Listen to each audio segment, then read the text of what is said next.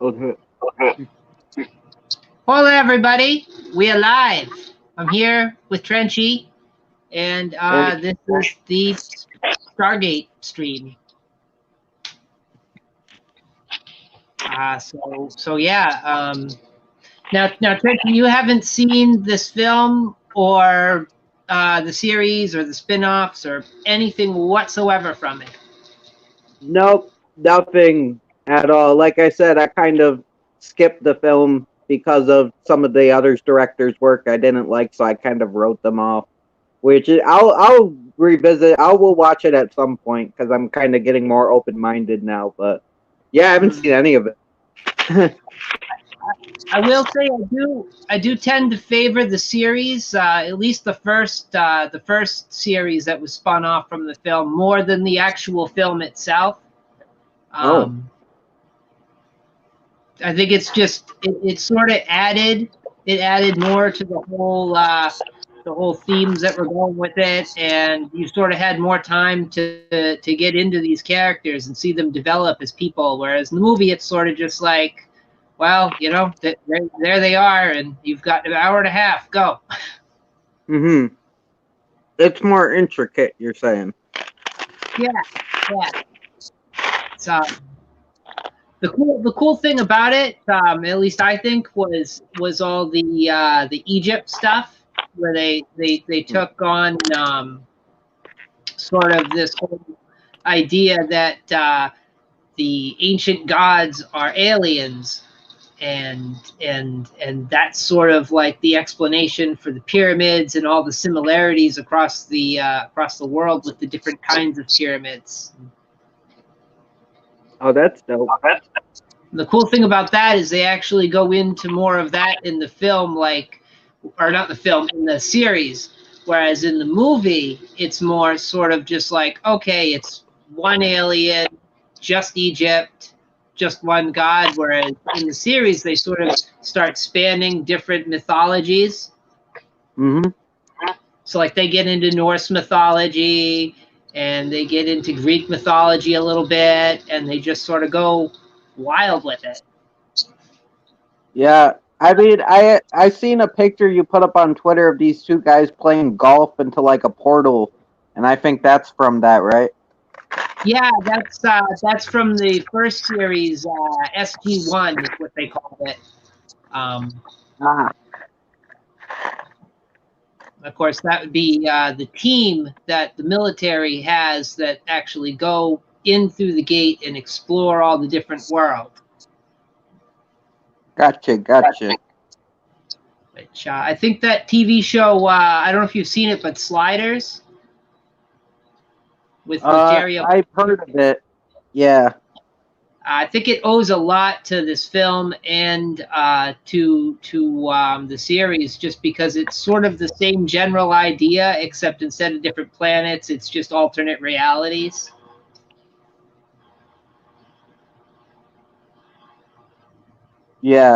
yeah.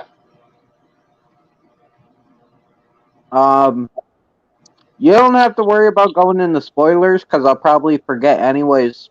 But like, what was your like what's your favorite aspect of it? I don't know. Well, I really like the whole military angle they have with it. Like, Hmm. it's just because normally with a science fiction thing, they don't go so heavy into that. Um, Right. Whereas, like you've got a team of people, but instead of just being a random bunch of people that are like lost or they're just going out, you've actually got like a government institution. They've got like the Air Force, and they're sending them through this wormhole to different places to go and investigate alien cultures, looking for technology that they can take back to Earth and use. Mm. So it's kind of like an Agent of Shields type thing. It's a certain task force sent to do a certain thing. Yeah, gotcha. Yeah, and it's cool because as the series goes on, they end up adding more and more teams. So like you've got SG-1, then you've got 2, 3, 4. And I think they end up with like 19 teams or 20 teams at the end of the series. Oh shit. Do all the teams get developed, or are just some teams kind of left to the wayside? They really only develop the primary team. Right. Where you've got Christopher Judge, and you've got what the hell's his name, Jonathan Shanks, and I'm trying to remember everybody's name. It's one of those things where like you're on camera and you're trying to think of things that you know off the top of your head, and they're just not popping in. Mm-hmm. Yeah.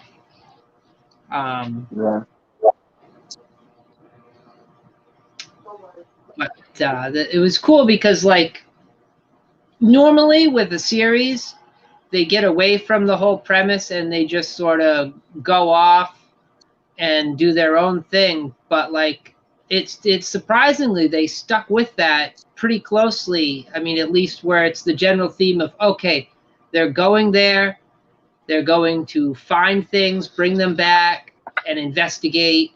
And if there's a problem, they're going to do what the military does. They're going to kill things and blow things up.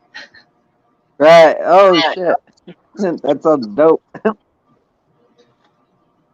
So it's pretty cool. Like some of it, like getting away from the film and going more with the series because there's a lot more to talk about with that.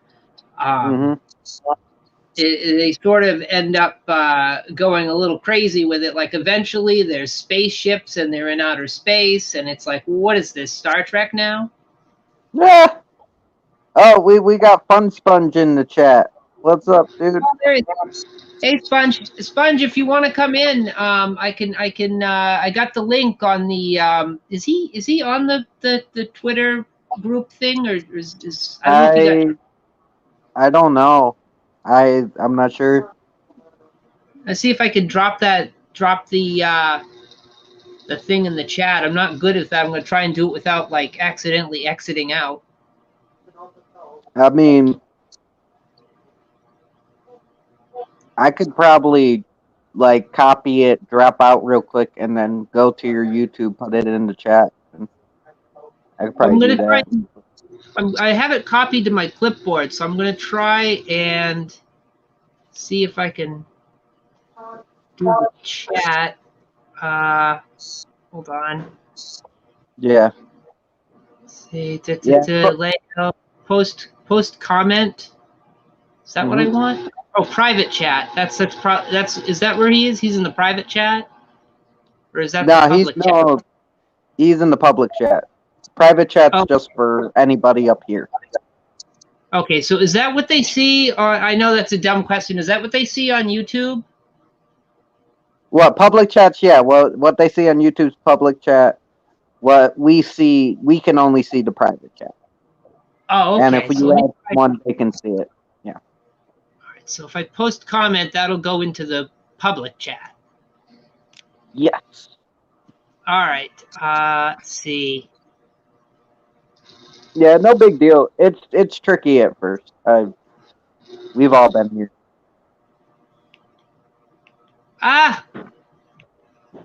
See, why will it not let me do the? Oh boy. Wait, shh. Oh. Trying to get it to do the thing there. It gives me an option, and then the option disappears when I go to click on it. Oh God! Oh no! Here it is. Paste and chat. Woo! There it is. There it is. So if you see that, you can. That's right, Trash. Amanda Tapping. That's her name. Hey Marty. Sorry, Ethel. My bad. No, cool. I wasn't saying anything. I was doing a wave thing. Oh, we got missed. Let's see. We got Mr. Sponge. And we got Sponge. What's up? Hello. How's it going, man? It helps when my mic's unmuted. Every single time. Like I'll be like, hey, hi. Oh, mic's muted, never mind. Well, ignore that. Yeah. How's everybody doing? Good. Yeah, it's coming through nice. That's cool. Sweet. Just making sure. I'm just finishing this game quickly so I can concentrate. I didn't realize it was like it was coming through straight away, and it was like I was already there. I was like, oh shit, professional. I don't even know where my camera is. So.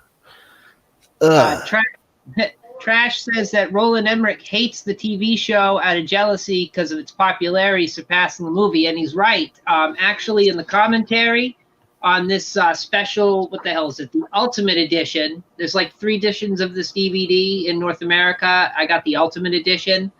On the commentary, he actually says, like, one of the first things he says is, "We have nothing to do with the TV show, nothing to do with that show," and he sounds very bitter about it. You should make better movies. I mean, to be fair, man, I'm not gonna lie. I wasn't the biggest fan of the movie.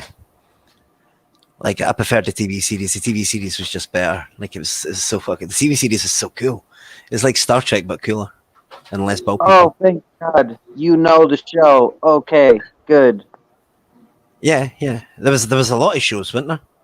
Was it not like they did not have like a million different names for the shows? Yeah, there was 3 spin-offs. There's Stargate Universe, there's Stargate Atlantis. The Atlantis was the first spin-off. Then there was Stargate that's the one I remember. And then there's another one that was like a limited run, and then they did like 4 TV movies. There's no more movies. Damn. Like they milked that cow. Oh, geez. And the first series, it went on for 10 seasons, which is pretty big feat. Oh shit! Yeah, I was gonna say because it was like the first thing that I really remember having like a lot of seasons in a show like that, and then obviously like Supernatural and that came along, but like, you know, like actually doing such a huge run. Mm-hmm. Yeah, and it was kind of crazy because like I remember when it first popped up on Prime, I hadn't seen it in years, and I'm like, oh, Stargate, I guess I'll watch that. So I click on it, and I'm like, I wonder how many seasons are included, because sometimes Prime is finicky, and they'll give you like season 1 through 3, and then they'll skip a couple seasons. It's like, what is this? Why is that? Like the other thing is when they show like a box set of movies, they'll have like 2, 3, 4, miss one, and then have 6. You're like, why? Dude, Like, they'll leave out episodes too. Like mid-season, they'll leave out like episode 8 might be missing or some shit. It's like, why? Why you have all the seasons, but there's like missing episodes? I've not had that yet. I think that would be the last straw. Like I'm very shaky grounds with Amazon, not the best of times. That happened to me. That actually happened to me when I was rewatching Farscape, because it's been on there, still on there, I think, available. And they were missing like 2 episodes out of season 1, and I was like doing something while I was watching it, and I hear the next episode start, and I know what the episode's going to be because I'm familiar with it, and I'm like, well, wait a minute, this isn't Exodus from Genesis, and I look at the screen, I'm like, it's the next friggin' episode. I'm like, what happened? Wow. Yeah, man, that would drive me insane. It ended up coming back and getting added a few months later, so I don't know if they had some sort of issue with that file or how their deal goes, but it was weird. You probably find there's a rights issue somewhere. Someone stole had the rights for it elsewhere. That's why I always check like Google just in case they have episodes out of order or they have episodes missing. I check Google first to make sure I know all that what to look for, so I know everything's in order if I'm watching. I did that with the DC series, the DC like television series. Like watched them all in like the order they were supposed to be watched by like timeline. My God, man, it was an effort. It was like, no. I've tried it too. You're a better man than me. I only made it a little bit. Like on genuinely, you need 4 monitors at once just so you can be like play. Like it's the only way it works. Have it all going. But yeah, any thoughts, moments that sort of stick out, Sponge? Nah, like I'll be honest. The one thing that always sticks in my mind is the gall or something. He's got like the big gold diamond thing on it. He's got like the gold symbol on his head. Teal. Yeah. Like I'll be honest, like he's the one thing that always reminds me of anything because he's got that big cool stick thing. He just zaps people with all the time. It's like I want one of them. Like that's the coolest weapon ever. Like keep your like the Klingon Warblade, man. I want one of the pointy sticks. Yeah, it's great. Like, it never runs out of ammo, and you can club people with the other end. Exactly. Like it's the best of both worlds. It's like for some reason it blow it. Like it's weird because they play with the physics of that in the show a lot. Like sometimes it's so powerful it'll blow a hole in like a brick wall, and other times it just goes. Psst. Yeah, like temperamental technology. What can you do? So like You need okay, to so switch it off and concrete. switch it back on again. So it'll blow a hole through concrete on one episode, but the other episode is just going to scorch it. I mean, what would they not have enough budget for squibs, or what's going on with that? I mean, yeah, that has to be something to do with it because like the budget must have been pretty insane for it. Because I remember watching it when it first came out, and like the special effects and that, you were like, "Whoa!" Like we didn't get cool special effects like that on TV. We always said shit. Like it always looked shit. Like that actually like looked like it could have been like a movie production at the time. It's just like wow. Yeah, they did a good job matching the special effects from the movie to the series when it comes to the whole wormhole thing. And that was the kind of thing I thought was going to be terrible. Like I'm not going to lie, when I first watched it, I was like, the wormhole is going to look shit. It's going to look like a green screen. It did. The cool thing about that is in the film that was done practically. They actually used water, and they shot the water.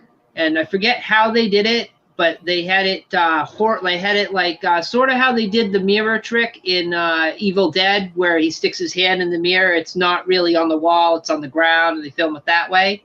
Yeah. But then they use digital with that to make it look like they're going through it, and to make the effect where it spoots out when it activates.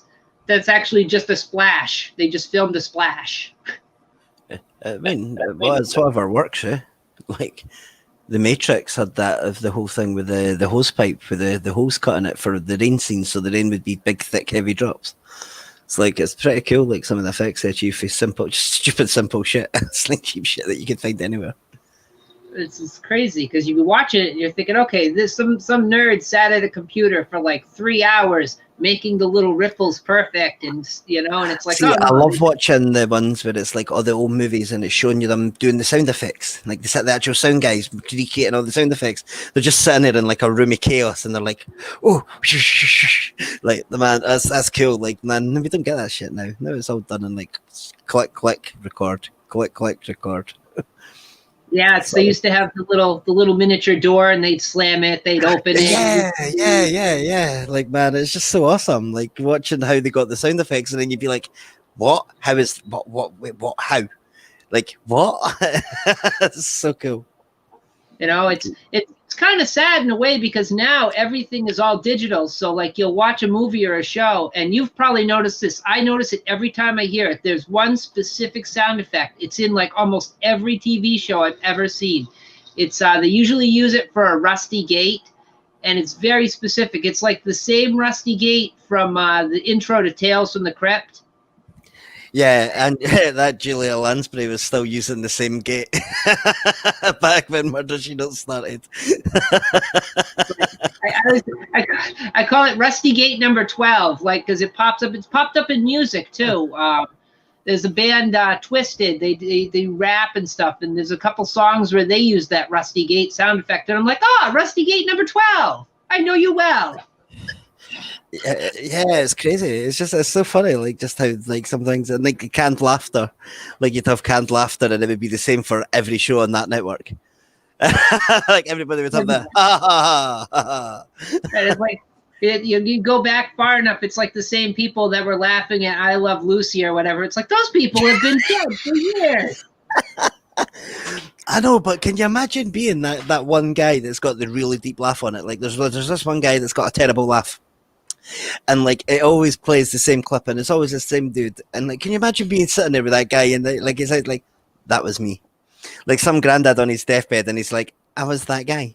You'd be like, immortalized for all the time in every TV show ever. It's fine.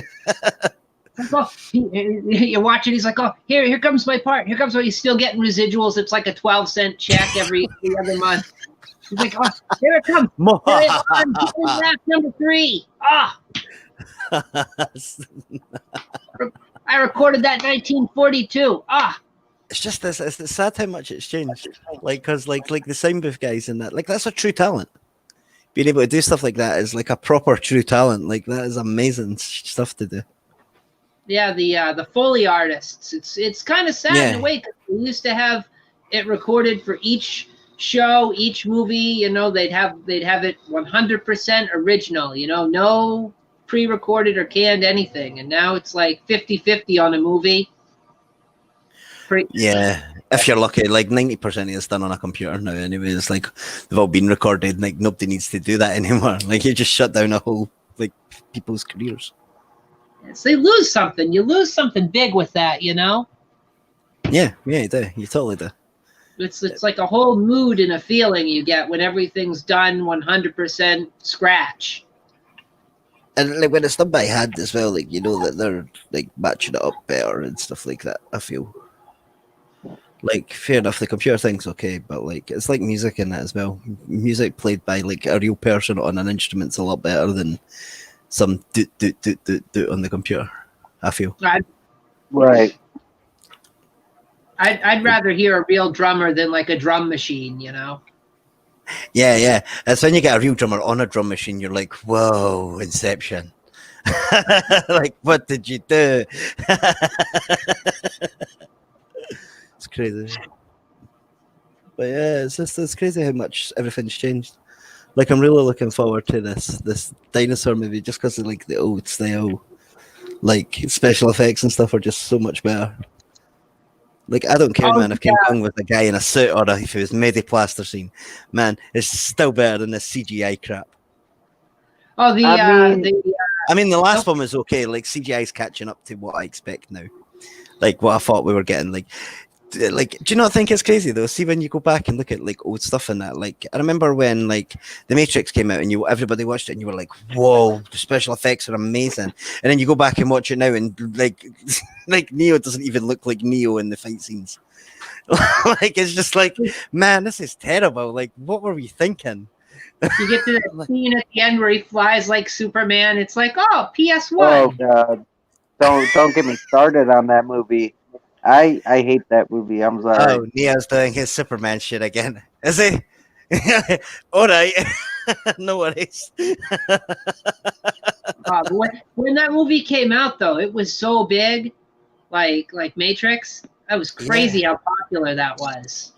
Have we not got another one coming? Did I read that there was a Matrix 4? Yeah, there is a Matrix 4 in the works. It's coming to, I think, HBO Max. Oh, what?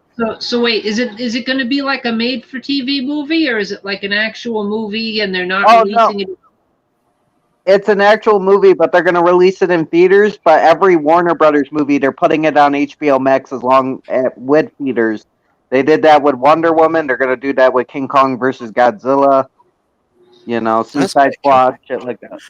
Right, give me 2 seconds, guys. I need to nip to the toilet. No trouble. It's kind of weird though, you know. I think you lose something when you have it streaming like that and you don't have it in the theater. Yeah. You know, you don't have that theater magic. You don't have that popcorn smell or the sticky floors. Mm-hmm. And that crowd reaction, man. That could mean a lot. Mm. Oh, hey, Trash is just pointing out they're doing a Space Jam 2. Oh shit! Oh yeah, with LeBron James. I think that's coming to HBO Max as well. I didn't watch the trailer because I was too nervous. But is Michael Jordan going to be in it again, or that LeBron James is going to be the star? Not sure if Michael Jordan will be making an appearance, which I think is messed up because LeBron James is nowhere on Michael Jordan's level. I don't know. I'm not a sports fan. Like everybody knows, I don't care for the sports ball. I mean, if somebody else likes it, I'm like, cool for you, man, enjoy. But like, even I liked Michael Jordan back in the day. He was big. He was like a megastar. Yeah. Only one that's on Michael Jordan's level. Sadly, he is gone. But one of the modern day guys that was on Michael Jordan's level, or or at least just below it, you could say, was Kobe Bryant. LeBron James don't got shit on Kobe Bryant or Michael Jordan. He's good. I'm just saying though. He doesn't have the personality or magnetism. No, yeah, and he's just not that impressive either. He's not like he's got the physique and he can shoot the ball like a motherfucker, but I don't know. I don't see him doing movies. Yeah, so it takes a lot to do the acting and do it convincingly enough. It's not that Michael Jordan was like a great actor or anything, but I could buy him in the film. I'm like, yeah, sure. He's not used to this whole cartoon thing. Yeah. Yeah. What are we talking? Space Jam. Yeah, Space Jam 2. Were they going to have Michael Jordan? What's going on with that? Man, I don't know. Like it's yeah, it's a funny one. Like I know Michael Jordan was obviously the biggest basketball dude at the time, but like, I mean, Yeah, but acting was horrendous. the thing is, Michael Jordan was the biggest at that time, and this one they're putting LeBron James, which I don't even think LeBron James is the biggest. But, like, I don't think you can follow up Michael Jordan with LeBron James. That doesn't seem right to me. I mean, like, I guess like he's like the modern version, or as close as. I disagree, but I get why the public might think that, but I disagree. I'm only saying it's someone that doesn't know basketball. The only basketball I've ever did was on the Xbox. Oh yeah, dude, I used to fucking rock out to that as well. I love the 2K. Dude, mate, like I learned how to play basketball. Like I didn't know none of the rules, didn't know nothing about basketball. I know the wee ball went through the hoop, and that was as much as I knew. So like, and I ended up like I started a season, and I was like, yeah, I'm going to play and be like baller, yeah. Not what happened at all. And then everyone was like, what team did you go? I don't know. The wee guys in grey. Do you pick them like I pick when Super Bowl time happens, and everybody used to ask me back when I was like around a lot of people. They'd ask me, "Oh, who you like in the Super Bowl?" I would always just find out who it is, and I just find out what their mascot was, and I just pick my favorite mascot. Not gonna lie, I can do it. I could go with that. They've got a pretty jumper. That'll do. It's like, I find ones with funny ass names too. Like they had like people had funny names. If they've got a cool name and that, then I'm like, yeah, buddy, you're gonna be my star player. There's a fucking. Oh, my bad, Ethel. Oh no, I was just gonna say, I was just like, oh hey, this one's got a panther. That's kind of cute. I'll pick that. I like the ones that have got the out there mascots, and you're like, why the fuck did you pick that as your mascot? Like there's a few. There was one that came up on. It was like a trivia thing, and oh my god, what was it? It was something completely random. It was feel like Jersey or something, New Jersey, I think. And it was like, man, I can't even remember what it was, but it was like something so randomly out there. I was like, that's a thing. Like I want to say rectum. Or something along those lines. It was honestly like, it was something that was just like, wow, who picks that? The Jersey rectums would make a lot of sense. No offense to New Jersey. I'm blocked there, so fuck you. But yeah. Oh wait, no, mate, it wasn't. I was wrong. Sorry, it was Scrutty. Scrutty, the Scrutty, the scrotum. Scrutty the scrotum. What? Scrutty the scrotum. the mascot for the Nads, now retired. It was the real mascot for the Rhode Island, the Schoolie design. Scrutty the scrotum. That's what it was. It was the scrutums. Because I was like, excuse me, like what? Like, yeah. The scrotums. Yeah, the Nads. The team was called the Nads, The, and their mascot was Scrutty the Scrotum. the Nads playing at D's Nuts. Yeah, the Rhode Island School of Design. I think it was a hockey team. They got the big Testa Bowl. That's what they're playing off at.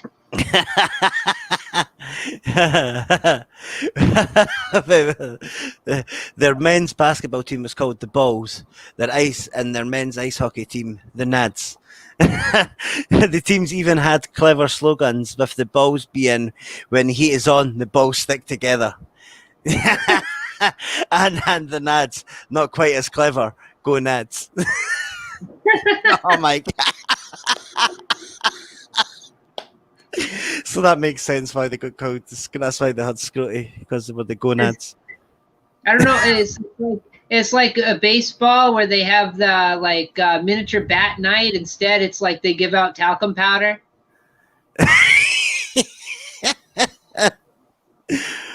Oh man, like you guys do sports so much better than we do. Like we have like some of our teams have mascots in that, but like none of them are like not like your mascots. Like your mascots are like completely insane.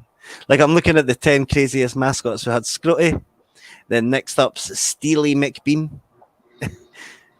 It doesn't even say what it is. It's just the Steelers, the Pittsburgh Steelers football team mascot is already becoming tiresome.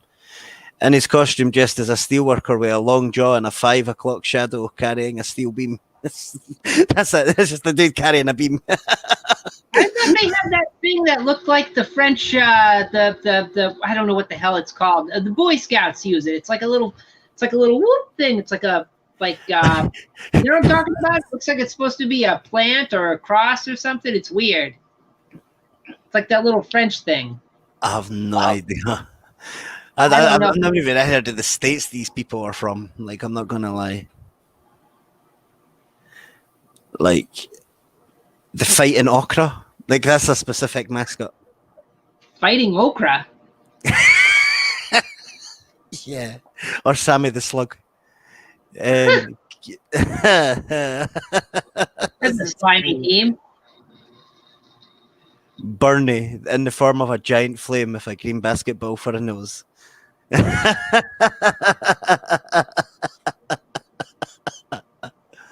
Yeah, like I've never even heard of a lot of any of these places. Never mind anything else, but that's crazy. Like I would love to be a mascot for like a football team or something. You'd have so much fun with that. If they put the mascots in like a ring and just had them fight it out instead of watching the actual game. My God, that would be amazing. We did we had a few like funky matches like that. We had a zombie match before. That was pretty awesome. Like a proper zombie wrestling match. Like all the zombies were ringside and shit, and like they were just kind of stalking about, and then when you got kicked outside, the zombies try to eat you and stuff. Like we had the guy lose his leg and stuff like that. It was just the craziest thing ever I've seen. I was just like, what is happening here? Like I'm standing ringside, like on the other side, like at the back of the crowd, like doing crowd control, and just like, what?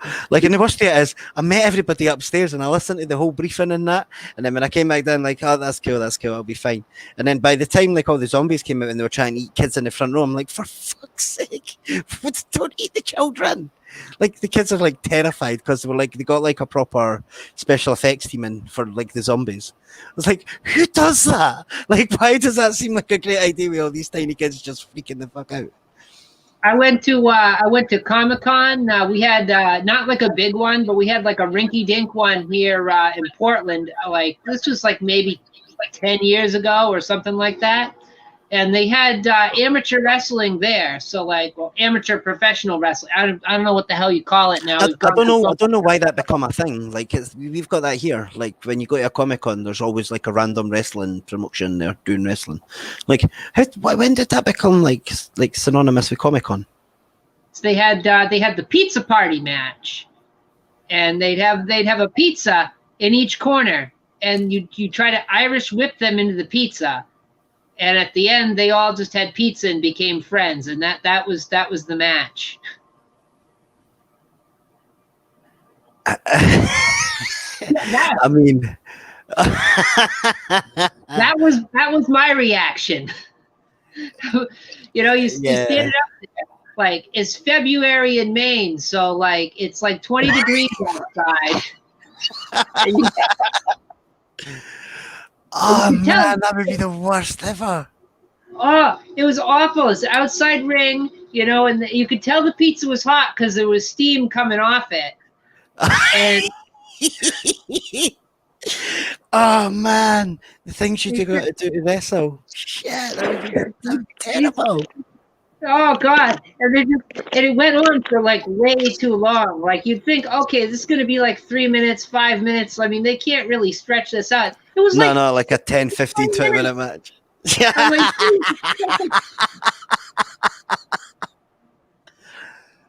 oh, you gotta watch these guys. God, they were like $1.85 each. They were small guys, and they're just throwing each other around, trying to Irish whip each other into pizza. It's like, what am I watching? you know it was rookies. They've been like, right, guys, this is your chance to shine. Pizza party match. What? Excuse me, Wait, man. what? I think I would genuinely turn down the match. I'd be like, nah, buddy, I don't want to wrestle that much. Did you miss it, Trenchy? The pizza party match? I have not seen this. Is this a new thing or an old thing or? It might just be a Maine thing. I don't know, but I was at a comic. I've never heard. Like, I know wrestlers all over the world, and I've never heard of a pizza party match ever.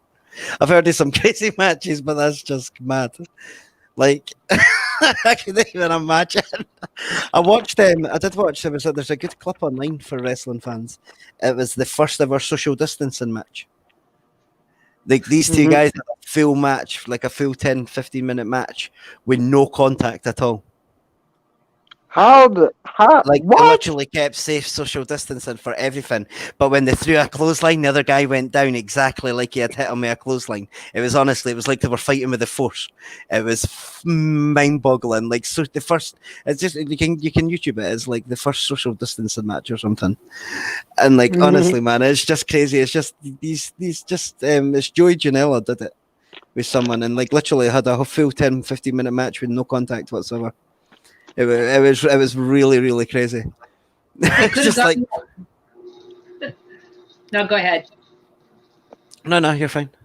I was just coughing. They could have gone that one step further and had a Zoom match, and they just both appear on tablets, and they just have somebody in each corner throw the tablets at each other.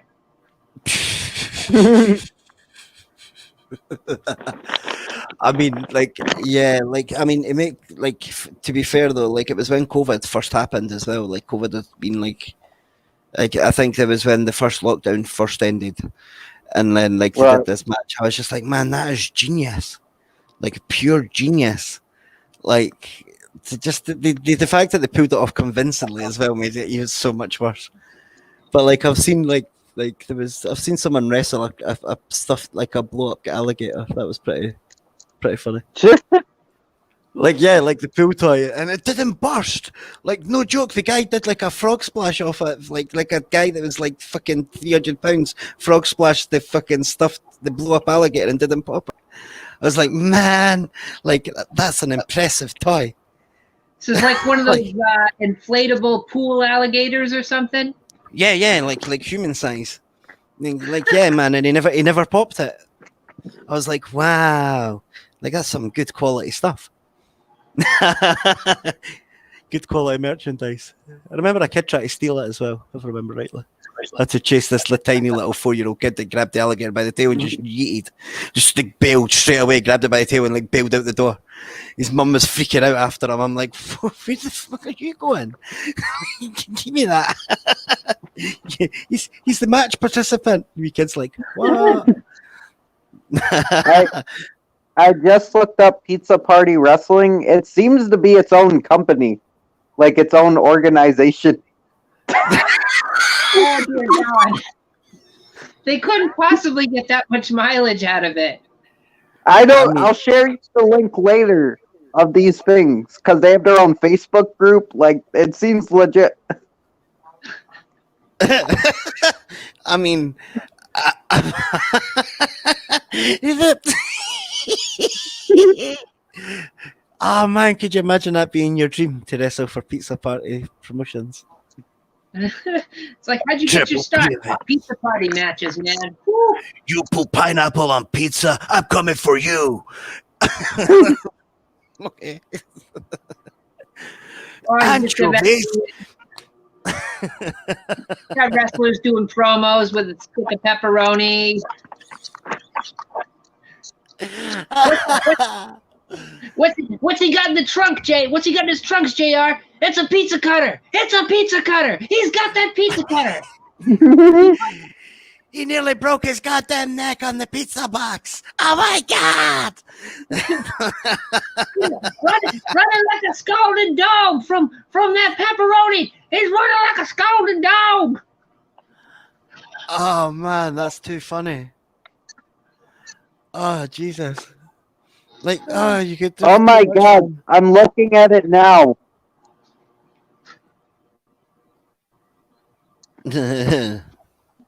Is it impressive, Trenchy? Legit. Like, it might not still be going, but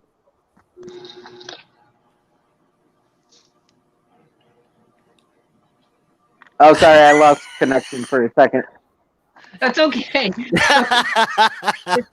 sounded like the metal one should come for you. I don't know. Oh, I've been reading the names. They got people like Pizza Cat and like Dick Justice, Super Cop, and I think there was some guy along the lines of Johnny Cockstrong. Like, it's legit. There's a tag team. There's a tag team called the Ugly Ducklings. Like, I don't know what I just stumbled upon, but I'll share it in the Twitter. For sure. We've got a tag team that used to come here, and they were called the Bakewell Boys, and they used to come out with lucha, like the worst lucha mask ever, but it was made of tweed. It was like a tweed lucha mask with like the old fashioned white mustache on it. Like, honestly, so cheesy, but they were so good. Like, like I said, God, the crowd ate them up. Like, the more cheesy they were, the more the crowd loved them. It was great. It was like two old grandpas wrestling. It was fucking weird.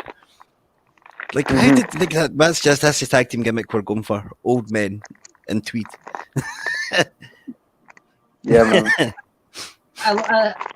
I love how we've gone from Stargate to sports to pizza wrestling.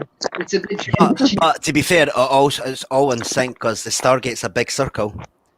Like, they use circles in sports, and then they came to pizza, which is also a circle. It came full circle. Oh my god, he has a point. It all comes today's chat circles. Circles. I'll have to change the GIF. You know what I do is I'll not the GIF, the thumbnail. I'll change it. I'll put, instead of the Stargate being the portal in the center, I'll just have a big pizza pie. Just the Stargate with the pizza in the middle. We don't use water, we use tomato sauce. Instead of locking in the chevrons, they're locking in like pepperoni, sausage, green pepper.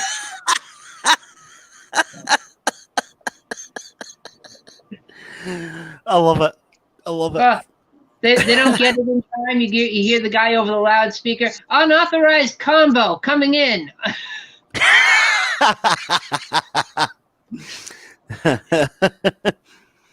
Would you like any sides?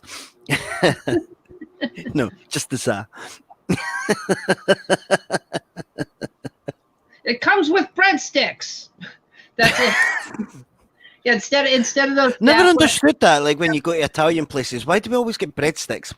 Like, give us something better than breadsticks. God damn it!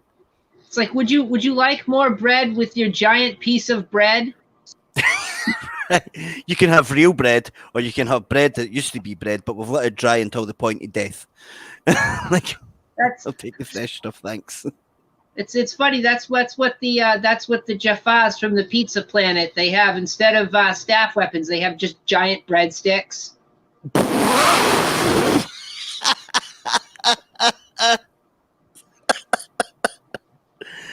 Little pouchy fucking Parmesan.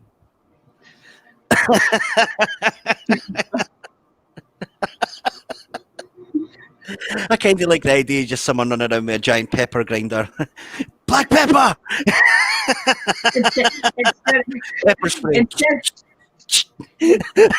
of the big metal, instead of the big metal animal heads, they just have the big pizza chef hats. Just a little knife and fork and gold on their forehead. Somebody with money has to make this parody. It should happen. It needs to happen. I mean, what's Mel Brooks doing these days? I feel like he would be a good call for it. Sounds like something he would cream up.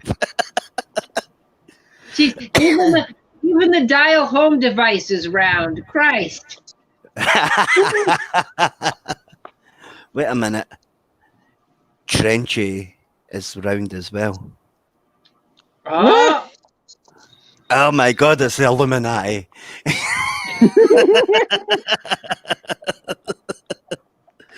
We've seen that film with Jim Carrey with 13 circles.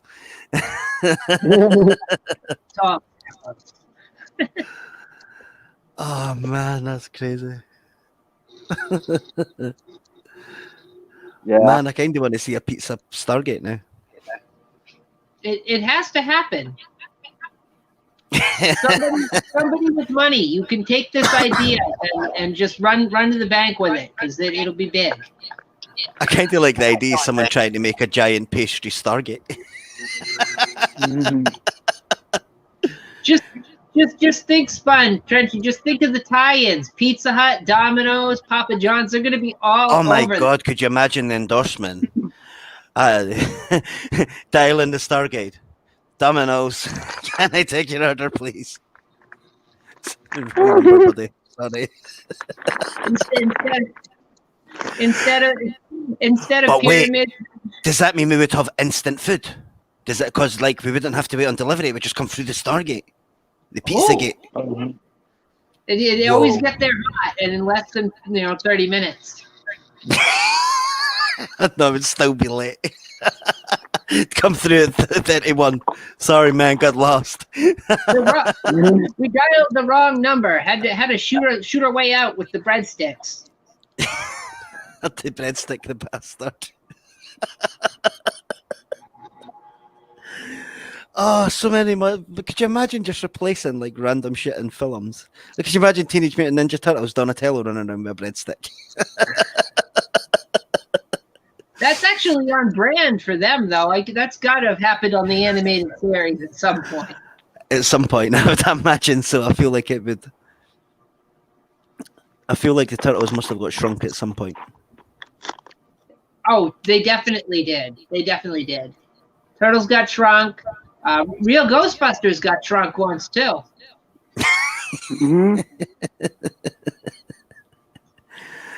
Oh man, so much good times, man. Like the kids today don't understand what they're missing with the old cartoons. The old cartoons were just bonkers. Anything would go. Like even Disney, like I like how when you go on Disney Plus now and that they've all got warnings.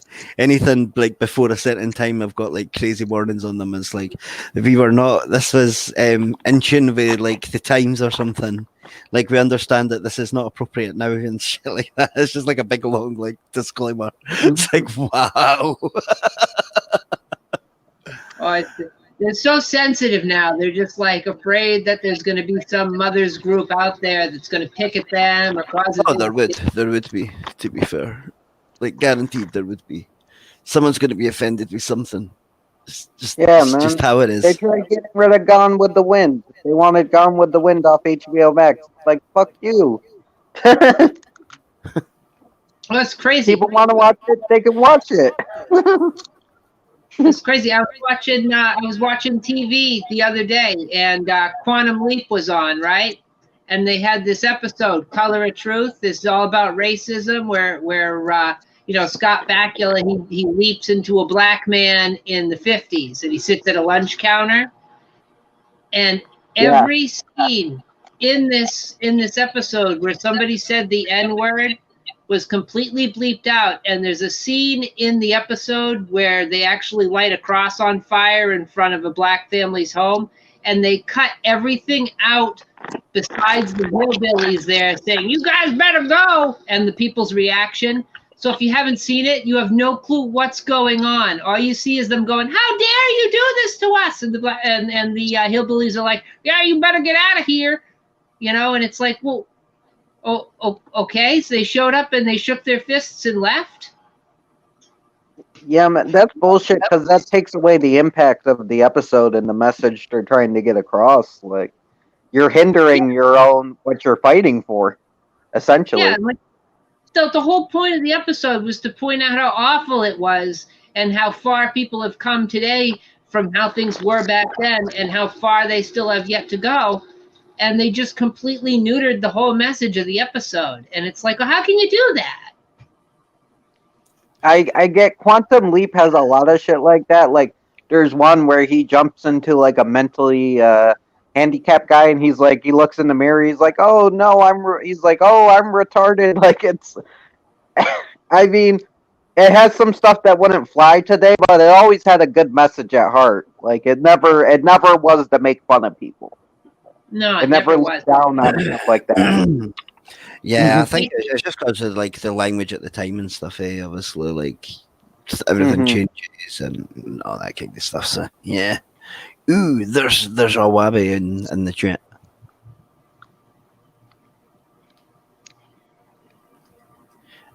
I loved Quantum Leap. That's Wabi. Howdy, Wabi. I mean, Quantum Leap was like, it was weird when I was a kid. Like, it was one of those shows that was just on all the time. Like, it was always repeated like a million times a week. So like, I must have watched something at some point. Like, I know I did, but like, it's like I was just always remembering like, what the fuck is this? Like, even when I was a kid, it was just like, man, this is trippy, even for me. Like, it's just crazy. It was good. Like, back when I was a kid, it was on all the time too, and it was brand new. So it's like a new episode every week. And like, the thing I was trying to figure out is, okay, is he actually there and they just see the person, or is he in the person's body? And I mean, eventually, I never understood that because it never ever explained it. You were just expected to know. I've actually since owning the series, because I have it all on DVD and watching it multiple times over the years, I've figured out he's actually physically there, but they see and hear the person that he's leaped into. Oh. Person in the future. So it is his body in the past, but they can't see or hear his voice or image. They see the other person's. And what if you're like, oh, my bad. You keep going, my bad. No, I was just going to say, and in the future, it's the same thing for the person who leaps in to replace him. It's their body, but it's his image and voice. Oh, gotcha. Like, what if he like jumps into a handicapped person? Since it's him, would he be in the same predicament as them, or would they just see him in that predicament and he can actually walk, but they wouldn't be able to see that? I don't know. That was addressed. There was an episode where he leaped into a Vietnam vet who had both his legs amputated, and he had to be stopped from standing up because when he first got there, he didn't realize it. And when he looks in the mirror, he sees, oh no, I've got no legs. But later in the episode, he actually stands up and walks around. And of course, they use that green screen effect where they just make the legs disappear. Yeah. Mm-hmm. Trash says, do you remember the bargain bin 60s X-Files called Dark Skies? So a 60s style fucking X-Files called Dark Skies. And Wabi said she was fairly young when she was into Quantum Leap, so she never questioned the science.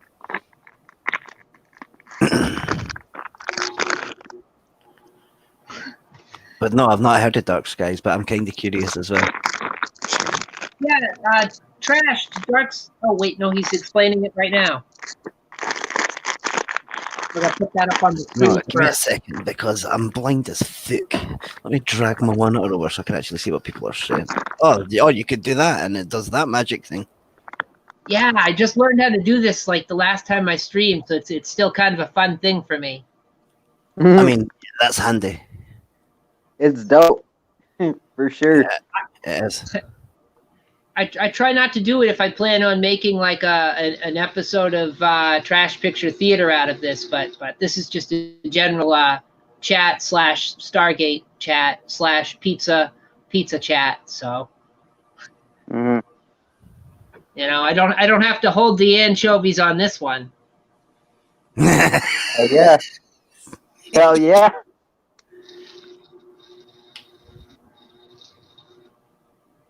Basically, there's a couple whose child is taken by aliens, so when they try to uncover whether it's true, it's the US or Soviets. Jerry Rain was in it. I Oh, forgot yeah. Jerry Ryan was in that. It's been years since I've seen that one. Was that NBC? Wasn't it? I think it was NBC had that. It was an NBC show, I think. They were really into the sci-fi genre for a while there. They had that, and they had like Earth 2. And they had Oh, was that not like the 60s? Was that not like the first like lunar launch and all that sort of thing?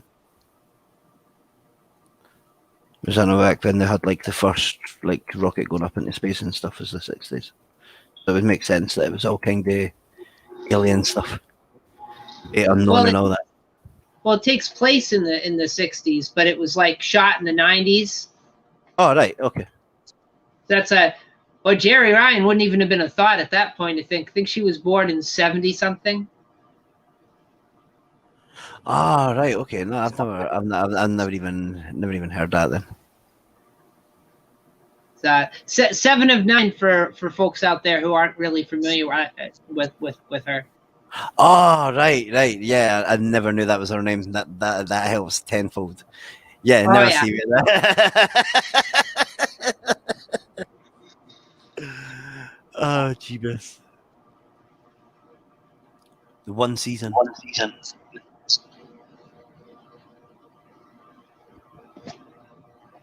Eric Close.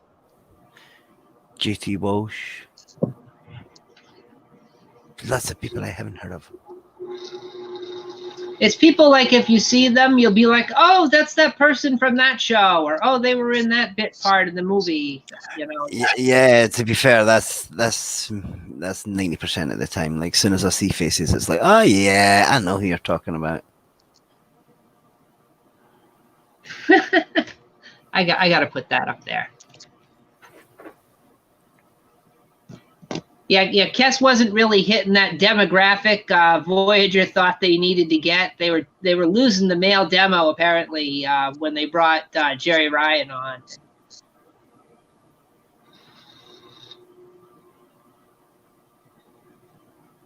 She did work that cat suit though. I will give her credit.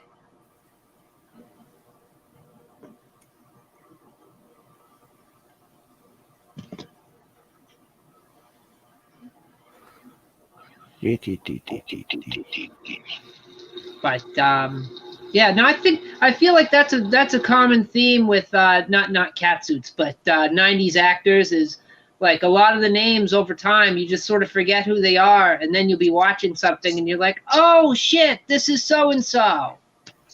Yeah, and then you get a film that comes along like Red, and it's like, remember all these guys? Fun, actually, relating back to Stargate, the movie. I didn't realize it, but I was watching this, and you know who's in this of all people? Fucking French Stewart from Third Rock from the Sun. Harry from Third Rock from the Sun is in this. Oh shit. The guy. Also, the guy from those Clamato commercials, if you remember those. Is that tomato clam juice or whatever? That sounds disgusting. It is. That sounds actually vile. It probably is fatal, man.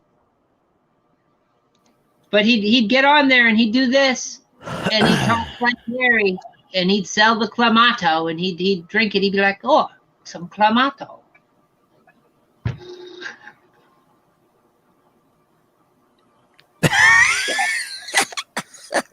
That's a thing right That there. genuinely sounds like a nightmare. Not even gonna lie. It's terrible.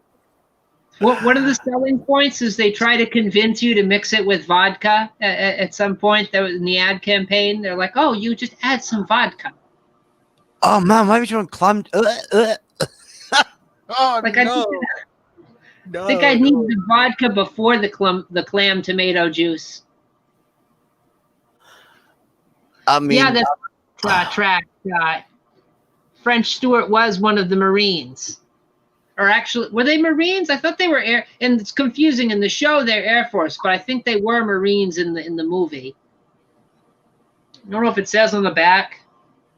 I just watched this. You'd think I'd remember, but yeah, I don't know.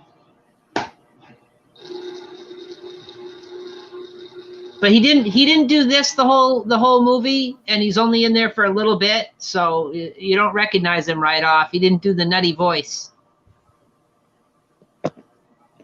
yeah, he was Lieutenant Ferretti or something.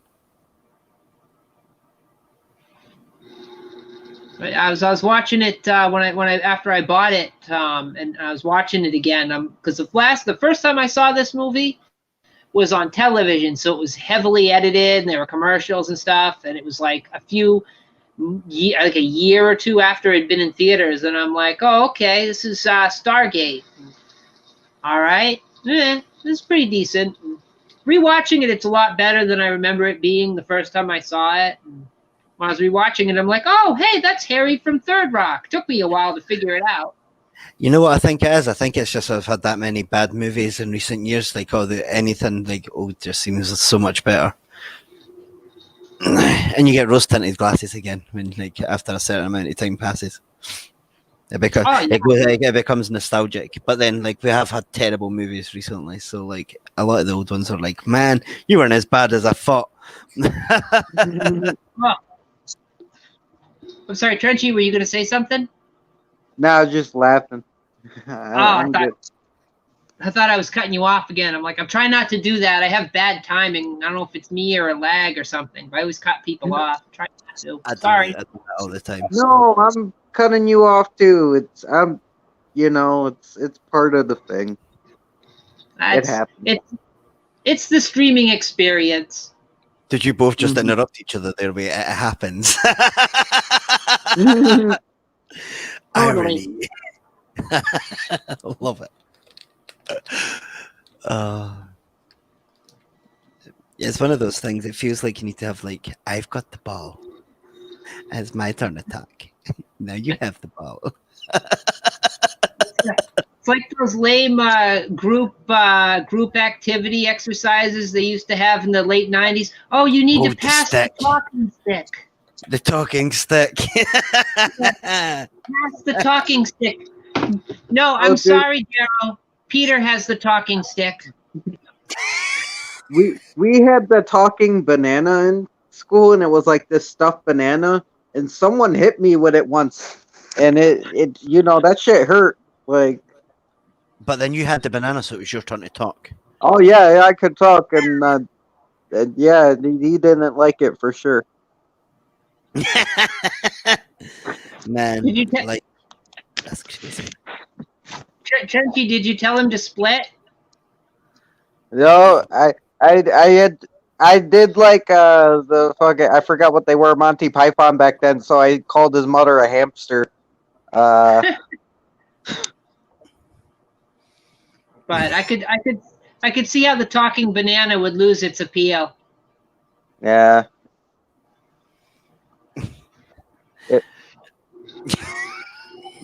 Those like stuffed fruit didn't work with me because my nurse had like a apple. My school nurse, she had like a rubber apple, and I had ripped the stem off. I don't know. I was sick, and I just decided to rip the stem off. I don't know if I did it on purpose. It's like, so yeah.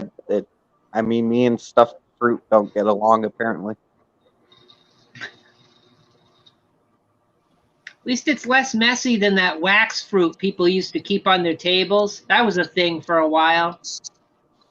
I remember wax fruit. The facts. Yeah. I'm not gonna lie. I ate a couple of those. It looks so real. I was just one of those kids that come along every time. So it was really impressive. So wait there, what did we get up? Does anyone remember G versus E? Good versus Evil.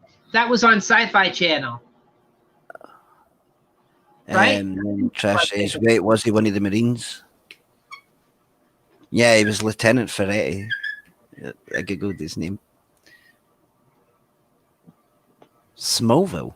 Is Smallville a thing again? Well, it was for a while. But I think, there were a bunch of wrestlers that showed up on that. Plus, both Duke boys.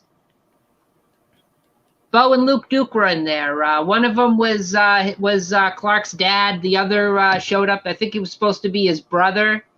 I barely remember that. I just remember making fun of it. I'm like, when are they going to jump the car?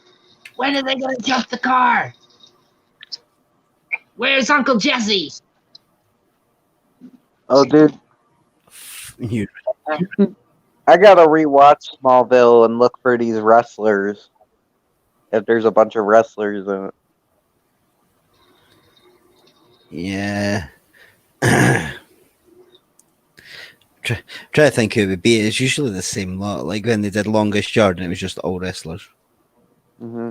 I know Tony Todd, not a wrestler, but he was in there in Smallville for an episode. And he killed it.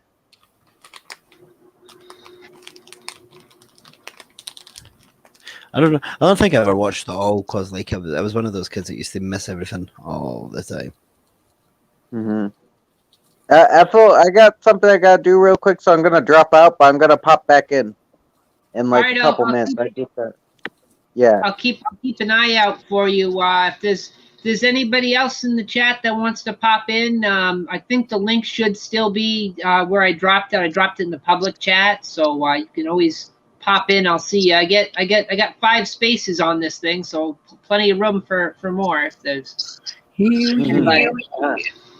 It will literally only take like a minute. I'll be right back. Like Batista was one of the escapees from the Phantom Zone. Yeah. Damn. It's funny, Batista always wanted to be an actor. That was one of the reasons he got into WWE, is he thought he could parlay that into an acting career, which he did. I mean, yeah, and he still can't act. he got to play the part of a guy that didn't need to act. Like it was like the best role for him. I do gotta say though, I liked him as Drax in Guardians of the Galaxy. That guy cracked me up. That was because he was supposed to play like this big stoic character, which is just him. Yeah. Like it was like he wasn't even acting for him. Kane was the dark side lieutenant. Yeah, I remember the movie with Kane where he was like the big monster dude and he was just plucking out people's eyes. Oh yeah, See No Evil. See No Evil, yeah. That was a great movie. Yeah. It was genuinely the one time you seen like a villain and being like, yo, you would fuck my shit up. Like it was genuinely a part, and Glenn Hodd was the same. Yeah, like, he's the first huge. time you seen them, you were like, oofed. He came a long way from Isaac Yankums. Fucking Glenn Jacobs, jeez. Now he's mayor. Now he's the mayor. Yeah, and then like, yeah, man, it's crazy. Like Mayor King. Following the footsteps of Jesse Ventura, another wrestler turned actor turned politician. Yeah. He used to crack me up. Do you know that Jesse Ventura used to wind up Arnold Schwarzenegger on the set of Predator?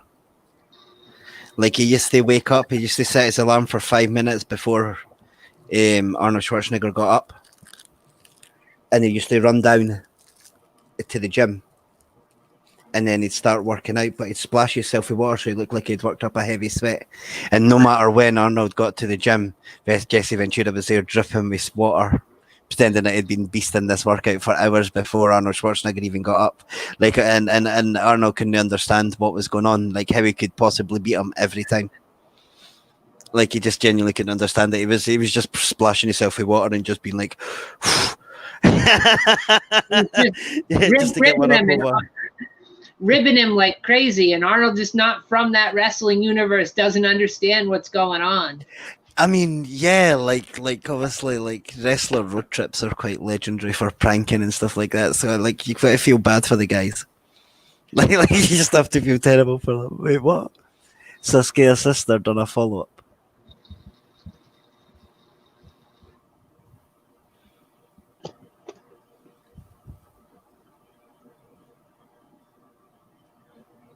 Kurt Russell was the best in Stargate. He did do a good job in that.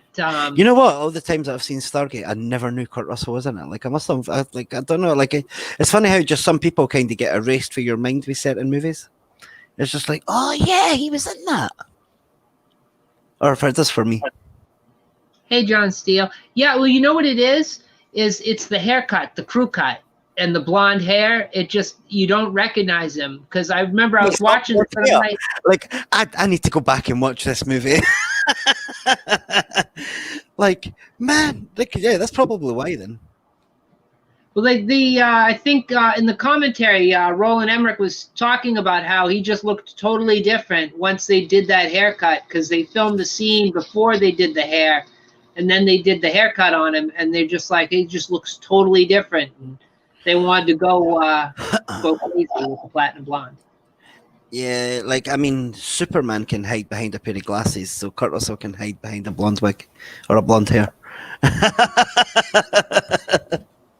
It's crazy. But you know, out of all the characters in the show to replace Kurt Russell with, I think Richard Dean Anderson was great in that role. I really liked him as O'Neill. Yeah. I did. I never. Is that so? Was they supposed to be the same character then? Yeah, they're all supposed. The only two characters from the film, besides the old lady from the movie, because she makes a comeback in one of the later episodes in season 1, are Michael Shanks's character, Daniel Jackson, and Colonel O'Neill. They're the two original characters from the movie that make it into the show. Of course, they're both recast. And it's good casting. I actually like was it Jonathan Shanks. See, I never realized that it was supposed to be a recast. I just thought it kind of followed on. Like, I thought, Jason Momoa was in the TV series as well. Say what? Jason Momoa was in the TV series for like 78 episodes. Wait, he was? Yeah, Stargate Atlantis. Oh, Atlantis. I didn't watch all of that one. I tried. I made it like halfway through season 1, and I have to keep coming back to it and watching an episode here or there because the writing was just killing me. Yeah, like yeah. It was a bit like though that, I mean, like all the TV series were like that back then. Like, remember Xena Warrior Princess and that? There was just like some episodes and you were just like, how did we get here? Like, what happened? And then other episodes were like utterly fantastic, and you were like blown away. You were like, whoa. Yeah, it's like you look forward to it and you wait like the entire week, and finally Saturday comes along and it comes on and you watch it and you're like, oh, I was excited for this. Oh. Wait there. Trash says Arnie fucked with his arm measuring tape to make Jesse think he had bigger arms than Mr. Olympia. Wouldn't that's fantastic? What's your favorite Emmerich movie? Emmerich?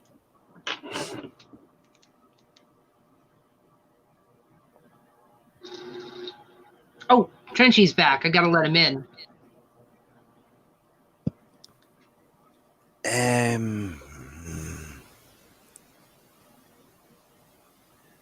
Hey. Well, welcome back, Trenchcoat.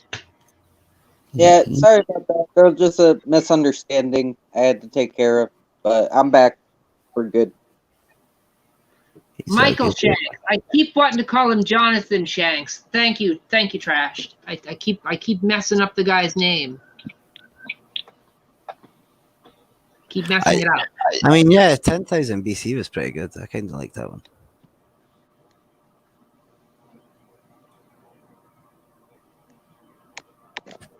I remember that. Actually, I like Stargate Universe a lot more than I thought I was going to like it. Robert Carlyle was in. Mate, I swear to God, Scottish people always play shady characters. Like, it's just a thing. Like, I swear to God, like, I can't even play video games. Like, if I was playing Among Us, as soon as they found out I was Scottish, boom, straight away, he's the bad guy. Like, man, just because I'm Scottish does not make me the bad guy 90% of the time. No. Hey, Horror Retrospective. Kara, how's Hey, it going? Sarah. No, that I didn't know Robert Carlyle was in the show. I might I check didn't it realize out. he was in it for him. either, man. Like, man, I think I need to go back and watch all this again. Like, I've totally forgotten more than I remember. Like I'm a fan of his, so I will, I'm in for some Robert Yeah, Carlyle. I like Robert Carlyle. Like, he's like one of the actors that Scottish people like. He's one of the ones that were like, he's ours. Oh wait, I didn't know he was Scottish, dude. That's awesome. Yeah, man. Yeah, like Train Spotting, like his big was one of his like big early ones, like Begbie. Great movie. I gotta see it. I haven't seen that. I know him from some of his smaller roles. Yeah, like he's a great actor. Like Mhm. in Train Spotting, he just plays like this crazy psycho that just like doesn't give a shit and is just going to fight everybody. And obviously, like he's not the biggest guy, but he's going to fight everybody anyway.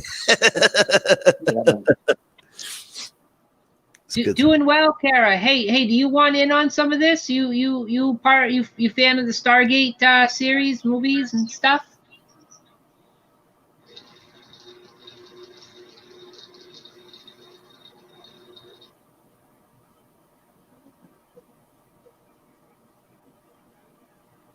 Okay. Anyway, I sucked the air out of the room a little bit. Didn't mean to interrupt, but yeah. Try to invite people. No, I was just watching. I'm watching a clip of Stargate Atlantis with Big Jason Momoa in it. Like season 4, he was in it. This is a clip for season 4. I didn't even. Yeah, I never. I think I'm still on. I mean, not gonna lie, he kind of looks like he does in Aquaman a little bit. He's just like, he's got this look about him, eh? Like he has to look the same in everything. Well, is it just me, or did like every other episode of Stargate Atlantis, they had Atlantis get taken over by somebody else, and they had to fight to get it back? Like, how many times they got to ride that horse? 5 seasons.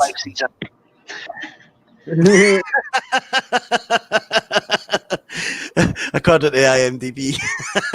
I mean, 5 whole seasons.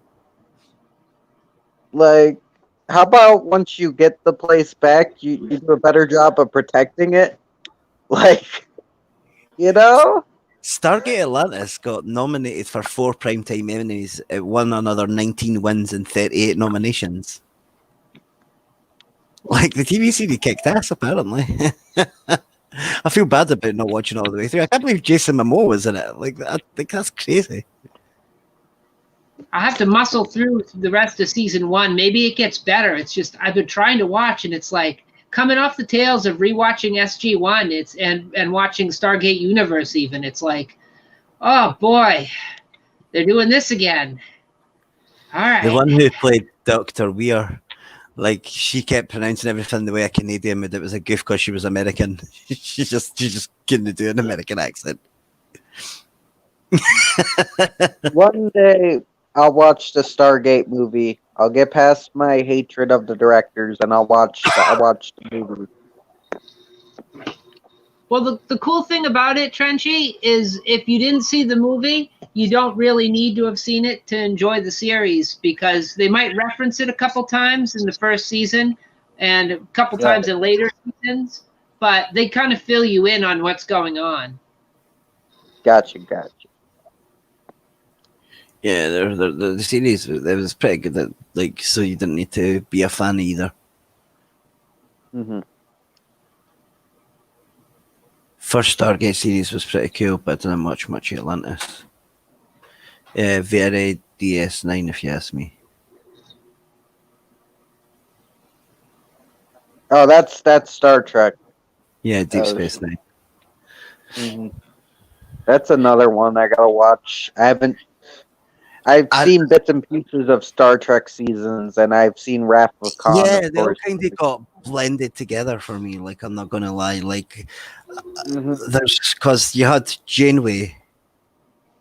That was Voyager, right? Yeah. Oh, no. The Voyager. Mrs. Columbo, Captain Mrs. Columbo of the Starship Voyager. Yeah. So who was Deep Space Nine? And what one was that? Like, I can usually tell what ones it is by the captains. Oh, Deep Space Nine. That was Avery Brooks, Spencer for Hire, Captain Spencer for Hire of, or actually Commander, because it's a space station. There's very particular on that. Captains captain a ship, commanders command a space station. I don't know why it was such a big deal, but apparently it was. Fair. It's for the Lord. I mean, if you went to all that effort to get a whole space station, I would be pernickety about it too. Yeah, It's no, for the Lord. but they get it right. Mm-hmm. It's kind of funny. Until recent years, DS9 was always sort of looked down upon out of that Star Trek franchise. Not gonna lie, I was not a fan of Deep Space Nine at all. I liked Voyager, and I liked the one with Picard. Next Generation. Yeah, and then like the original series as well. The original series was just for its cheesiness. Mm-hmm. I love the original series. That's my favorite out of the whole lot of them. Is the original series with Kirk, Spock, and McCoy. Yeah. It was just so cheesy. The only thing I hate about it is Scotty, the non-Scotty Scott. Yeah, his accent is not very good. His accent is non-existent. There is no accent whatsoever. Like, I mean, what part of Scotland was he from? New York. He just What? Which let you see that thong, Captain. Which was the series with Will Wheaton? He was on there. Next Generation. Next Generation. Okay. There's too many, man.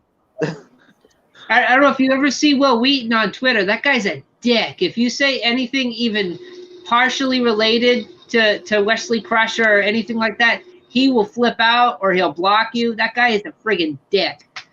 Oh, dude, they even had that running gag on Big Bang Theory that he was like an asshole and he had a rivalry with Sheldon because he couldn't get over his fucking Star Trek days. I mean, I can see where he's coming from. Could you imagine being known as like yeah, just like yeah, like the character you played when you were a teenager, you were forever known as that guy. That poor kid that played Anakin in Star Wars had to quit acting because people are pricks. I mean, yeah. That little boy, that poor little boy, didn't know what he was doing. He wasn't very good. What was his name? Is it Haley Joel Osment? The wee kid for Sixth Sense.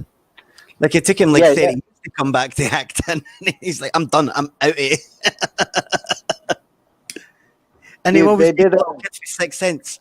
He's always going to have people shouting, "I see dead people." They did a great commentary on that on The Boys, where he came back and he was playing a superhero who was a child star superhero and was still trying to recapture that fame. It was a good commentary. It's pretty funny. Yeah, it's kind of sad. I watch it again, trashed and like because like obviously tastes have changed since I was like because I was a kid when it came out. Like I was pretty young. So like I think that's how I remember it. I think that's why I was like Star Trek, like the Next Generation, because I always went cool places and done shit. Well, the cool thing about like DS9, and I don't know, I always looked at it sort of different when it was still airing and it was all brand new, was it was a lot grittier and darker, and it handled a lot of social political stuff, which they couldn't really explore on a Monster of the Week sort of episode of TNG or the original series. Mhm. Yeah, that's fair. Which Like one's TNG? the Oh. Next Next Generation, Generation. that's the one with Picard and all them.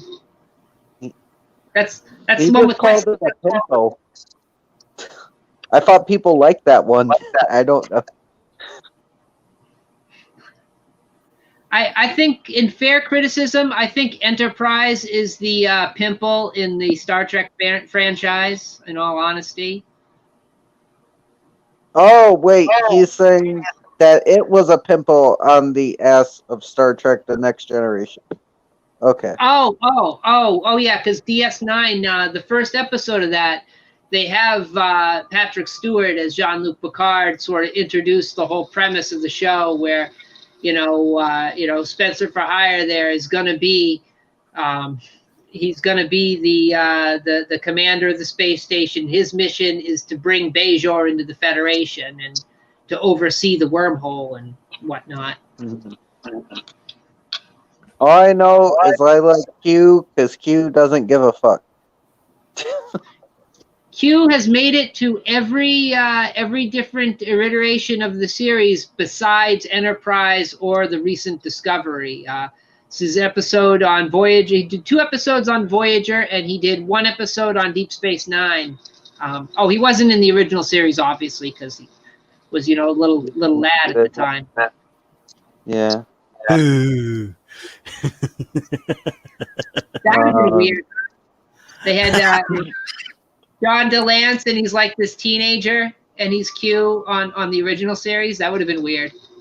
I do want to. Crusher was a pimple on the arse. He was just a whiny little bitch, though. Yeah. Like, Oh, Jake Lloyd. This sucks.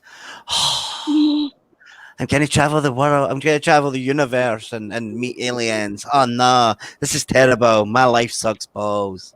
Oh, no. My mum's humping this guy that's second in command. Oh, no.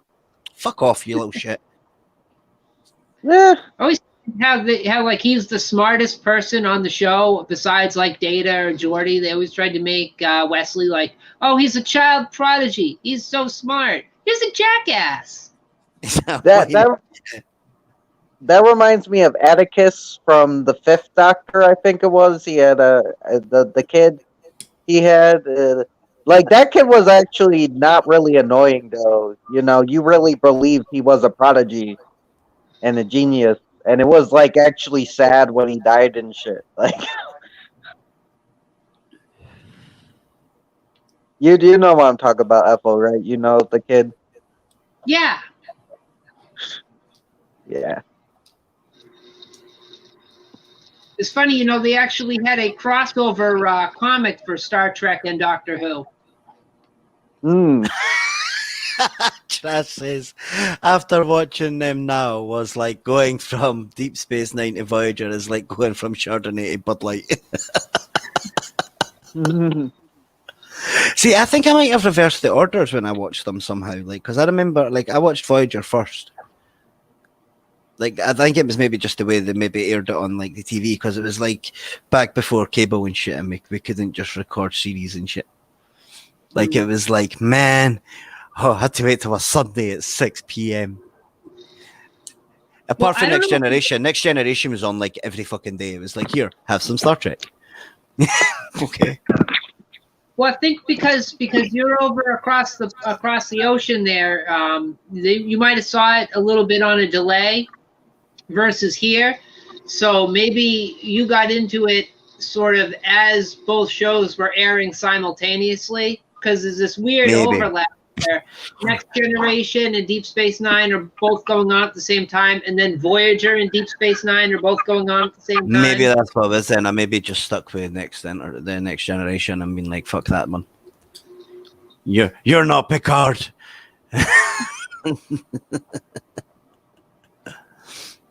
Yeah, like I did watch the first series of Star Trek, like the original season again, because like they had it on, like they aired it on one of the, like I think it's a Sci-Fi Network or something. They literally showed it like every night or something, like the whole lot. And like my ex at the time, our dad recorded it all, so like, we literally sat through it and got like, and yeah, you know. It's right.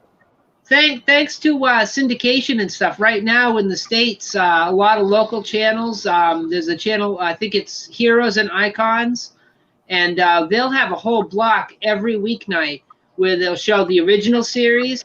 Then they show an episode of Star Trek: The Next Generation. Then they show an episode of Deep Space Nine. Then they show an episode of Voyager. And then if you're still up at 12 a.m., they'll show an episode of Star Trek Enterprise. But I usually change the channel around that time. That's pretty cool. Like That's what I mean. It's pretty cool with stuff like that, because now we've got like digital boxes. We can just go record all seasons. Yes, please. It's like, yeah, it's great. And then you forget about it, and then you'll randomly be like, "What am I going to watch?" And you'll be like, "My recordings. What have you been recording, box?" And you'll be like, "Ooh, million seasons. Yes, let's go." Well, back in the day, you used to have to set the VCR and like always figuring Do you out. remember having to type in the stupid little code? You'd have to read the TV guide and get the little 6-digit code for it, and be like, "Okay," be like, and it wasn't working. You'd be like,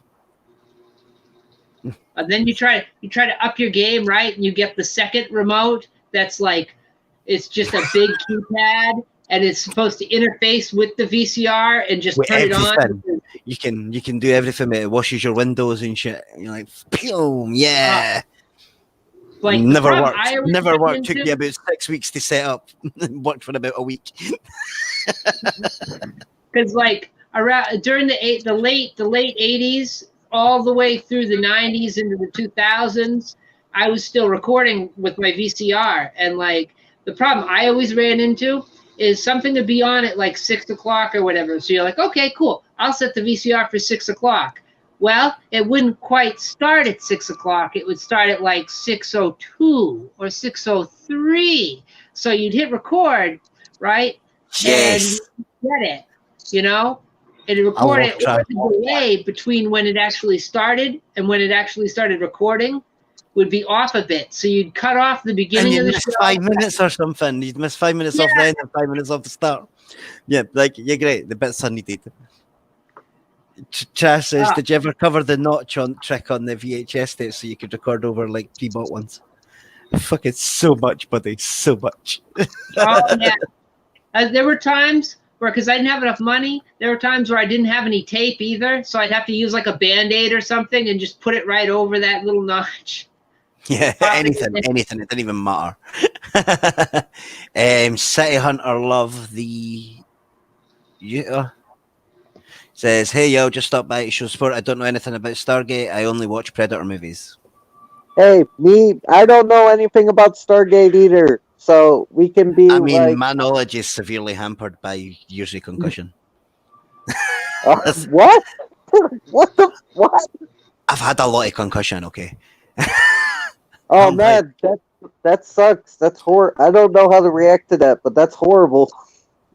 Mate, pro wrestling, like it does things to you in a special way. Oh, yeah. No, I know. Nobody can kick my ass like me. Occupational hazard. It's unfortunately. Yeah, learning to bump, and like you don't tuck your neck in right or that, like thunk head off the mat. You're like, whoa.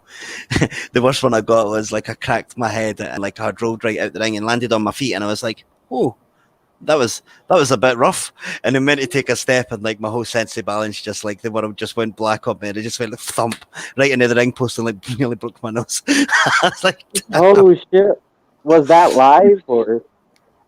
No, luckily, no, we were just training. Like, so it wasn't too bad. It was like, I mean, I broke my back in front of a crowd, so like that was pretty bad.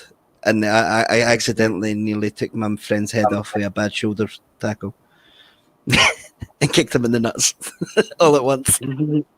Oh my god! Wrestling's great. it's a special skill, you know, and some of it's counterintuitive. I mean, I've never wrestled or anything, but I as a wrestling fan aficionado, would just adjust the glasses here. You know, I've seen a lot on how you do the moves and stuff, and some of it's really counterintuitive. Like if you're gonna take like I'm not gonna lie. See, when you get like anything that gets hit in the back, and when you see them fall on your face, like that is honestly the most nerve-wracking thing I've had to do in a ring. Like I'll fall off the top turnbuckle, not a problem. That's just falling. But like having to fall on my face, like, and not throw your arms out, because obviously that's your instinct reaction is to throw your hands out, and it's like your brain just completely like seizes up on you. Like you go to throw yourself down, and your brain's like, nah, buddy. You don't want to do that, and you're like, no, I do, and the body's like, no, not today. Like that was my biggest issue, was trying to do a front bump. Was times where you got to tuck your head in, you know, real down low. I mean, yeah, like I did judo when I was a kid, like when I was like in primary school and stuff like that. So I was when I was 8 or 9 or something, I did judo, and then they're teaching you when you're doing judo moves and that, they teach you to tuck your head in anyway, pretty much. So like it becomes instinct reaction, like you just naturally, like your head's just on your chin, like, but like certain moves obviously have to change that. Like AJ Styles is probably the biggest one for it. That Styles clash. So like when he does it, he like jumps forward, and then you've got to arch your head back instead. So like every wrestling trainer will teach you, tuck your head in, tuck your head in, tuck your head in. And then at that one specific moment, get your head out, get your head out, get your head out. Because if you tuck your head in, he's going to break your neck. He's done it before. So like, yeah, it's like injuries are real, man. Like even though wrestling's scripted, so to speak, it's not at the same extent, because like it is physically, you're physically working your ass off. I can attest to that. Like you beast your ass off for it. The energy of the crowd's draining as well. Like it's pretty intense. Like even like I did like about a 30-second segment in a match or something, or maybe a minute or two, and then like I had to come out and beat up my trainer. But like when the crowd's all like egging you on or booing you, man, like I love the boos. The boos get me going. I'm not gonna lie. I fucking love it. Shit. I'm a heel. Like my trainer told me you would never be a good guy ever. He went, you don't have it in you. It's like, why not? And he went, because you're a dick. And like even when you try to be a good guy, you threatened the referee twice. It's like, I mean, yeah, kinda. And he went, you try to kick him. Like, yeah, maybe. Okay, I see where you're going. So that was my one stint as a face for like 30 seconds. Just like I try to kick the ref 3 times and then throw him out the ring. Like you told people to cheer for you. He went, yeah. He went, no, you told people to cheer for you. You didn't go, well, let's go, guys, and get them all hyped. You're just like, cheer. It's great. It's so much fun. You don't mind the melt face. Wait, what? Oh, who's sexier, Worf or the Jungle Hunter? Ooh. They're comparing Predators. Look at Trash bringing in the big guns. The question for the ages. I don't know which Predators those are, so. Well, Worf is from the Next Generation and Deep Space Nine. He's a Klingon that everybody knows, the one that's got like an ass face. Michael Dorn. Great actor. He was actually he had a campaign not long ago on Twitter where he was trying to get his own spin-off of Star Trek. Bring Back Worf was, I think, the hashtag. He had that going for quite a while. I mean, like Worf is probably one of the best parts of it. Like he's just kind of like he's just like his terrible still acting. It reminds me a lot of like Drax. Like he's kind of just cardboard. Like it's funny though, because like you had Leonard Nimoy who had like the emotionless Spock, right? But like he could do it really well. But like, and then you've got like Drax in that who's literally just a piece of cardboard. Like he's just a cardboard cutout of Batista. And then you've got like Worf. I do think they took away his character from the comics because he was more of a warrior in the comics, and then in the movie. But that's because Batista can't act. You only have to watch him wrestle for 5 minutes to realize he can't act. In that first film, that first Guardians of the Galaxy movie, they did try to play up the warrior thing a little bit, but every time if you watch Batista's performance, you can kind of see that they did a lot of takes of him trying to get his dialogue down, and they just decided by second movie there I could just hear the director or whoever right now, less is more on this. Yeah, They just made him seriously. silly. They made him the like idiot of the group, but like the funny idiot. So it works. He works in very well. They work to his strengths, and I can appreciate Yeah, it. by the second movie they did like they knew how to use him by then, but like the first one he was, yeah, like I don't understand though, like how someone can't be like a big badass guy, right? And like someone that's like he's trained to like throw people about and shit. He's trained to work an audience in front of crowds. They fit like millions of people. How the fuck can you not do warrior shit, mate? Like you literally got paid for it for years. Like Jesus. Like how? I think there's similarities between Klingon and the YouTube species, particularly their culture warrior sides. Interesting. I love the fact the badass security officer getting his ass kicked. I think Star Trek Voyager. I'm going to circle to Star Trek. I know we're supposed to be talking Stargate, but we'll do Star Trek as well. Who cares? Star and Star, it's close enough. They both end up in space. Damn it! And there's pizza on both. Voyager tried to rip off Predator quite a bit with the Herodian characters. You know, the race of nomadic hunters. Oh. I mean, it's kind of like just part and parcel with anything, really. There's always like someone trying to rip off somebody else, like There's going to be overlap, or rewriting them. Like it's not the same at all. What do you mean they're both the same? They both travel the world, bounty hunting, killing things like for sport. Oh yeah, I can see the similarities, but they're not the same. But they are. They are.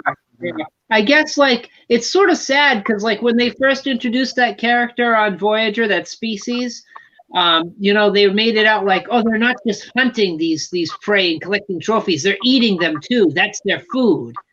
And I'm like, okay, well now we're getting a little original with it. And then it's like the next time you see them in the series, boom, that's gone. They're not eating people anymore. This guy was a lot taller. They tried an Alien versus Predator story too. What? Yeah, species 8472. That was the alien species from fluidic space, and it was supposed to be like the big bad alien, and then they tried making them more sympathetic, and it was sort of like you could tell what they're doing. I guess they don't call it a rip-off in Hollywood; they call it an homage. It's an homage. Also far not available for copyright. The thing is, it's like everything. There's only so much place you could go, so there's gonna be some similarities. But as long as you put your own spin on it, it should be good. But like it's also kind of bullshit as well, mate, because you've got like the unlimited possibility, the fact that they've got like an infinite universe. Yeah. No, So, you're like, right. You're right. Like I mean, like it's and like fair enough for like certain things, like say serial killers and stuff like that. Like there's only so many places you can go because you're limited in like the availability, depravity. But like with space, like you've literally got like an unlimited possibilities. Like there are only limits the creator. Mm-hmm. Like it's the same. It's the same way. Like everything. Like wrestling's the same as well. Like you can like watch like wrestling now. You can watch storylines that happened in the 90s and the 80s, the 70s and the 60s. The same characters, same shit. Just a different face on it. Yeah, it's like I guess the challenge is to try and make it original. That's why I think it's sort of unfortunate that they dropped that ball. And like if they'd pushed the fact that they're using these other species as food as well as sport, I think that really would have made it a lot different. But I mean, I guess they're different enough because their head looked sort of like a roast turkey. Mm-hmm. I need to Google this. Hargogens. If you look, they do sort of look like they got like a roast turkey head. They got the grill marks, or not the grill marks, but they got the browning on the. What? Wait a minute. That's what it always reminds me of. I've just got images of Joey for friends in my head. I mean, it's not a Mr. Bean situation where they're running around and they got That's the. what I'm thinking. Mr. Bean and Joey just like, we kill these people. For Star Trek Voyager.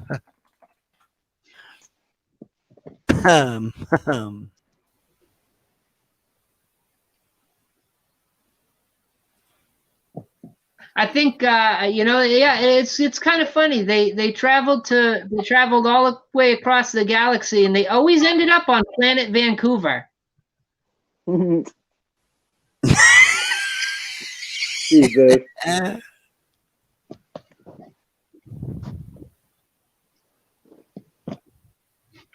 Fun fact for you: the species 8472 was given their proper name is the Undine, Undine. The multiplayer game gave them a name. Oh, nice. Yeah, we never got that in the show. They just kept that Borg designation. Yeah, they just gave it. They brought it in the online game that came out whenever. I mean, it's okay. It's actually a pretty good game. Like, I'm not the biggest fan of Star Trek, like the newer stuff, but like, I mean, the game is pretty fun. Like, I kind of got absorbed into it for a while. I just wanted to fly about in a ship. Like give me a ship, and I'm like, wee. Literally, like, wee, look. Nice. So oh, sorry, Trench, go right ahead. Oh, I was just saying nice. You go. I was just gonna say, I think that's one of the things that was missing from all the video games. Well, not all of them. I will say most of them. There is one that sort of got it right, but all the Star Trek video games is they really mess up on the space battles. They put out none of them have had that oomph factor like the space battles you see on the shows and stuff like that. Not even close. The only one that came close is they had it for PC, and then later they ported it to the NES. Was Star Trek? I'm trying to remember the exact name of it. I think it was just Star Trek, the Anniversary Edition, and that actually had space battles. But unfortunately, it wasn't just space battles. There was also a story element where it's a point and click kind of game. But you could get into these cool space battles where you've got this view of the bridge of the Enterprise. You've got Kirk and Spock and everybody all on the bridge, and you can give them commands on raising the shields and repair. You got to tell Scotty to repair stuff, and at the same time you've got a main view screen and you've got a little radar, and you can see the ship on the little radar as a dot, and then you can turn it with your mouse or your keyboard, and you can actually get into dogfights in space with like Klingons, Romulans, and stuff. But 90% of that's by accident. That sounds pretty cool. It's pretty good. It's available on Steam, or at least it was a few years ago. I don't know if it's still there, but it's about $5. I'm pretty sure they did like a VR version of like Star Trek as well. Like you get to sit in like fucking like I think it's Picard's chair. You get to do all the captain stuff in the VR where you're like the hands and stuff. That's pretty cool. Oh, hey, Falling Skies. That was on NBC as well, wasn't it?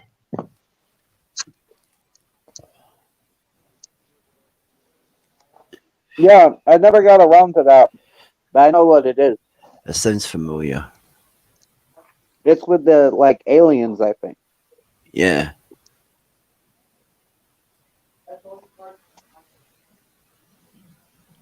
Voyager Elite Force. I have not played that. Is that for the PC, or is that like a PlayStation game?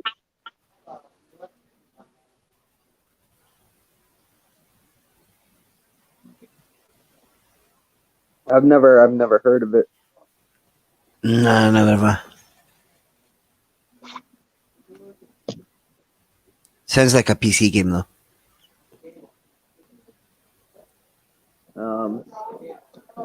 The thing that kind of reminds me of a mix between Star Trek and Star Wars is that game series Mass Effect. You guys know that? Oh, Mass Effect, man. Oh, Man. Fuck yeah. I'd like to have seen a Mass Effect movie. Not gonna lie. Oh, me too. What I like the most about that game, besides like how big it is, because it's a pretty big game, was you could choose your own character and it was third person. So you customize your character. You're still Shepard, but you can, you change your race, change your gender, you do whatever you want. You customize your character exactly how you want it. I love that in the game. I love the fact that you could continue your story over. Like if you if you started the story in like at game 1, you could continue all through it, and it would refer back to shit you'd done in the previous game. Like, man, I loved Mass Effect, and then Andromeda came along. Oh yeah, that was a whole cluster fucking program. I will say though, the problem with Mass Effect 3, I have both versions. I have the version on the Xbox 360, and I also have the version on the PC. I had to get the PC version because about halfway through on the game, there's some glitch where you're loading, and then it's just an endless loading screen. An endless loading screen. I remember that. I got it once, and then I had to restart, and then it was fine. I never got it again. But yeah, I remember that. They're remastering that. They are? Yeah. Mass Effect 1, 2, and 3, they're all getting a remaster, an HD remaster. Oh, nice. I was so upset when I got them on the PC, right? And I plug in my Xbox 360 controller. I go to play, and nothing happened. And I look it up. There's no controller support. I'm like, you got to play with the damn keyboard? I'm like, are you kidding? No, I'll stick to my playing it on the Xbox. So I was upset about that. That's why I never finished. Scheduled for March release. It says the legendary launch date leaked. March 12th. Apparently. So not too long. I am getting those remastered. Oof, you're damn skippy. $76 for the legendary edition. Not too bad. It's not too bad. And they won't release it on Switch. Oh, they ought to. I think it's because it's like the devs have said all single player DLCs and promotional packs will be remastered into run in 4K Ultra HD. Now it's just going to be a DLC. They're not going to do a disc. The picture they're showing is a disc picture. Oh, good. They got to include those discs. If it's they've had to pull it for the site. They've obviously put it up and fucked it, and they've not released the date yet. Like, oops, sorry, our bad. So so you're getting the 3 legendary edition, all 3 main games plus the DLCs. I'm so excited for that, man. Like that's gonna be a whole lot of gaming. I will say this, City Hunter, a PS2, very worth owning, even if you're not going to play Concrete Jungle, and because there's so many really good games. You've got the entire Devil May Cry series, save 4 and beyond. You could get all them on the current gen as well. Yeah, you get them on like the Xbox 5, the Xbox One, and that's got them. See, I'm so behind the times. The newest system I have is the 360. I don't have anything newer than that. Yeah, I've got the Xbox One X and a PS4. I was going to get the new console, but I was like, man, I'm not paying like $400 for a console. I'll just spend $400 on upgrading my PC more. Yeah. So I thought that's it's hard to get it. It's hard to keep going with it because like they release a new console every 2-3 years, right? And it's like another $400-$300 a whack. It's like, geez, man. the way they look at it is like the Xbox One and then the Xbox One X. That was just an update. That was just an updated version of it, and then this one's an upgrade. So, yeah, it's just picking your shit. Like that's what I mean. Like I got the Series X, and then like the games that I want to play are all coming out on that console anyway. So why didn't you buy the new one? So because it loads a bit faster. I'm not caring about it loading that much faster. I'll just smoke more. Yeah, exactly. Like you know what I mean? Like what you mean? Like oh no, I'll have to sit and wait 5 minutes for my game to load. Ah, dag nabbit. Whatever will I do? So yeah, I never bothered. I bought a VR kit. I bought the VR headset for my PC instead, man. It's great fun. I tell you, sometimes though it's like I have an older system, so like some of the newer games, like I call them newer, they're not. Like I got Skyrim right on the PC, and the problem I get is for me, it's like loading screen, the game. It's just me sitting there. Yeah, no, Skyrim's got a shit loading system anyway. Like Skyrim takes forever to load, even for like a good system. Like even like fucking my friends, like some games like Phasmophobia. It's not like a particularly big game, but like so many people have problems when they try to stream it. Like it's weird. It's just like not optimized at all. Yeah, Hey, I love Night Skyrim, Watch, though. Night Watch, what's up, dude?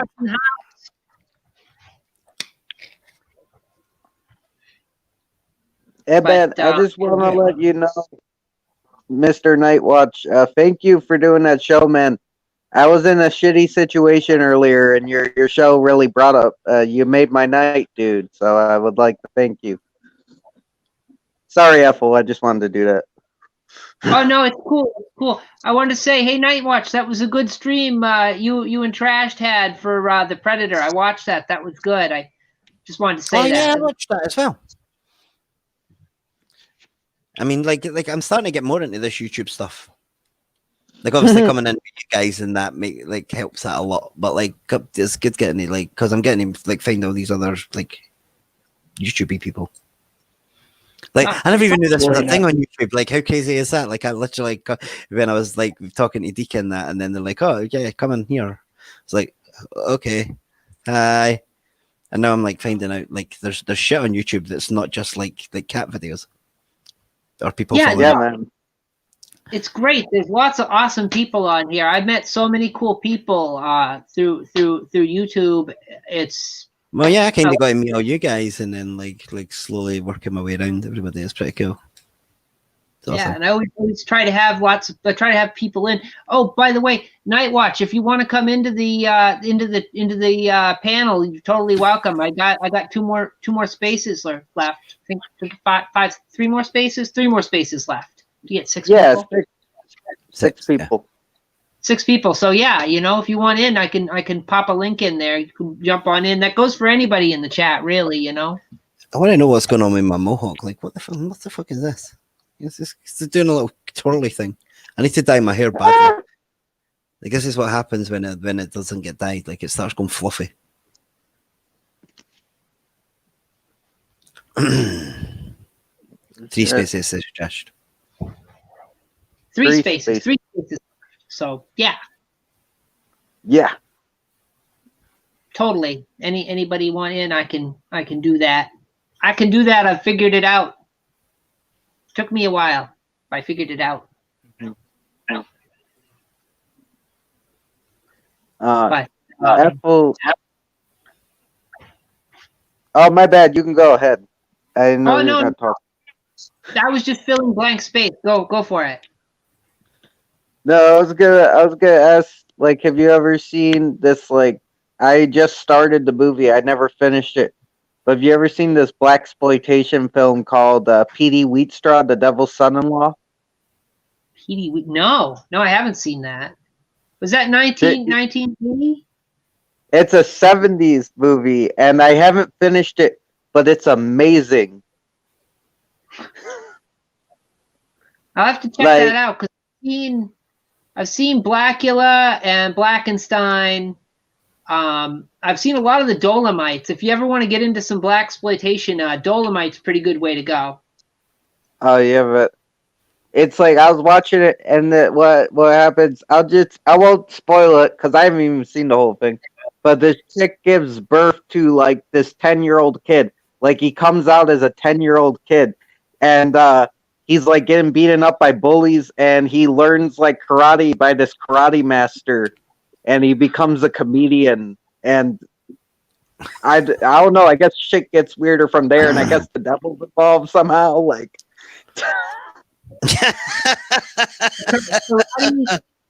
Karate comedian and the devil. So karate comedian and Satan. Yeah. I mean, I was watching it and it's hilarious. I gotta finish it because it was like one of the funniest shit I've ever seen. It was brilliant. He's a human tornado. Rudy Ray Moore, that Dolomite right there. Sorry, I had to do it. Got to do it every time. Bitch, are you for real? That's the dude from the movie I was talking about too. He's like the star, Rudy Ray Moore. Oh, sweet! I gotta see that now. Now I gotta see that. Yeah. I gotta go look that up.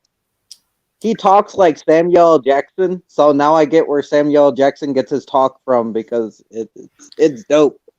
You're right off of Rudy Ray Moore's playbook, Samuel L. Jackson. Eddie Murphy played Rudy Ray Moore in the biopic about making that movie. Fun fact he trashed. Ting! Right here, you guys. Oh, I just realized my fingers don't move at the same time. What the fuck? There we go.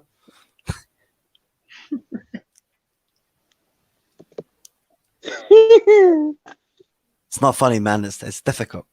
Like, and I realized they were moving at the same time. They were nearly there.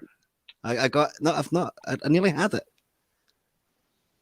feel like I need to concentrate. Yeah. And it's gone. No pointing at nothing. This never looks weird. Thanks, FO. Oh no. I heard that movie was good too. I'll be right back. You guys keep going. I'll be right back. Hold on. Okay.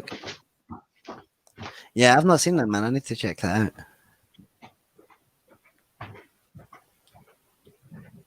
Like, I like watching old movies. I like watching older movies. Like, I'm terrible though. I should really get like a notepad or something and write down all the movies. Everyone's like, "Oh, you need to watch this movie," and then I'm like, "What am I going to watch?" And then when I think it's like, man, I've nobody to ask because nobody's awake.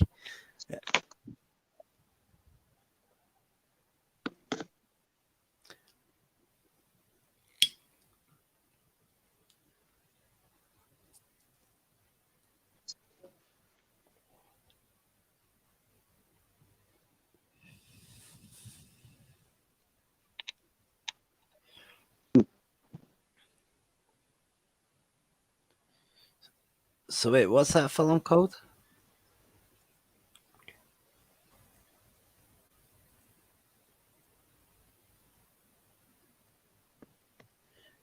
Trenchy, what was that movie called? What movie? My bad. My thing cut out for a second. What do you think? PD. It's like PD. Wheat Sticks, the Devil's Son-in-Law, or PD. I'll look up the full name, but it's a dope movie. Or it's PD Wheatstraw. PD Wheatstraw, the Devil's Son-in-Law. 1977. I didn't finish it, so it could go to shit at the end, but it didn't seem like one of those movies. Just the way it just started out was just, you know what you're watching. You know what you're watching. Turn that light off and drive.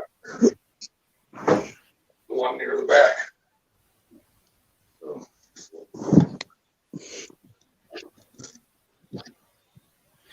Rudy Ray Moore got all his material from the homeless guys who slept in the alley behind the record store he worked at. Damn. Just robbed it straight away. I'm taking that. I learned so many crazy facts for you guys. It's insane. Yeah, I didn't know that, man. I learn a lot from Dolomite is my name. It's the biopic with Eddie Murphy. You Yeah, know what? yeah. Actually, I might have watched that. I feel like I might have already seen that.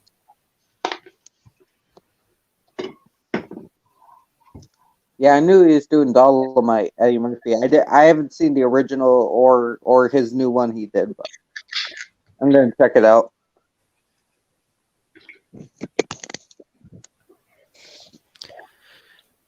Just making a list of all these films that I should watch. I'm writing them all down now. Gotta give some love to the blaxploit. I gotta watch more blaxploitation. It's just that's a great genre that's kind of underrated, and it kind of like it kind of comes off weird because it's like, oh, blaxploitation, like it sounds like it's kind of negative, but I think it's positive in a way. Like there's great movies in there. Well, it comes off from the racial strife in the 70s, Yeah, because they had Watts riots and stuff. yeah. It's got a vibe to it. It's sort of like a cinematic release valve for society. Yeah. I love the music. They always got some fun, upbeat music going on in the movies.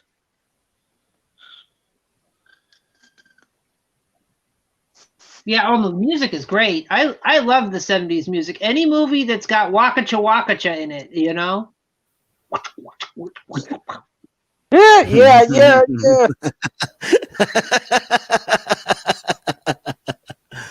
I think that. I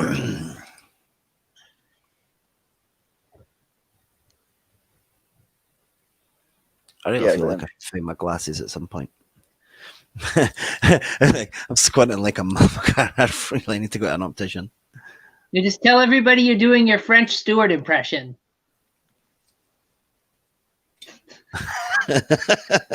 Yeah. Man, I feel like I used to look like him more when I had hair. Like, I need to fix my hair so fucking bad. Like, it's just a mess. Yeah. Fucks. I didn't mean to hijack the stream, Ethel. I just wanted to let you know because I know you're into films like that, like old school, like Oh no, it's great. Anything it adds to the stream. So hijacking it is never a bad thing because it always adds to it. This whole stream has sort of snowballed into this great Texas catch can of different things. Love that. Right, so where did we start? We started off with Stargate, and then we ended up at pizza. I mentioned the pizza party matches. And then Pizza party wrestling matches. Back to we had some, which was the sexier predator. and now Marty is talking about Miranda Lawson's robotic ass, which I mean, I think yeah. some of us can relate. If ever there was a video game crush, Miranda Lawson was it. Yeah, dude. Yeah, I can't lie. She was kind of mine too. Or Lady for Devil May Cry. also- Not gonna lie, Lady for Devil May Cry was pretty hot. It's funny. I was just talking about that Saturday. I made a brief mention on Twitter because somebody else I follow on there had posted a picture of Winona Ryder from back in the day, and she had the almost exact same haircut and was wearing the exact same white button-up shirt. And I'm like, if only it had existed back in the day, wouldn't it have been great? You could have cast Winona Ryder as Lady. You just pop a blue contact in her right eye. You get someone like Cronenberg to direct it.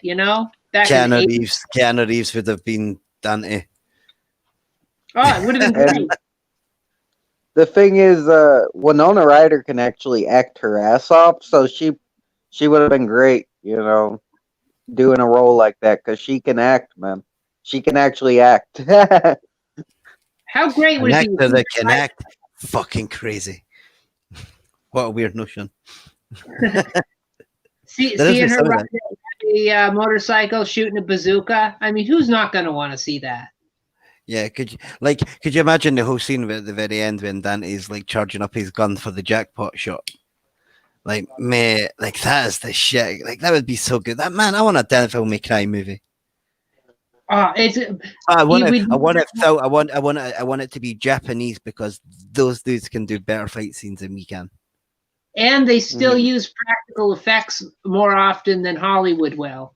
And I feel like you're going to get a better on-screen production value with practical effects in that whole demon world and stuff. You just imagine all this crazy ass sets and the props and all that. Oh my god. But whose dad's like, I want my daughter to have the world's more boner and just Canada. Oh my god. You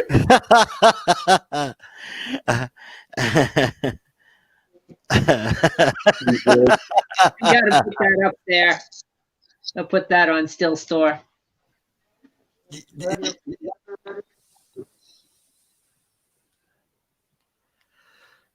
What more to say is there than that? You know who somebody would say something like that? Marty Jannetty. Have you read his crazy stuff lately? Like he's off the rockers, mate. He's gone. He's gone, completely gone. Like he's absolutely nuts. He's in Gary Busey territory. He's way gone, way gone. Like he should probably be locked up or in like some medical place. I'm not gonna lie. He had released this thing on Twitter where he was like, "Man, I don't care what people say. It's my stepdaughter, so we're not blood. But man, I would bang her." About his stepdaughter. Yeah, and everyone's like, "Yo, buddy, no, that's not okay." But then, like, it got really dark in that, and he admitted to a murder and shit. So, like, he was getting investigated for a murder. That he claimed to have done when he was like a teenager and that, and then like it gets really dark and shit. Like I don't want to say because obviously channels and stuff. I'm not sure what's TOS and but like it gets really fucking grim and dark, and it's just like, yo, buddy, the dude needs serious help. Like, and the worst thing is, like, it's like every couple of months. So would y'all like to see a romance with an alien and a human? Like the alien can't look human at all. I mean, isn't there a whole genre dedicated to that? I'd be down. Like I know they did like Shape of Water with the chick and the fish dude, Creature of the Black Lagoon type thing. Oh yeah, she has some fish sticks. So did he.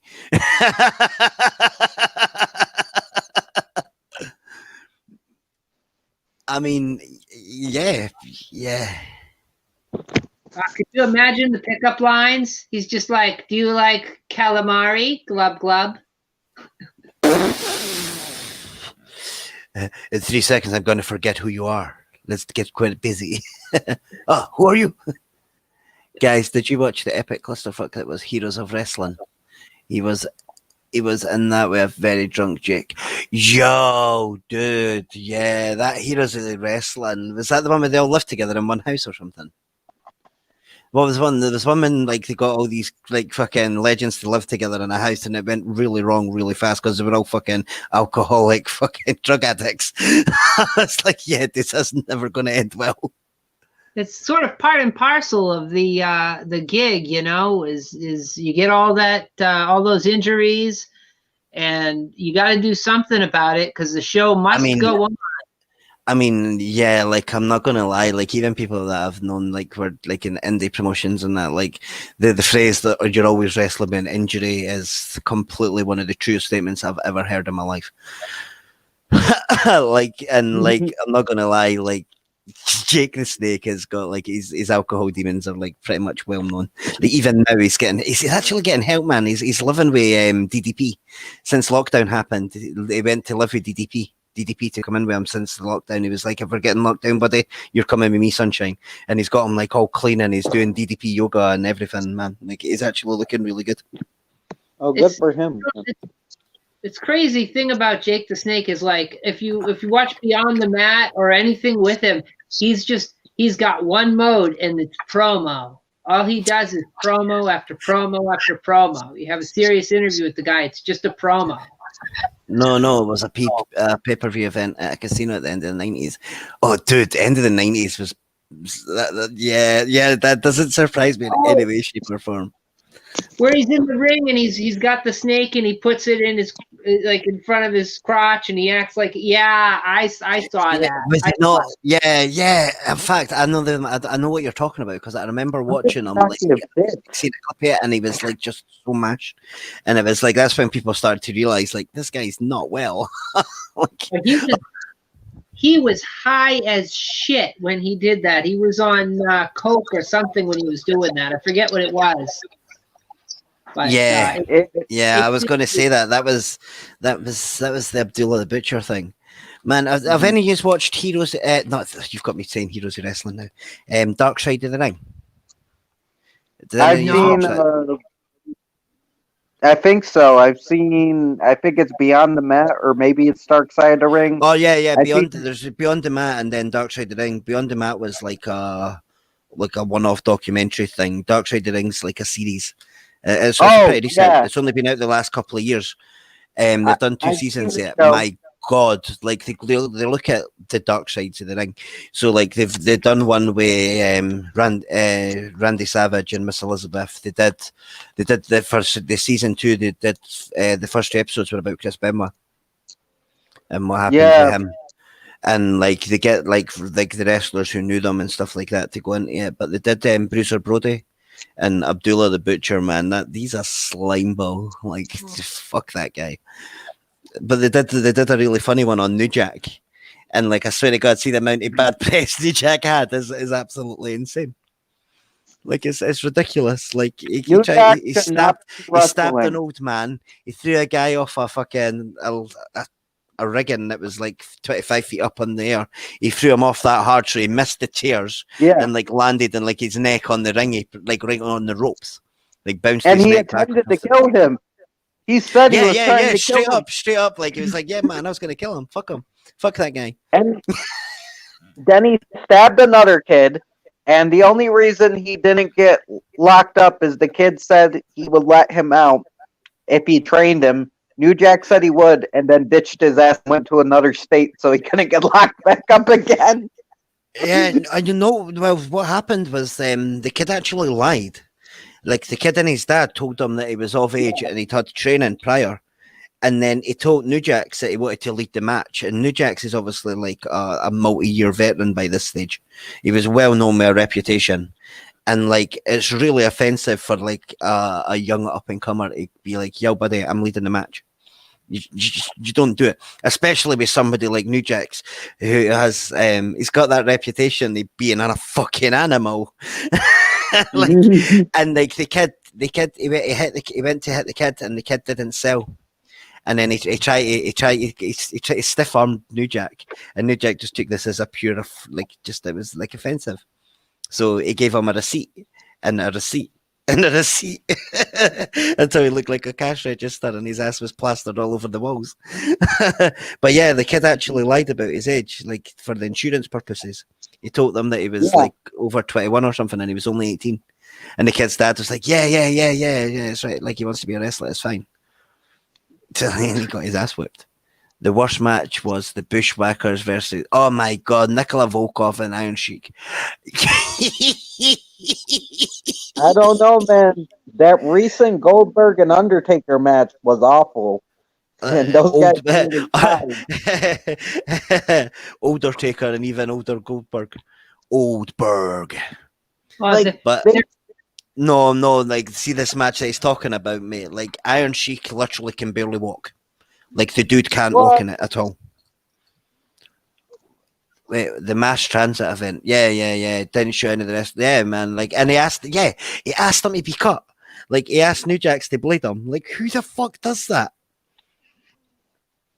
And like, so New Jax gave him colour. He wanted it. New Jack's words, his head was a pussy and I fucked it. I mean, yeah, it's fucking fantastic. But like, man, like honestly, like if you're a fan of wrestling, obviously, I thought, but watch Dark Side of the Ring. Like it will completely change your outlook on so many different shit. They even did the Owen Hart thing, the Owen Hart incident. Yes, that was fucked. That was the one I watched, and I watched the Screw Job. I gotta watch The more, but I Montreal watched Screwjob. those two. Yeah. Yeah, and The I'm Russo starting Brody to one was realize really good. a lot of those guys are fucking psychopaths. Fucking a lot of those guys in the business are psychopaths. I mean, I look at mean, Jim Cornette. Jim Cornette's a fucking psychopath. no, Jim Cornette's a dingleberry. That's a big difference. Jim Cornette's a shame on business. Like he I, should I'm have gonna nowhere near it. his grave, I will and I don't think he was joking. I will say this about Jim Cornette. I'd like to make him watch one of those pizza party matches, the whole 20 minutes. Mm, Yeah, man, something to put him off wrestling for life. But yeah, man, like I hate Jim Cornette like so much. He's just bad for the business in general. He's a fucking idiot. Oh yeah, he's a dink. Yeah, he's right up there with Vince Russo. I love the fact that they hate each other so much. It's like, what are you talking about? You're the same person. I used to listen to his podcast though because it was great. Oh, it's some of fucking it, hilarious. I yeah, had to stop, though. Like once Trump got elected, I had to stop because every single podcast was just him ranting on Trump, and it's like, dude, I listen to your podcast because I want to hear you talk about wrestling, and I want to hear you say tell your stories. I want to hear about the burger towel. I don't want to hear about your thoughts on politics if I'm listening to your podcast, Jim. I Yeah. listen to books on YouTube, and I love how he like talks shits about these guys called the Young Bucks. He does that like He's done that like multiple times. It's To be hilarious. fair, though, the Young Bucks are the most overrated tag team in wrestling. Yeah, I've never watched I'm them. not going to lie. It might possibly be of all time. Like genuinely, like they're so over in their own heads. Like they act like that all the time as well. I got to meet the Young Bucks. They were like, I mean, they were okay to meet. Like they're just kind of hyped up kids, but like they genuinely like they believe their own hype, which is probably a good thing in wrestling because you don't believe your own shit and nobody else does. I think the best thing to ever happen to the Young Bucks was Matt Hardy, and that's my opinion. But yeah, the best thing they ever did was hooking up with Kenny Omega. Like in all fairness, like when they did the split for the Bullet Club, even though they brought the Bullet Club back for fucking the TNA reunion thing, the TNA versus Impact versus AEW. Like they try to bring Bullet Club back, and Tama Tonga had released a big thing on them because obviously he's in like the current Bullet Club in Japan. And he's like, they're not Bullet fucking Club. They're the elite. Like, don't make out they're not. The Bullet Club went away and it's came back now because we've been here the whole time. Like he went to town on them. He hates them. He hates them so much because they keep trying to live off the Bullet Club hype, and obviously like that's their thing now. It's like it's just so insane. It's just craziness. I love wrestling, man. I love the drama. They're all bitchy. Like there's so many bitchy wrestlers. It's fucking hilarious. it's because there's egos out of control in wrestling, and I think that's part of the draw. I mean, it is like you can't help it. Like it's part of the parcel. It's like it's all image based as well. Like you've always got to have like the perfect look. You've got to have the perfect this. You got to have the perfect that. And like it's a drain, man. Like that's why I started dyeing my beard in the first place. I was like, how can I get noticed easily without having to be like a super fit fucking monster gym freak? So I was like, I've got a big beard. Let's dye my beard fucking a multicolored. Actually, no, I got there to dye it when I was on holiday. I was like, fuck yeah! So I dyed it red, and then it never worked because it was dark brown. So I was like, man, that's so sad. So I came home and bleached it and then dyed it bright red. And I was like, whoa. And then I dyed it green, and then that was it. I stuck with green because the green popped on the camera better.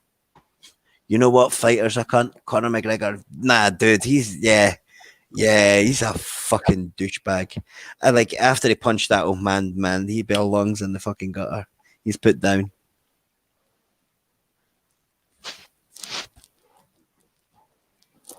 I genuinely feel that bad. Like after he punched that old man, Like it was disgusting. Like I believe he should have lost his license. Luna, what the fuck are you doing, you crazy fucker? I swear to God, like I'm like it's like my dog's like making predator noises behind me. Turn around and she's lying upside down. Okay, fucking weirdo. You're just looking for the 3 dots. The predator noises. It was really weird. Like that was creepy as fuck. I forgot she was there. Yeah, I have to agree with you there, Trash Man. Like Conor McGregor is disgusting. He's just a despicable human being. Like he got far too big for his boots. See, he's still trying to call out Khabib that Khabib for fucking another rematch, even though Khabib's retired now. He's like, yeah, man, he's a pussy to fight me. No, he's retired. Fuck off, Dick. Shut up. Find somebody else for everything.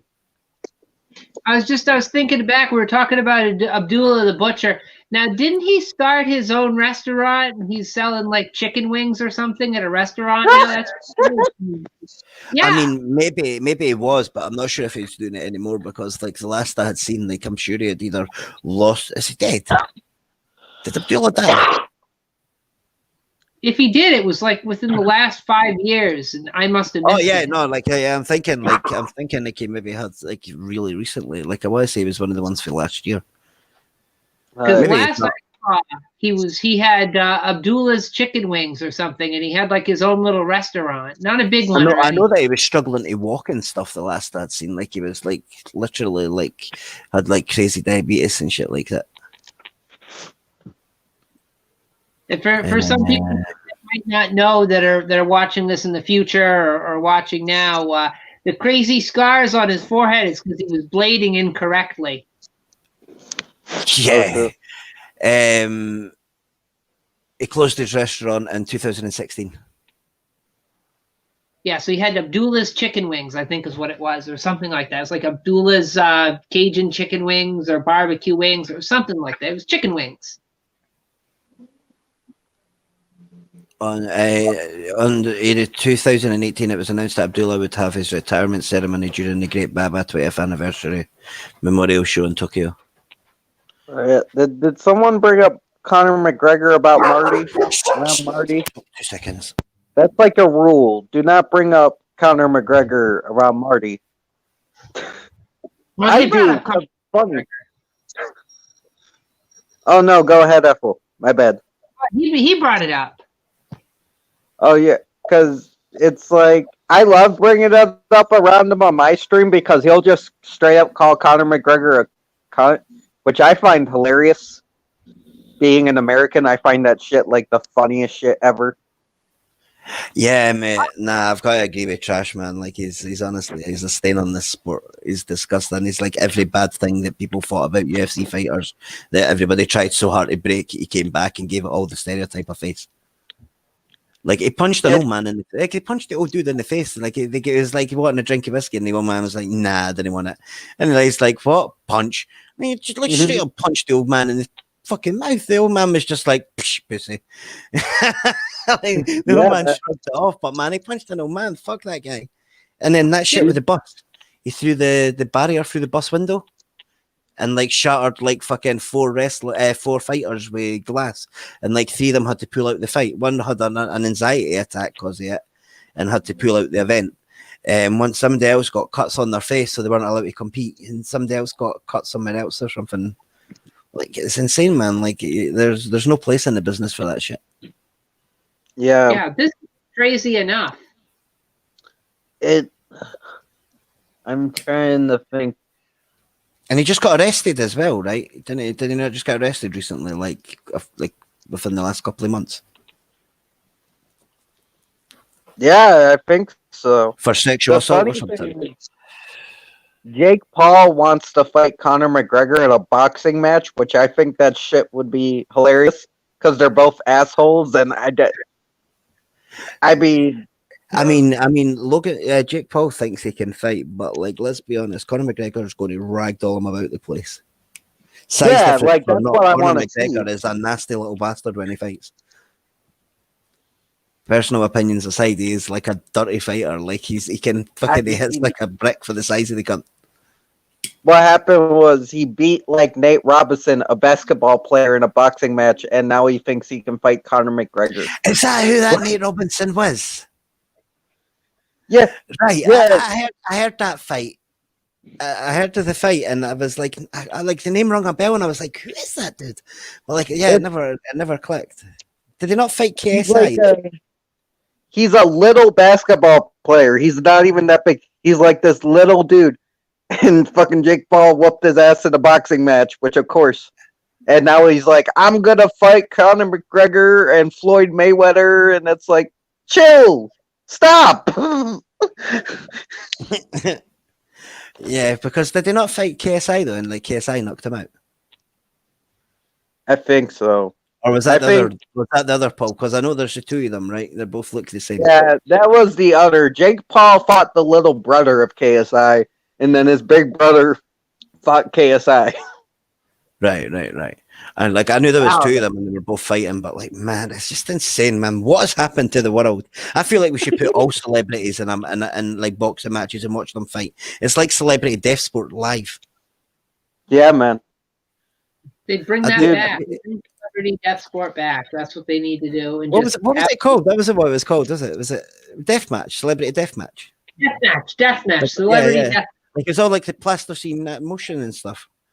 Trashed. Bring back celebrity death match. You have the power, my friend. Man, that was amazing. That's absolutely fantastic. Yeah. I loved that show. That was like my teenage years. Spent so long watching that shit. So weird that was on MTV. I know, right? We should have known then MTV was betraying music. Why did we never see it come in? The signs were there. Is it? Am I the only one who's like bothered by the fact that like they don't show music on that channel anymore? No, it's like it's so dumb. I don't understand why they still call it MTV. It's not music TV no more. Like if you drop music, it's just TV. It's reality TV more often than not. It's like always the real world. TV. It's just shit. It's not like just like all the poor crap on it now. Like they don't do good shows. I can't even remember the last time I seen MTV. If I'm honest, I'm just googling all this random shit. Like what's on MTV now? They had the Teen Wolf show, which I liked. I thought it was decent. But it's like, no, it was good until we got to like they started getting a bit crazy with it and bringing in all the weird shit. Like I watched it right up until they brought in the lava dog or whatever it was, some dude that was melting shit. I was like, you just took it too far. Like you really went like out there. I thought it'd be more like the movie. Yeah. You know. Catfish. The show. Catfish is on MTV now. I like the show. I think I prefer the show over the movie, to be honest. I still like the movie, but I do prefer the show. I know that's going to get a lot of hate. It always does, but the show has problems. I never even seen the movie. Like I only know the show. You haven't seen the movie? I mean, oh yeah. Well, oh right. Basketball? Oh yeah. So right, wait. Whoa! I never even realized that was the same thing. Wow. Yeah, man. They have the same names of characters. It's the thing is the show has a lot of problems. To be fair, I watched the show probably the lockdown last year. I started watching it. I watched the show. So like, yeah, like that's my excuse I'm using. If you watch the movie though, I gotta say, just watch the movie. Don't watch the sequel. Skip the sequel. The sequel's awful. They have it on a 2-pack DVD. You go ahead and buy that, but just don't watch the sequel. I can't stress that enough. Remember Liquid TV? What was Liquid TV?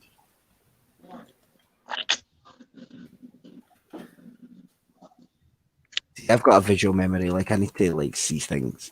Let's see that rings a bell. Liquid TV. Was that like pop-up video on VH1? Spike and Mike's Festival of Animation.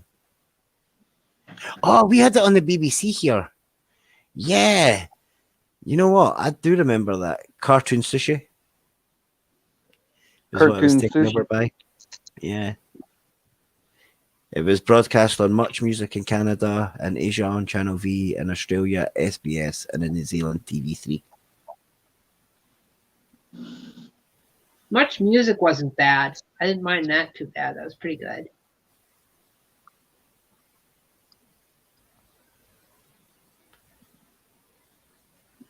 It was in that period of time where MTV was like switching over to mostly programming, and like you go to watch it and there wasn't as much rock on it anymore. If there was music, it was usually hip hop. And it's like, well, geez, I have BET on the other station. This is back when I had satellite. Mm.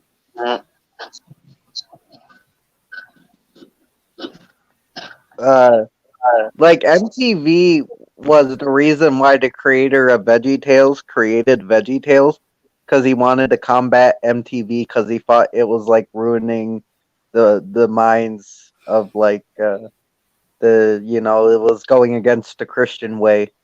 But I could see that. A lot of things go against the Christian way. Yeah, I don't he know. wanted to make something wholesome for families, and he's like, it was funny. I watched like an hour documentary on the creation of VeggieTales is insane. Like the story behind the rise and fall of the creator of VeggieTales is insane, man. I remember Aeon Flux. Aeon Flux was great. I have that. I have that on DVD. I was so disappointed when I bought that because they remastered it and they added all these different. It wasn't what it was. They changed it and redid. They did like they did with Star Trek, the original series, where they made it all digital and in spots. I don't like the messy stuff. Oh shit! I've seen Aeon Flux. I think I've seen the live action though. Yeah, I was gonna say that. Who was it? Was it not like?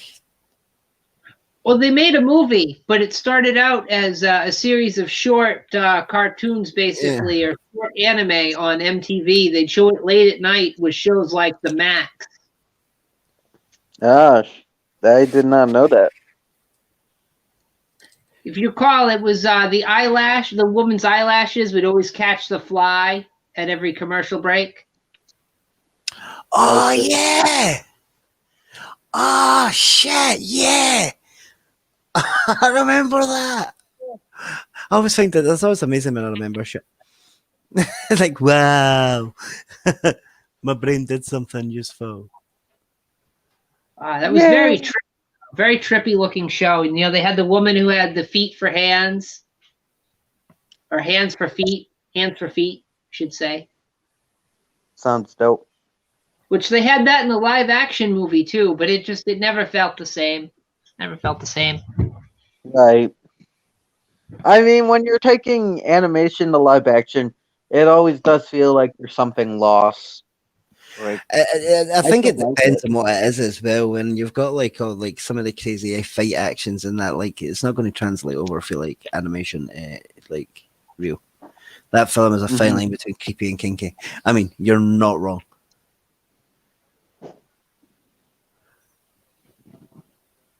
Yeah, no, I'd agree with that.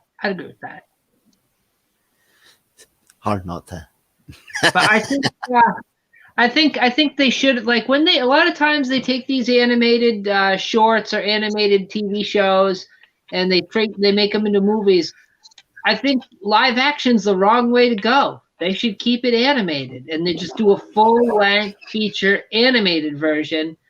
Get whatever celebrities you want to do the voice acting and just hire some really good artists. But that's their thing now, eh? Like they have to live action everything.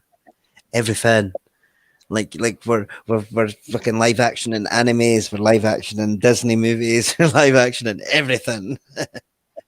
I want to see a live action Ren and Stimpy. Let me see them apples. It happened. We had live action Sonic the Hedgehog. Yeah, Yeah. I mean, yeah. Actually, I liked that movie. I'm not going to talk too much trash about it, but I liked that movie. I mean, I like Robotnik other than the fact that he wasn't podgy. Yeah, he was basically Jim Carrey as Robotnik, you know. Yeah, I like Jim Carrey as Robotnik. I just wanted him to be fat. He should have been. Remember a fucked up series on BBC Scotland called Monkey Dust. Monkey Dust. That sounds really familiar as well. That reminds me of when you said Monkey Dust. I think of Monkey Bone, the movie with Ben Affleck and that weird animated monkey. What I is like Monkey that Dust? Is a synthetic drug that sends people into violent episodes. What? No, that's not what we're talking about. We're talking about the cartoon, okay? There we go. The CDs. Apple, I'm guessing you're not a fan of Monkey Bone by those facial expressions. Yeah, I do remember that shit, mate. I do remember that. Me and my friend at the time, we went into the theater to see Monkey Bone. And we sat there, we were watching it, and about, maybe 15, 20 minutes through, we both sort of looked at each other. And we're just like, we got up, we walked out, and we went into the other theater next door in the same building, and we just watched, was it Down to Earth? That's what it was Chris Rock. And it was a much better experience. I don't know. I first watched Monkey Bone when I was 8 years old, and I loved it, and I still love it to this day. We were teenagers, and we were just like, what the fuck is this? We were with this other kid, and we shouldn't have been hanging out with him because his big stunt that everybody knew him for was he was in Spencer's Gifts, and he was looking through like the semi erotic looking posters, and he was like touching himself. Yeah. We Okay. left him in the theater watching Monkey Bone, and we both snuck out, went and watched Down to Earth because we're like, yeah, this is last time we let him pick the movie. We never hung out with that kid again. I get that. I get that. Probably some of my. It's not technically a good movie, and I think some of my love for it is nostalgic. But I still really like the movie. I have fun with it. But it's not technically. It's not a good movie, but it's a fun movie. It's cool. It's like I always say this, I don't, just because I don't like something doesn't mean I begrudge other people or hold some sort of weird opinion of them if they like it. I just was recalling when I first saw that, I'm just like, I ended up watching the rest of it on television, and it wasn't any better than it was in the theater, and I'm just. I get that. Down to Earth was great, though. That was great. I haven't seen that. I haven't seen Down to Earth. I'll have to check it out. Oh, it's great. Chris Rock plays this struggling comedian, and he gets hit by a car, and he ends up dying. And then he doesn't. So they put him back to Earth temporarily till they can find him a new body to inhabit. And he ends up inhabiting this big, fat, white, rich guy. I got a body. And he just starts, it's hilarious. It's so good. Oh, it's great. I remember this one great scene. I'm not going to spoil it for you, Trenchy, but there's this one great scene where he goes back to continue being like a stand-up comedian in the body of this big, fat, rich white guy. And he's doing all his material from when he was a struggling black comedian. And the audience is just like, what the fuck? Oh, no. That sounds amazing. Oh, it's fantastic. It's such a good film. Oh, it's awesome. Awesome film. Did you see what Trash said? It was an animated series where a bloke went around on a space hopper and he would go on a homicidal rage when he realised the 80s ended because Mr. Hoppy, his space hopper, told him to.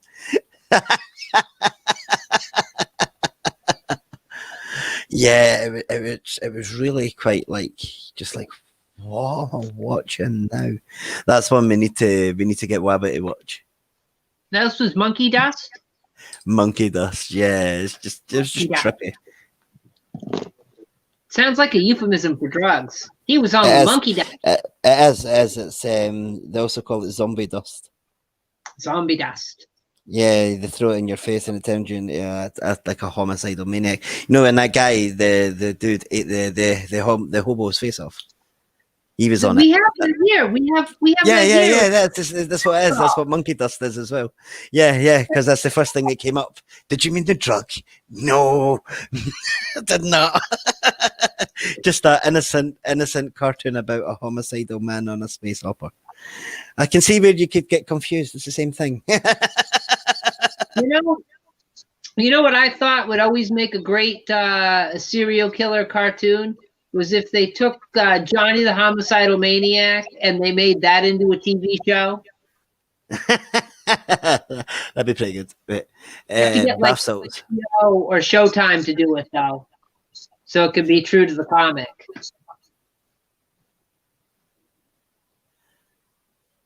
That's crazy, man. That's crazy. The closest we ever got to that was Invader Zim, which wasn't nearly as dark. Doom, doom, doom, doom. Doom.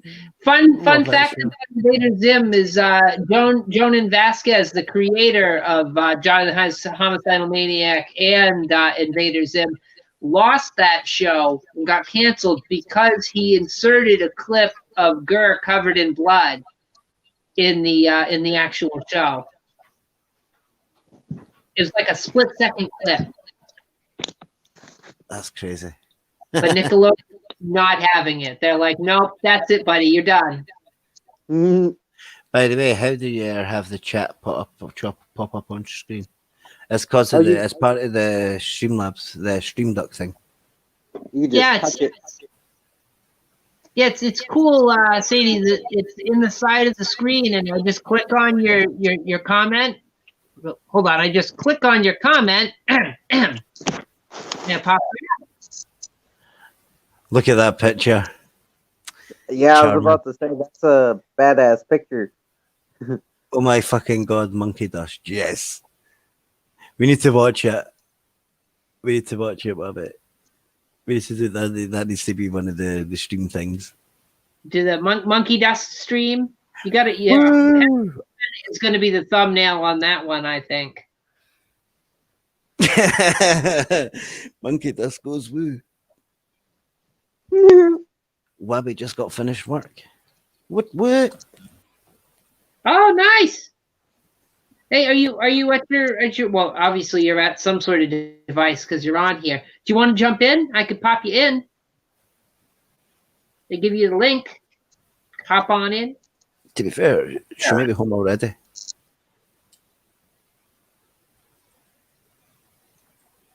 We're waiting.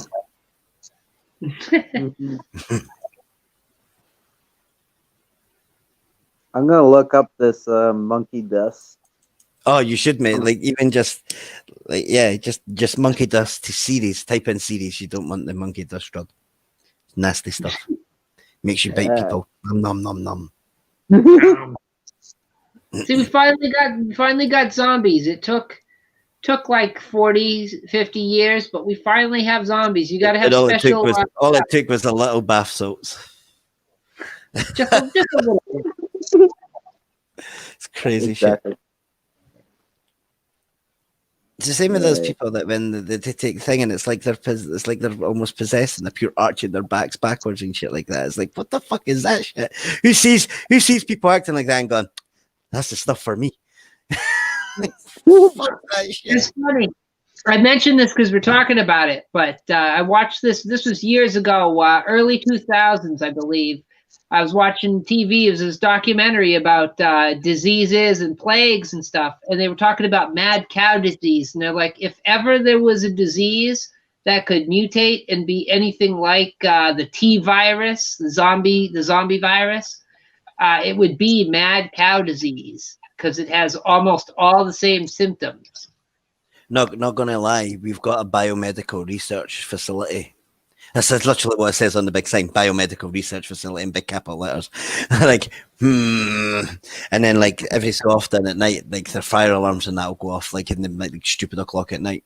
like just the fire alarms and all that will go off. It's like, oh yeah, if there's ever a zombie plague in Scotland, that's where it's coming from. I'm telling you, it's like literally like just across the road.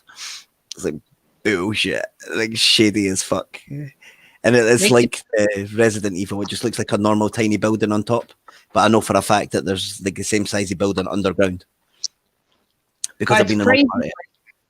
It's crazy the things they have in those buildings.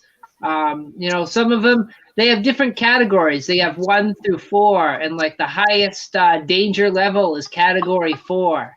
You know? Yeah, like your smallpox and shit, and COVID now. Yeah, like I Like, know. it's mad to think like a disease like COVID could literally alter the whole world, like in a whole, like for a whole, like this amount of time. Yeah, you know they heard those crazy alarms in Wuhan before all this. I don't know. I don't know what trash read. I'm not even going to attempt that. I just looked up monkey dust and like, what the fuck? Mate, that's the exact reaction to have to monkey dust. Creutzfeldt Jacob? I don't know what that is. What is that, Russian? Creutzfeldt Jakob. Creutzfeldt Jakob. No, you don't, Jacob. Not right now. This is not the time or the place. But Creutzfeldt. We're looking for nuclear vessels in Alameda. Nuclear vessels. The vessels. You're killing the Russian accent. Sounds kind of German. That's my Chekhov. It's my Chekhov. Nuclear vessels. Creutzfeldt Jacob. Jacob. I feel like you have to yell German. Like, it's not the same when you don't yell it. 9. Yeah, you have to yell it and slap your knees like Rammstein. I find try. I know like 3 sentences in German. I never lasted longer than that. I got kicked out. I was banned. I want to learn a little bit of German, so I can just start yelling it on the stream, and then people in the comments. Which is also known as perions, which is due to a species entering the food chain of the same species. What? Oh, it's like if you eat like when a cow eats another cow. That's how bad cow happened. So it's like when a species eats another. Oh, right. Okay. I was completely lost there. I was like, whoa.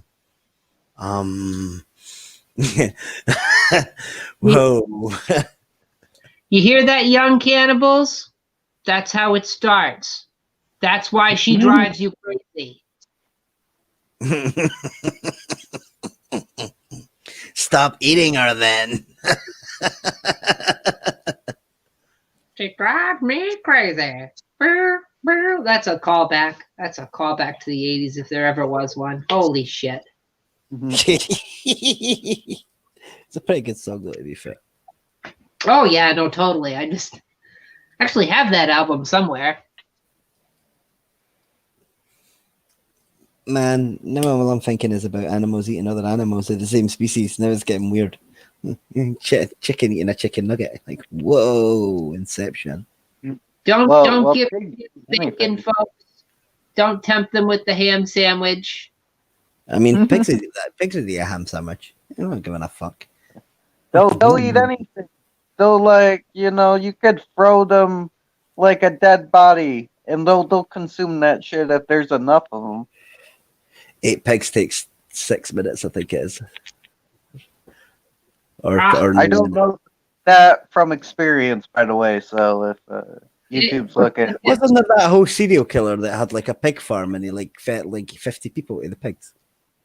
The side condition for humans is kuru, which is constantly eating human flesh. You develop shakes in the hands and uncontrollable laughing. Yeah, it affects your genetic makeup or something. It starts to break down. Your body starts to break itself down or something. It was. Oh, that Japanese cannibal, the guy that murdered the person in France and then got taken back to Japan, and then they were like, "Oh, no, it's fine," and then he's like, "I will eat again." Excuse me. Yeah. He's like, "No, I just kid. No, you do not, you little bastard. You've already ate people. You don't get to eat any more people. You fucking little shit." I know who you're talking about. They made him a celebrity after he They gave him killed, a had cooking sex, show. They gave him a killed. fucking cooking show. Like, no, it's not Not Hannibal only Lecter. killed this woman, he fucked the woman and then ate her in that order. Like he fucked her dead body and ate her, and now he's considered a celebrity in Japan. Yeah. Like they took him back to Japan because obviously they didn't want him in French prison. So they took him back, sent him to a mental facility because obviously insane. And then they were like, yeah, he's all good now. He's good. And he's like, they did a documentary where they got to meet him and that, and he took them around. He took them on like a travel show tour. It's like, dude, you some fucker. What the fuck is happening here? like man, like, and they gave him a cooking show and shit. Like, it's insane. Like, he got like Like his he own talk not show only and that. ate her, he fucked her dead body. Like there's a lot wrong with this guy. There's a lot. Oh man, it's insane. It's just like, damn, dude. And that's Yeah, the only you one we know about. Never take him up when he offers you to come over and crack open a cold one. It's not what you think. Fuck that. He says he wanted to have you for dinner, literally. Like, damn. It's like, Jeebus, man. But yeah, your body starts to break itself down and shit when you're eating human flesh. It's pretty insane. I wouldn't think Obviously. people would be very good, you know? I mean, I think just bacon, pretty much, right? Numerous cases popped up in the West Indies and also the notorious Irish explorer James Seago Jameson ate his crew. Yeah, true that. Yeah.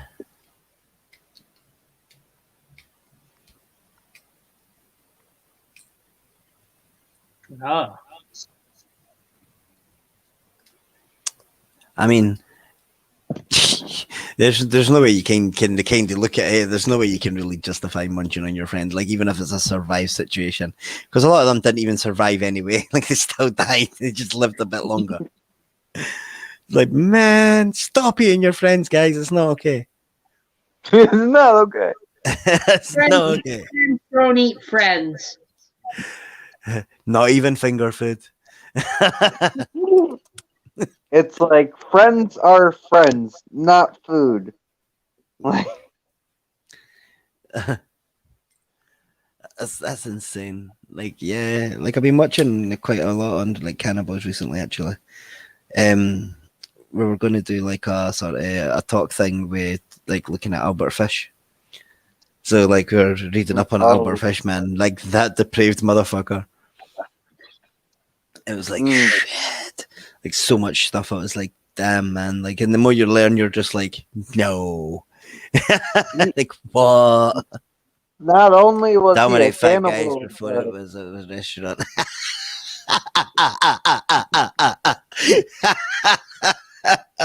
You're not wrong, what buddy. the fuck? You're not wrong.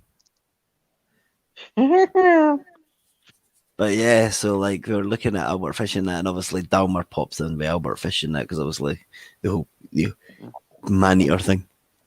I think Albert Fish was worse though, because he like. Oh yeah, he had that was. He little was thing. 100% worse, man. Like I think Albert Fish is probably one of the most depraved human beings to ever live.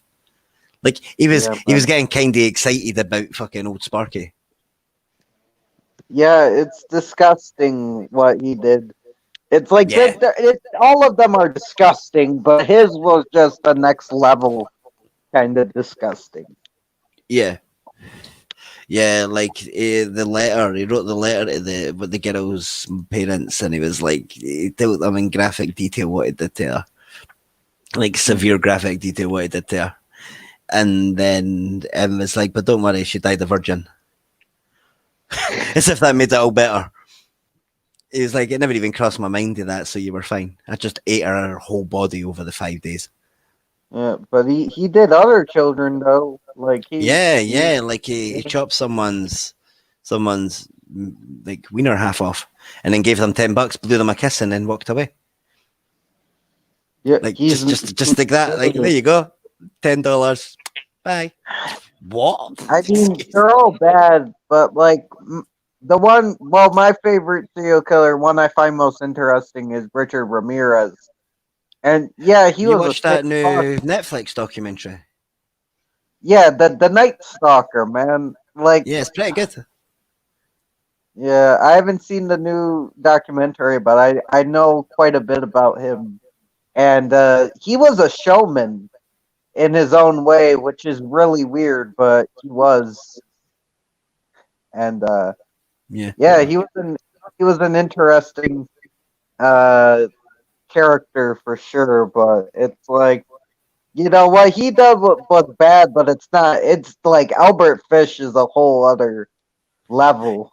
He really is like it doesn't matter which way you look at it. Like he was just like he told them that he used to insert like needles into his crotch and stuff, and they're like, "Yeah, okay, buddy, cool, whatever." And then they x-rayed him and they found 27 needles embedded into his nutsack and groin. Like he had pushed them Yeah, so far into the skin they had actually embedded them in there permanently. it's like, why are you? What the fuck? There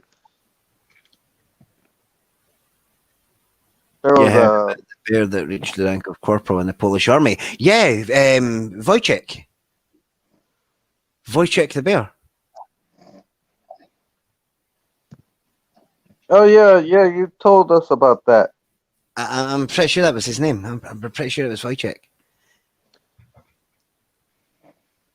Because it was, I'm pretty, was it, like, it was one of the, when I worked in the kitchens, it was one of the Polish KPs that were telling me about it.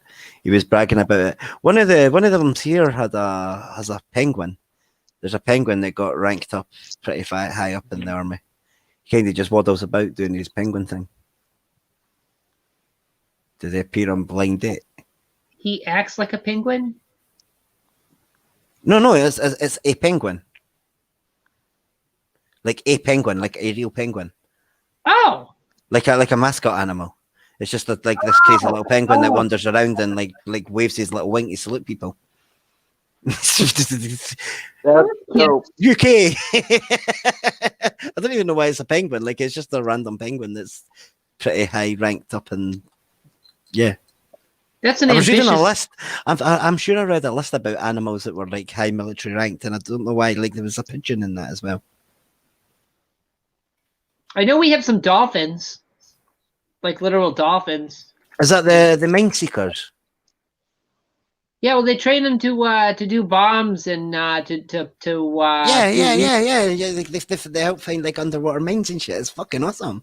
That's genius. And yeah, like man, like I mean, they're smart enough, so I don't see why not. And they're agile in the water as well, so I don't see. Like, I mean, it's just smart. Well, they can actually plant explosives on enemy ships, like on the hull underneath. Yeah, Man, don't start with me. I'll get my attack dolphins. You don't Get my mess with fucking Flipper. Oh man, could you imagine like what happened to you? Blown up by a dolphin, mate. Shut up. Like, mate, honestly, dolphin fucked me up.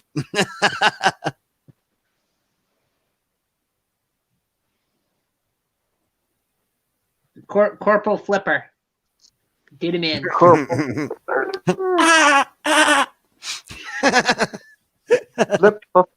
flip.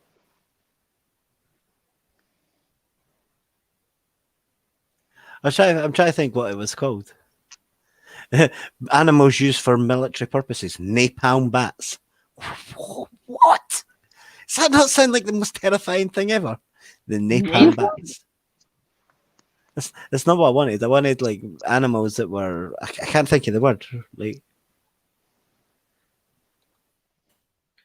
I found a list and it was like all these crazy animals that had like got military fucking like awards and like promotions and shit. It's just like, wow, how did this happen? Napalm bats. That's right up there with the surveillance cockroaches that the CIA had.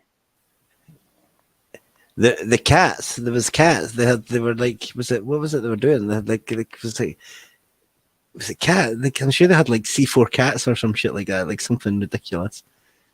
Oh, no, not cats. Because I'm pretty sure it was like they were going to like the new cats would go up and snuggle up to like get into places and stuff. It's like what? There's so many like I'm pretty sure a lot of it was the Germans. Like if I remember right, it was like Germans had a lot of crazy animals that they like animal type weapons. It was just like, man, Yeah. fuck. The Germans did a lot of messed up shit, like in wartime and stuff. Some of the devices they came up with and the things they were doing, it's like, what the hell? Yeah. Back in World War II, that Hitler, he was really big into occult stuff. Like, it really is like an Indiana Jones, you know? Oh my God, Oh, yeah. the napalm bats. Jesus. The US military's Project X-Ray planned on releasing thousands of bats equipped with napalm charges in Japan. However, the plan was scrapped when some of the bats escaped in New Mexico, destroying an aircraft hangar and the general's car. like random rogue napalm bats just wrecked the place. Like, what the fuck? Jesus. I'm guessing it's a long mission for the bats.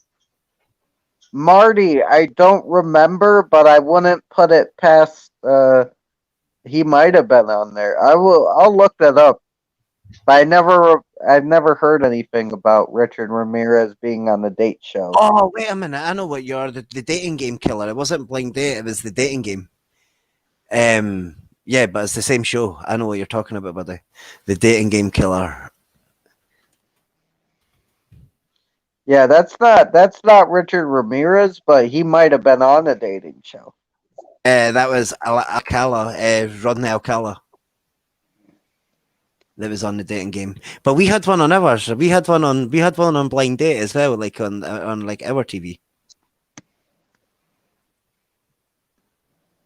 I'm gonna look.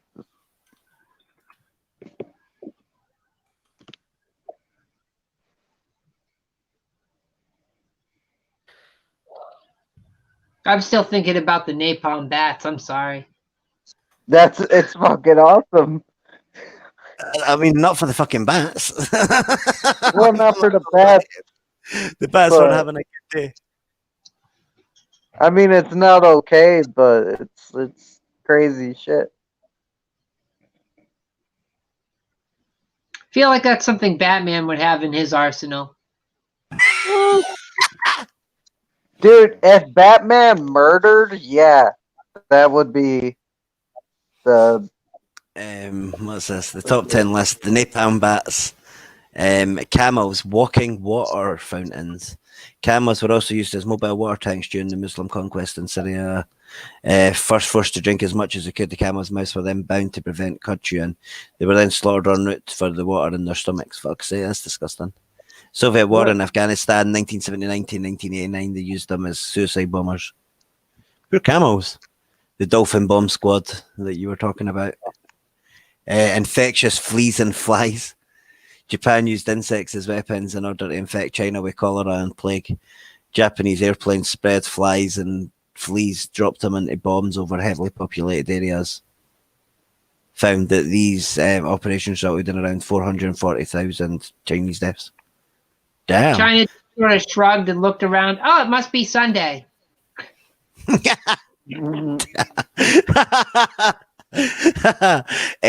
Pyromaniac macaques. It was difficult to confirm. Indian sources from the 4th century BC described trained monkeys carrying incinerated devices over walls of fortifications just to set them on fire. Dick monkeys. Records describing the siege of Jimo in 279 BC in eastern China tell of a commander frightening and subsequently defeating invaders by dressing up 1,000 oxen as dragons and sent the dragons into their enemy camp, causing them all to shit themselves and run away. Wait, did you just say Komodo dragons? No, dragon oxen, mate. They dressed up a load of cows as dragons and then just sent them into their camp. They never woke up and been like, "Oh shit, run!" Convincing disguises. Warning parrots. World War I trained parrots were positioned on the Eiffel Tower in order to warn against incoming aircraft. The problem arose when it found that the parrots couldn't tell German planes from Allied ones. Damn pirates. Parrots, not pirates. I know what I meant. Missile flying pigeons. Second World War, American behaviourist B.F. Skinner devised a plan to train pigeons to ride in missiles and guide them. Though Project Pigeon was never realised, it was resurrected in 1948 to 1953 as Project Orcon for a second last-ditch effort. It failed. The pigeons didn't want to fly the rockets. Explosive rats. The First World War was a common sight. In World War II, however, British Special Forces used explosive dummy rats in order to disable munitions factories in Germany. A Belgian NGO has also used rats to detect landmines through smell. Nice. Sea lions that can detect enemy divers. They spot a diver and attaches a tracking device to them shaped like a handcuff onto one of the enemy's limbs. It runs up and handcuffs them. Like, what the fuck are they doing with these sea lions? Just handcuffing people underwater. Like, come here, buddy. You're mine. So that was the top 10 military animals. But there's also one that's got like a horse with a cannon on its back, a mounted cannon. Jesus. You know you're in trouble when Mr. Ed is packing heat. That's crazy. That's actually insane. Like, man, that's just nuts. Like, napalm bats, man. That's just insane. Yeah, like, man. could you just imagine it? Like, and the fact that they escaped and blew up the general's car and be like, nah, mate, that's scrapped. That's just not happening anyway. We're done. Yeah, who thought this was a good idea? Like, who's like, let's strap these bombs to these bats. This is brilliant. What the proposed plan for the bats was they would have an incendiary charge on each leg, and as the bats would then be packed by the thousands into special bomb casings to be dropped in right at the right altitude. They would open and release the bats in a hailstorm with leathery wings, seldom seen outside of a Meatloaf album cover. When dawn came, the bats would go off in search of some nice dark place to sleep in a nice big building. Later, timers would then detonate the charges and all hell would break loose. Imagine if they all just went into a cave and it's like, boom, nothing happened. That's a very metal idea, you know? This gives us the results. The initial results were promising, including one large-scale test that involved considered a rousing success. Unfortunately, the military pulled the plug when the atomic bomb came along, even though the bomb didn't involve any bats at all. Then again, how long will the technology is to make tiny atomic bombs one small enough so they can be attached to by a leg? What the fuck? Like, this guy's just fucking ran with it. Like, what happens if you could get nukes on their legs? Cat bombs. Dive bombers were especially designed to attack high-value targets such as ships, but even experienced pilots and state-of-the-art planes sometimes missed. So how could the military engineers improve accuracy? Attach them to cats. Thinking that the cats hated water so much, if you dropped a cat bomb in the general vicinity of a ship, the cat would instinctively guide the bomb to the ship to avoid getting wet. Exactly how a 10-pound cat is supposed to guide a 500-pound bomb is unclear, but the entire concept was based on an expert's confusion between real cats and the sentient ones you see in cartoons. Oh my god! What the fuck is wrong with the military? So these military scientists were just sitting around on watching Tom and Jerry being like, yo! One scientist is like, hey, you know what a great idea is? Napalm bats, man. Oh, napalm bats. And the other was like, oh, I got it. Missile guiding cats, dude. No missile guided cats, cat bombs. The pigeons were flying the missiles. We've got to get these crazy weapons right. This sounds like some Looney Tune logic. Like these guys were watching Looney Tunes, and they're like, "Let's do that, but in real life." Like, you know what? We need to win this war. Explosive Sylvesters. Oh, nuclear putty tats. Yo, we've got some. I think we might have just found something a bit more crazy. We've got anti-tank dogs. 1941 was a dark year for England, but it was even darker for Russia. In June, the Germans invaded and quickly overran the babushka-loving country meager defences, with German armour leading the way. The Russians, desperately short on anti-tank weapons, seemed powerless to stop the armoured onslaught, until they remembered A, they had plenty of dogs, and B, it's really easy to trick dogs. Anti-tank dogs were trained to seek food that had been hidden underneath tanks. When their training was complete, the dogs were starved for days on end, and then fitted with harnesses that held, get it, laser-activated bombs. And then finally turned loose on the path of the oncoming German armour. When the dog ran underneath the tank looking for its tasty treat, the lever was tripped. Bam! Bomb was triggered. The results were mixed. Dogs are credited with destroying 300 German tanks. Unfortunately, they also destroyed an unspecified number of Russian tanks because they went, oh, look, there's food in that tank. These poor animals. Jesus. And then ended up killing every dog in Eastern Europe. Every dog they came across to stop the bomb dogs. And then there's anti-mine monkeys. Oh, God. In Morocco, the land of the Casbah and the source of Europe's best hash. While not an official member of the coalition of the willing, hey, not everyone's cool enough to hang with the likes of Estonia and Tonga. Morocco has been supportive of the US-led efforts in Iraq, so supportive, in fact, that in 2003 they offered to contribute their most precious non-hash resource to the cause, monkeys. Not just any monkeys. These monkeys were trained to detect landmines, and by detect, we mean run around shrieking and flinging poo until they stepped on one. The result, there wasn't one. The US military, perhaps feeling the situation in Iraq was volatile enough without adding wave upon wave of suicidal monkeys into the mix, declined the offer. Thus, about 20,000 monkeys explode on mind-lol YouTube videos would never come into existence. Like, oh my God, oh my fucking God, what is this list? Well, here is the numero uno on this list. Whales of mass destruction. For 50 years, the world stood poised on the brink of nuclear annihilation. Both sides spent trillions of dollars searching for the ultimate deterrent, a way to strike at the enemy against which there was no defense. But there was only so much technology could do. Missiles, bombers, submarines, all had their shortcomings. If only there was a way to deliver a nuclear payload. If only, oh, fuck it, whales. This is it. I'm reading this article word for word, by the way. This is not my emphasis whatsoever. It's well known that the US Navy employs dolphins and sea lions seeking out underwater mines and that sort of thing. But that's not all they're up to. According to one North Navy Cetacean trainer, the Navy also runs a program to train orcas, aka killer whales, to deliver nuclear weapons to enemy shores, an attack that would almost be undetectable. The American government denies these claims, which we all know means they're true. Nuclear war never broke out, and the weapons meant to act as a deterrent were never used. So we're thinking it was a success. But Russia is fast becoming a renewed threat, so for all we know, they're feverishly working on the whale gap at this very moment. So if our only hope might be to suspend all those anti-whaling conventions and turn the Japanese and Norwegians loose to do what they do best, but they'd better be thorough though, because all it takes is one rogue nuke whale.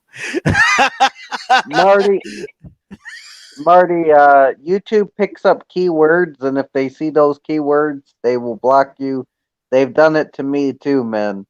It sucks, but that's not us. That's YouTube itself.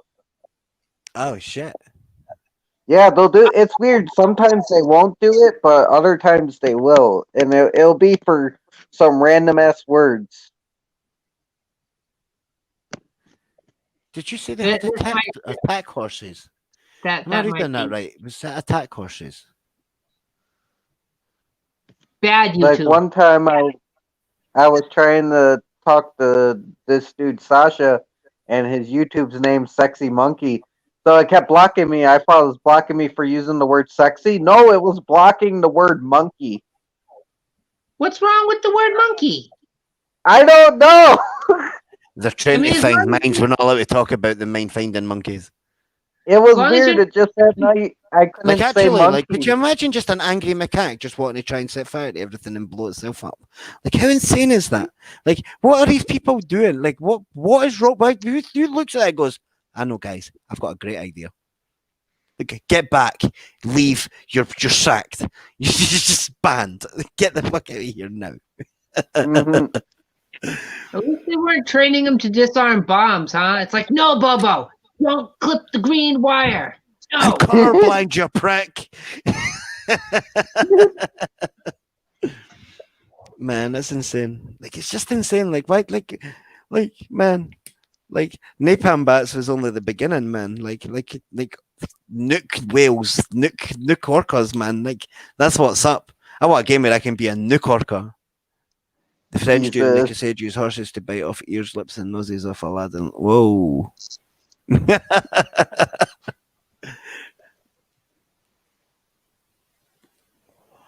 I mean, like, it's like, you've got to, like, it's, if that's what you've got, that's what you've got.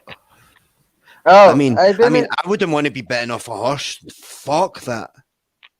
They got big teeth and That's what metal I'm. feet. Nobody messed Yeah. with horses. Like, yeah, Yeah. like, let me put your shoes on with nails. I'll use shoelaces, thanks. Oh, Marty, I didn't think you were accusing us. I was just saying like that shit happens a lot, especially lately. Like YouTube's cracking down on the Mm. on the. Any one of us could be next. You, Dun, dun, dun, dun.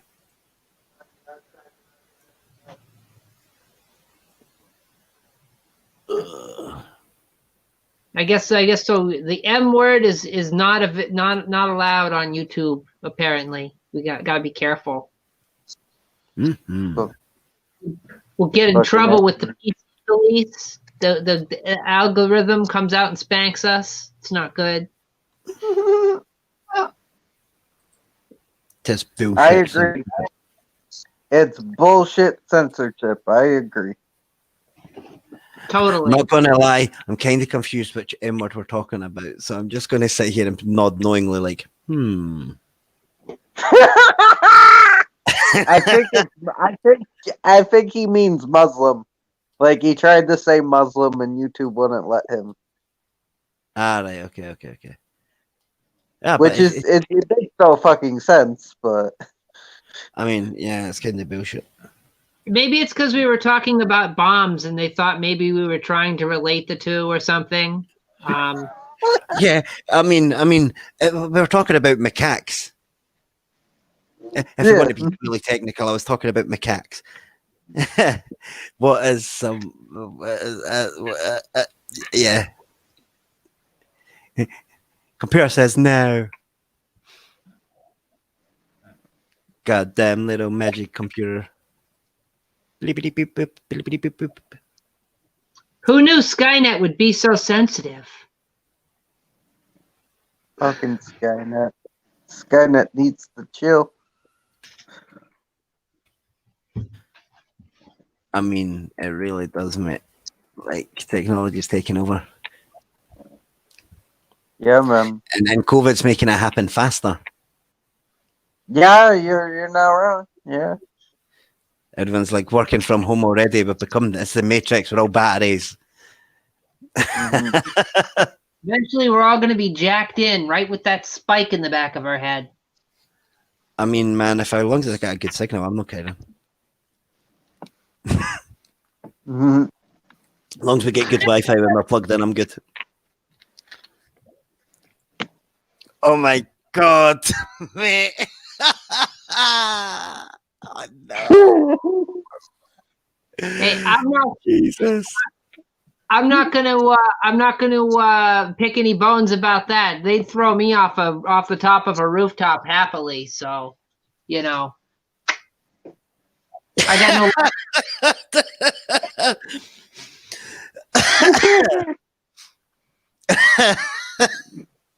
I mean, it's like they're kind of forcing you to be racist because it's like you want to be like, oh, they're Muslims, but no, YouTube's like, no, you can't see that, so you got to be like, the people in the desert with the shit over their heads and they ride camels.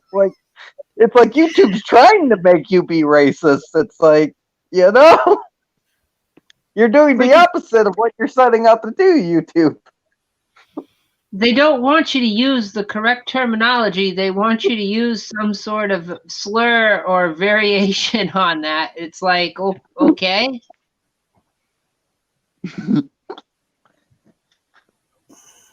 Like, that's kind of fucked up, YouTube. Yeah, YouTube, why so racist, man? We're just trying to have fun. Why you gotta make us use all these alternative names, YouTube? Yeah, well, The religion that must not be named. We'll do it Harry Potter style. The one that should not be illustrated. it's like soon they're not gonna let us put any ethnic groups. We're gonna have to like do like guessing games, like yeah, it's like you know Snoop Dogg, his people. What I'm talking about, his people. Like it's like, no, you do just let us say Don't black come at or stoners Chinese. like that, man. Yeah. You know, I'll end up talking about World War II. I'll have to be real crafty. I have to be like, the sauerkraut people, and they were working with the marinara folks, and they tried to bomb the Crumpet Nation. And Oh my god, we just have to name everything by their foods. Oh yeah, and the pasta people were there on the side. You know, they were involved, but they didn't do much. But the Witch pasta rappers. people were there. He's talking about that East Coast.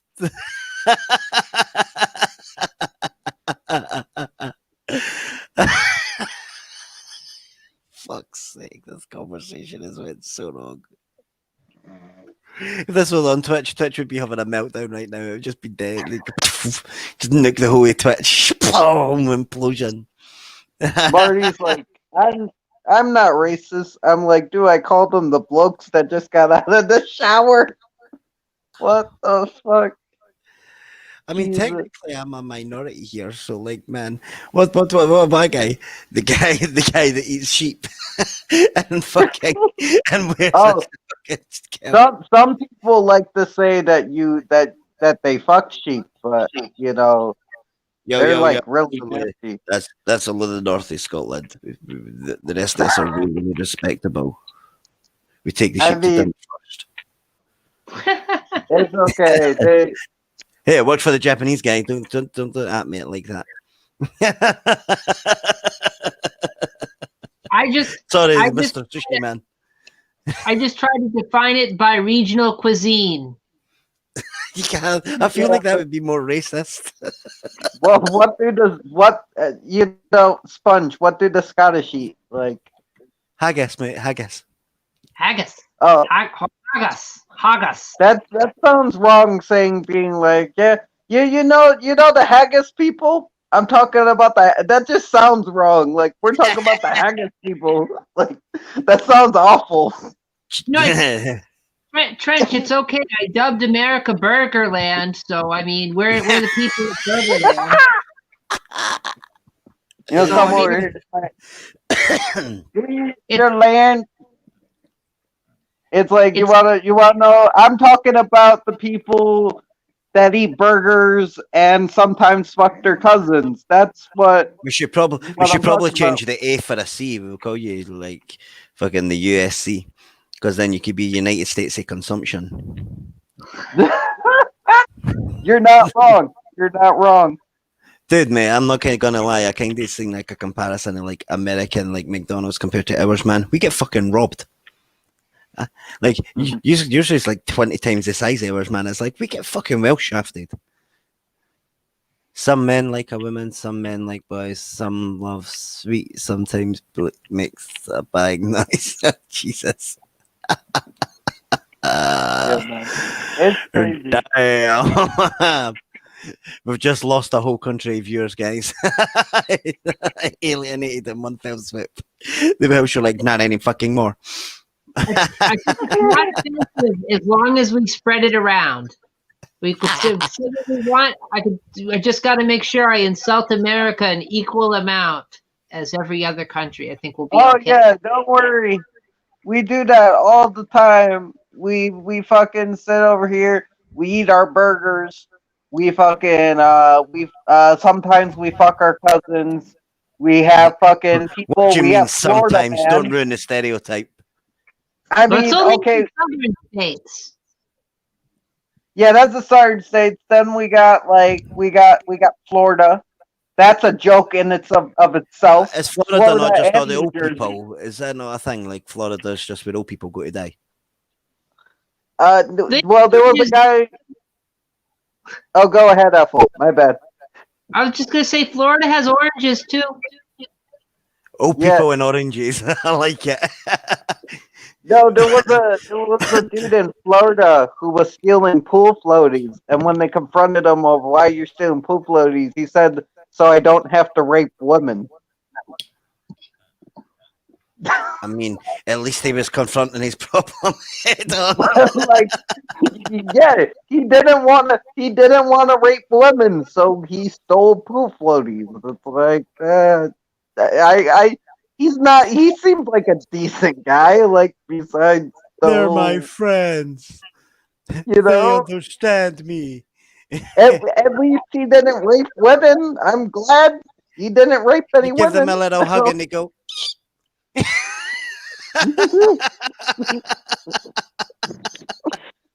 He must have went through a lot of tire repair kits. Yeah. oh no, Or I there, gotta punch her again. there was the guy who had no arms and he stabbed a homeless man to death with his feet. Um, Like I saw Americans when they that. come over here, like, oh my god, your country is so green. Like, what fucking color do you expect it to be, mate? Yeah, we get that over here as well. Like you take a photo, and I'm like, oh my god, it's also green. What the fuck are you talking about? They There- gotta be from the West Coast. I just gotta say they gotta be from the West Coast because over here in the Northeast, it's green as hell. It I was is going to so say green. that Yeah. because, like, my mate's in Arizona, and like, genuinely, every time he takes a picture, it just looks like you've got a picture of like this devil's sandy ass crack. I was like, what the fuck, mate? It was like, we get all 3 seasons in a day. I was like, okay. And then, like, he randomly sent me a picture, and he was like, look what I can see through my door. Like, the whole fucking mountain was on fire. Like I shit What you the not, the whole fucking mountain was on fire. Like the mountain, not just a little bit bushes on here and there everywhere. The whole fucking mountain. Like That sounds like I was like, California. what the fuck, mate? Oh, mate, you're standing there taking photos. Like, I mean, take a photo as my ass is leaving. Like the whole fucking mountain. I was like, what? Mhm. Like, yeah, apparently somebody had a, what do you call it? A gender reveal thing. A gender reveal party, Oh my god.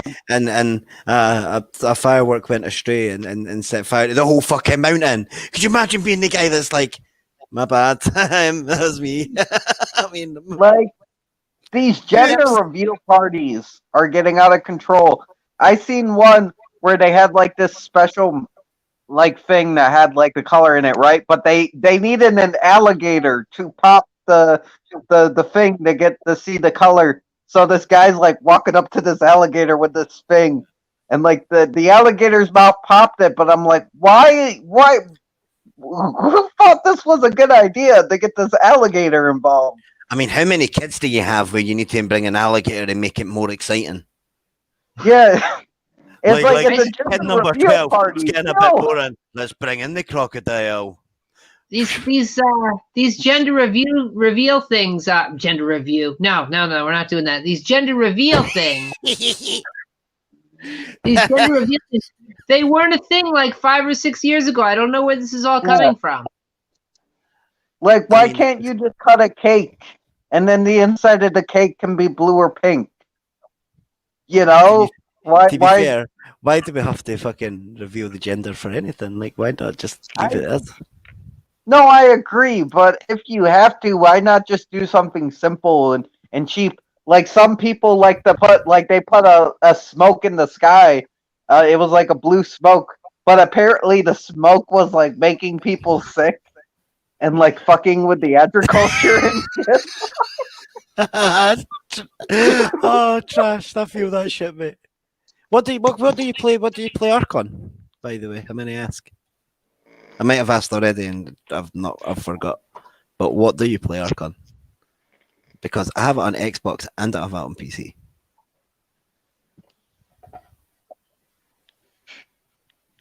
And I mean, it looked like you had an Xbox controller, so I was kind of like, ooh. Oops.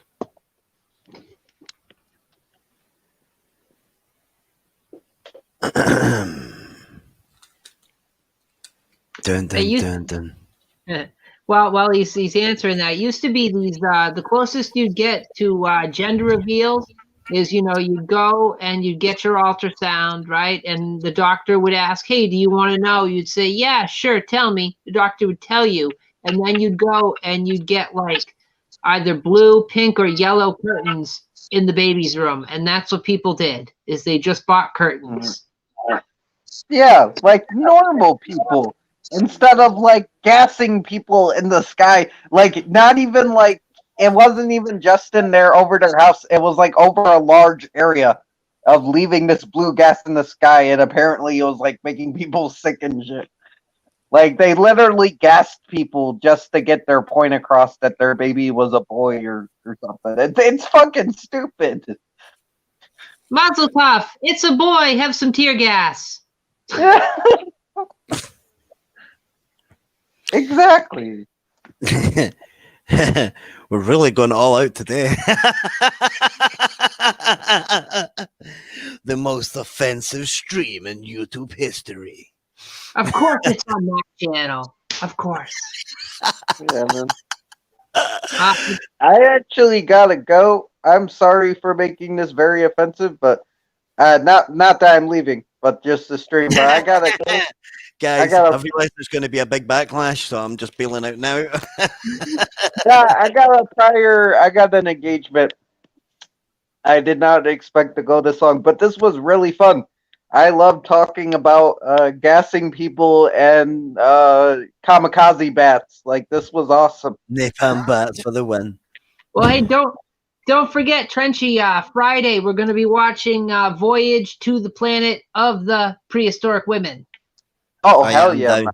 I'm hell down. I can't wait. I definitely want to see that. Is there any dinosaurs in that? Like, or I'm hoping. Oh, there's dinosaurs. Oh, yes. Stay of the art dinosaurs, mate. You should see them. Makes Jurassic Park look shit. The movie's available on publicdomain.net. I think that's what it is, or publicdomainmovies.net. Just type it into the Google search and it'll come up with it. It's free. Just download it. Hear that, or I'll find it on YouTube. I'll find the movie. It's also on YouTube. It's a film. I'm down. That and like Marty show next Sunday for sure. We got the westerns, the horror westerns next Sunday, so that'll be over on Trash Picture Show's channel. What? Yeah, but yeah, you guys have a nice night. Stay frosty. Yeah, I'll catch you later. Thanks for stopping by, Trent. Oh yeah, dude, it was fun. I really enjoyed. Thanks for having me. Oh no, anytime, man. It's really been 3 hours, like nearly 4 hours. Damn.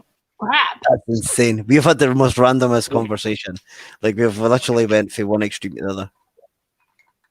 Oh, there you go. Gone. And he bowing out gracefully. He's like, thank fuck this isn't on my channel. I mean, yeah, I can see it maybe getting frowned upon, maybe. No, maybe just a little bit, you know. I mean, if we had to pick a part which would get flagged, I mean, there's so many options. But it's not too bad. Like, to be fair, they started it. Yeah, and we've been nice. We didn't say anything really inflammatory, and YouTube was forcing the dialogue. I mean, yeah, they totally did. It's totally YouTube's fault. Fuck YouTube. We're only kidding. Don't fuck YouTube. But don't delete my account, YouTube. Love you. There's a little guy at the desk, like, his finger hovering on the button, like, Like one more permanent time. suspension.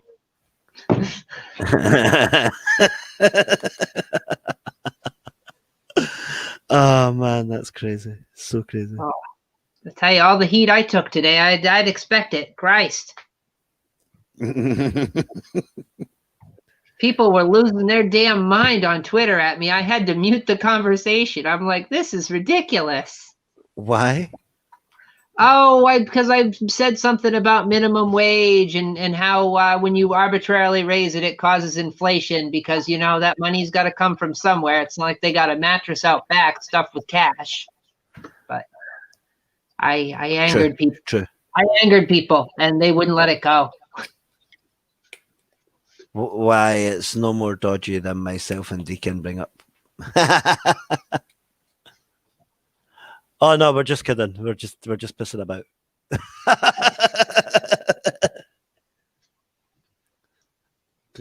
Oh, what with Twitter trashed? Oh yeah, I forgot. My brain's working on a delay. Am I on YouTube? I may be on YouTube. What? Yeah, I am. Oh, that's weird.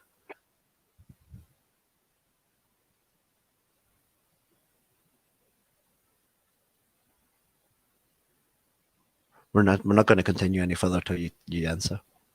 I got the Jeopardy theme queued right up. Let me just do.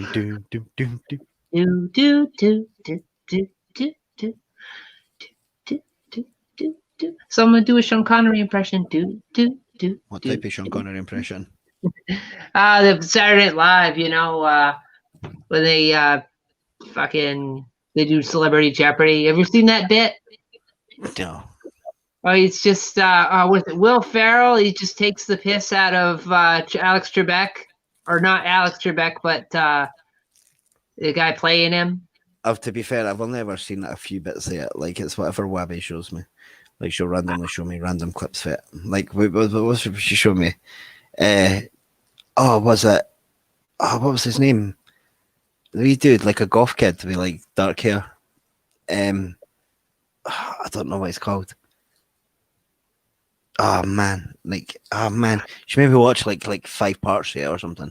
It's like just this dude on Saturday Night Live. He does like Stefan. Is it Stefan? I don't know, something like that. I got to show you, Spongy. Right.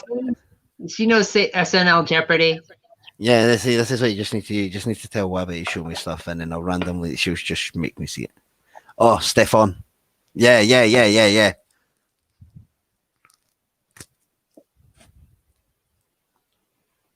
No, it's okay, Trash. You know, it's people are assholes. They have an agenda, and if your politics don't exactly line up with theirs, even if yours come from a place of common sense and understanding, and you know, whoa, they okay. I'm getting in trouble. I got to be careful. You know, they take it personal. So I tried to talk to him as much as I could, and I didn't realize I was feeding the trolls, and I had to climb out from under the bridge and let them be. Let it be. Let it be.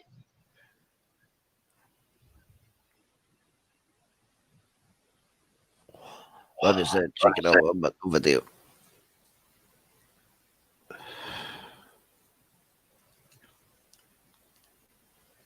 I mean, you don't need video. You can still chat and do the talky thing.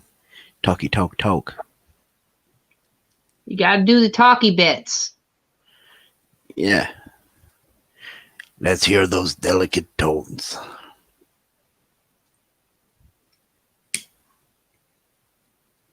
But yeah, no, I didn't mean to get off on such a tangent tonight with all the different topics. It's just sort of where things led, and I think it's been a great stream. You know, I think it's been good. Not gonna lie, I still want a pizza Stargate. I would watch the hell and have a delicious with Pizza Stargate. Yeah, I agree. Hell yeah. Dial up that marinara, Planet. I want mine with extra pepperoni. Oh man, it would just be so good. Like you could just imagine it. It would have to be a comedy. It would be so good. It would be so good. There's so much you could do with it. Dear God. Hell yeah. I've got extra films to watch now as well because I wrote everything down. I was like, yep. Shit I need to watch. The great part I is forget. Like that's the worst thing. Like sitting in a party with you guys, you're always like, "Oh, we should watch this. Should watch this. Should watch this." I'm like, "Ah, yeah," and then I'll be sitting there like, "What was this that I was to watch?" Like, no, I forgot. So now I'm writing it all down. well, the great part is it's all recorded on video and it's going to be on the channel, so I can always go back and check it out and look up anything I forgot. You know what? I have just now realized this was a thing that was so much easier. See, I'm not used to all this stuff. In the words of Mrs. Doyle said, go on, go on, go on, go on, go on, go on, go on. Would you like a cup of tea? Oh, we have a guest. Ah, add to stream. Do it. Dun dun dun. Welcome. There we go. Kitty, get off my laptop. What a way to enter. Most people say hi. Kitty, get off my laptop. In other words, hey. How are you?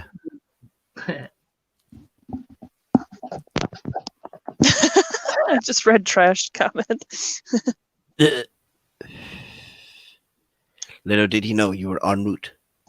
Dude, I felt kind of bad because I forgot that Kurt Russell was in the Stargate movie until you said something about it today. Yeah, so did I.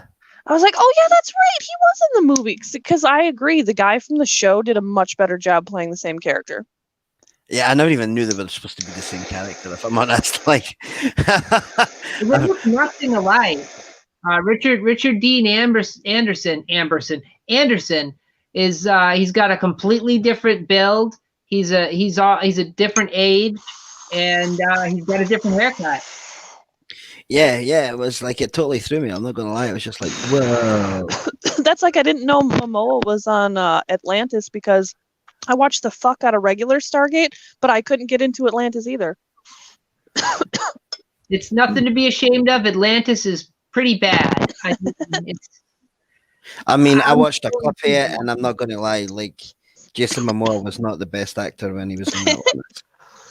He's got better in time. MacGyver. Wait, what's yeah, that? didn't the guy who played the guy from Stargate was he the MacGyver guy? Yeah, he was the MacGyver guy. The guy who could make anything out of anything else. Like, it was always a joke with me and my stoner friends. Like, oh, we don't have a pipe. Well, we'll just MacGyver something up. Pipe. Yeah. Yeah, we had that as well. I never knew it was a thing. You don't have I a don't think pipe. I know it's from. It's I know what it's like the Bart Shantz are obsessed with in The Simpsons. Margie's sisters are obsessed with MacGyver. Oh yeah. Patty and Selma, they loved MacGyver, and if you said anything bad, they'd get you.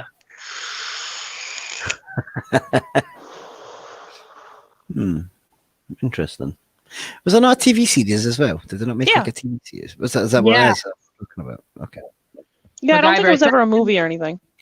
No, it's a TV series. It's actually on aggressively. It is on literally all the time. I could probably turn on Charge right now, and MacGyver would be on. I'm waiting. What do you need to do? It's either going to be MacGyver or Walker, Texas Ranger, or Chips. Dude, fucking Walker, Texas Ranger. That's just a show that makes me think of my grandma because it's the only time I ever watched it was when I was at her house. Yeah, I had a few shows like that. Like there was a couple of the old shows that my gran used to watch, and be like, "Man, I've not watched this show since then." Like I watched an episode of something yesterday, and it was like one that my gran used to watch when I was a kid, and I was like, "It was the only time I watched it was at her house," and she only watched it because it made one of my aunts squeamish. So she used to watch, like it was like a hospital thing. So she used to watch it just so my aunt would get freaked out. Legend. Oh my god, did you guys ever watch Night Court? I'm pretty sure it was Yeah. early 90s. Okay, they're bringing it back. And they're bringing back some of the old characters from the original show, and I'm pretty excited. Huh. You'd That'd make a be nuke out of interesting to see. paperclip, snot, and a Cheetos. That would be the snot rocket. Right. Ew. COVID. That just makes me think of a tweet that I saw today that was like, man, I miss one hearing a sneeze wasn't like hearing a gunshot. I was like, oh, geez. You see, MacGyver would have that shit handled. He would come out with a carpenter saw and a length of tight string, and he would be all set. COVID cured.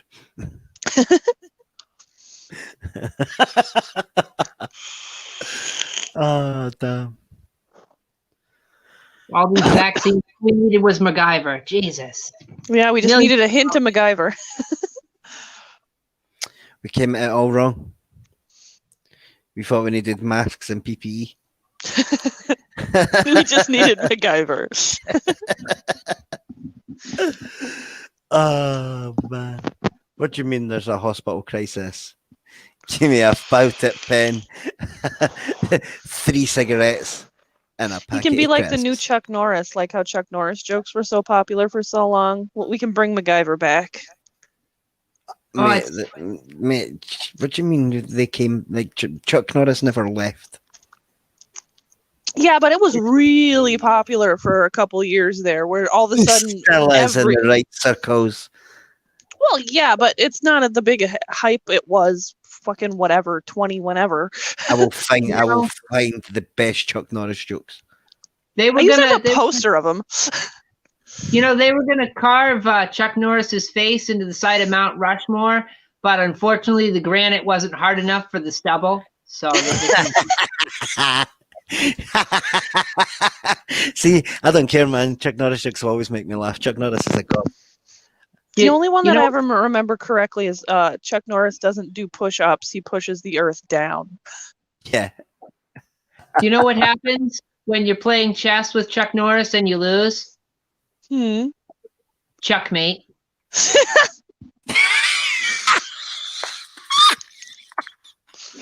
I like that one. Oh yes, yes. Oh god.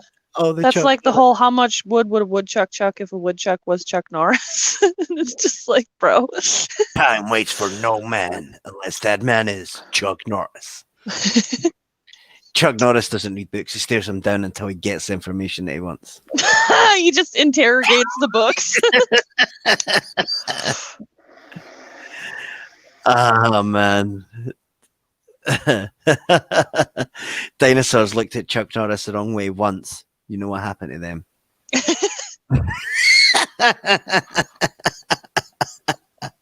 And then there's a dark one for you. Chuck Norris's tears can cure cancer. Too bad he's never cried. Oh, fuck. Chuck Norris once got bitten by a rattlesnake, and after hours of agonizing pain, the snake died. Chuck Norris appeared in it was a Street Fighter 2 video game, but it had to be removed by beta testers because every button caused him to do a roundhouse kick. And when he was asked about the glitch, Chuck Norris replied, "That's no glitch." Roundhouse. Oh my god, did you guys see what Trash put? Oh no, I'm not. At first I read chocolate trampoline and then I had to go back because I was like, wait, what? Wait, I'm lost in Chuck Norris. Okay, how did the A-team avoid capture for so long that van? Mr. fucking T. He's a big black giant. They hired themselves out in Hickdowns. He's like, oh my god. Mr. T is pretty cool. Oh shit. I love Mr. T. I still have my Mr. T soap on a rope. Nice. Chuck Norris does not sleep. He waits. If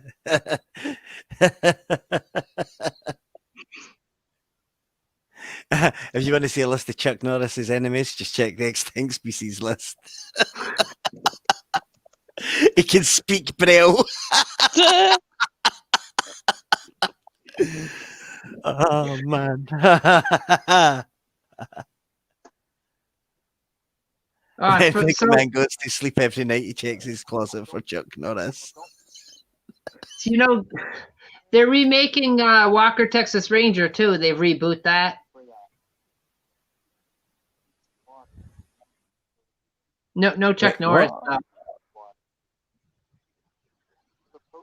I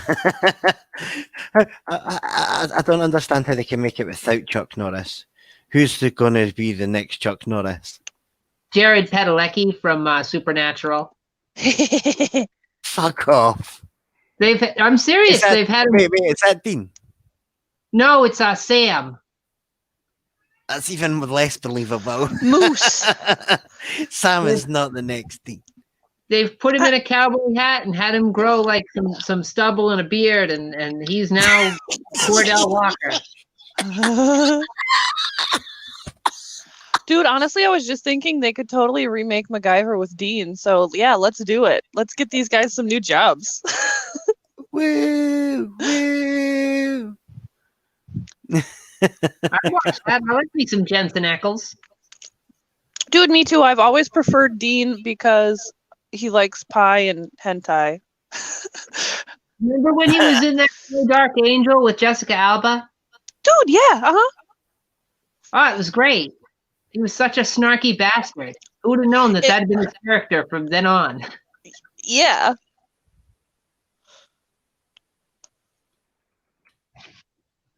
I don't know. I used to be really into Supernatural, and then it just kind of drug out. It went on way too long. Yeah. Like, they have some amazing fucking episodes. Like, Supernatural and Buffy are, like, some of the top tier of those type of shows for me. I don't know. Even of shows in general, they have some real quality fucking episodes.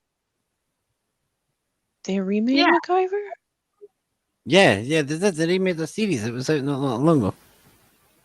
Who plays what is Havoc's powers in X-Men? I don't know who Havoc is. I feel like I do, but I don't. Havoc is the power of technology, is he not? Can he not like build anything out of anything, or like it's something technology based or some shit? No. Havoc, he screams, doesn't he? No. He's got that thing in his chest and he shoots the laser. Oh, okay, that dude. He shot the laser. That's right. I'm getting my confused. Huh. I'm not gonna lie, I'm not the biggest Marvel fan. He shoots angry out of his chest. Is it legit like an emotion-based thing, or are you just being funny, Trash?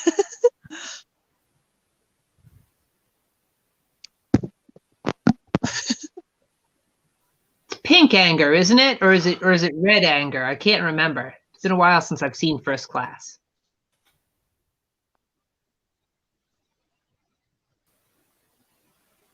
Oh, I didn't know that. Not gonna lie, his X-Men costume's pretty shit. The one for the movie. Dude, not gonna lie, most of the interesting stuff about X-Men is in the comics.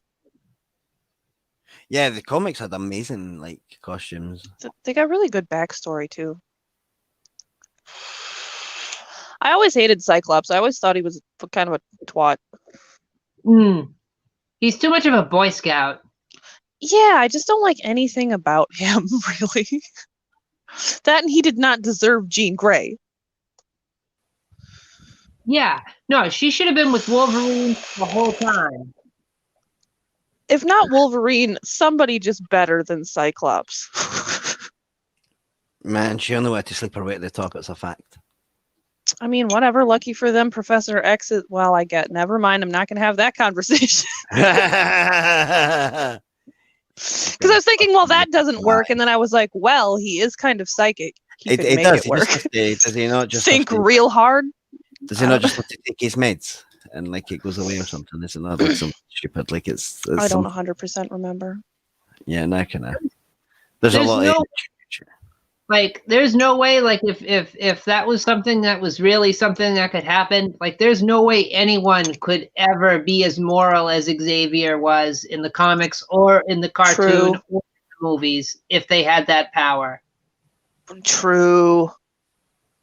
A few drinks, one strip club, dude, it's over. You know? Well, I feel like maybe he probably fucked up on the low a couple times and it went real bad and he learned his lesson. It was like, no one can ever know and I can never do this ever again. And that's It's like why his Magneto's secret. always giving him grief because fucking Magneto was there. Magneto seen it all. He was like, mate, I know your dirty little secret, buddy. Right.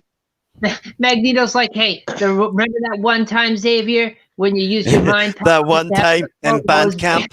And I helped you get rid of that problem, you know? Wink, wink. That I was going to say something terrible there. I'm not gonna, that one time in concentration camp. Oh my god, that's so fucked up. It's so funny. It fits. It's appropriate. Oh. Oh.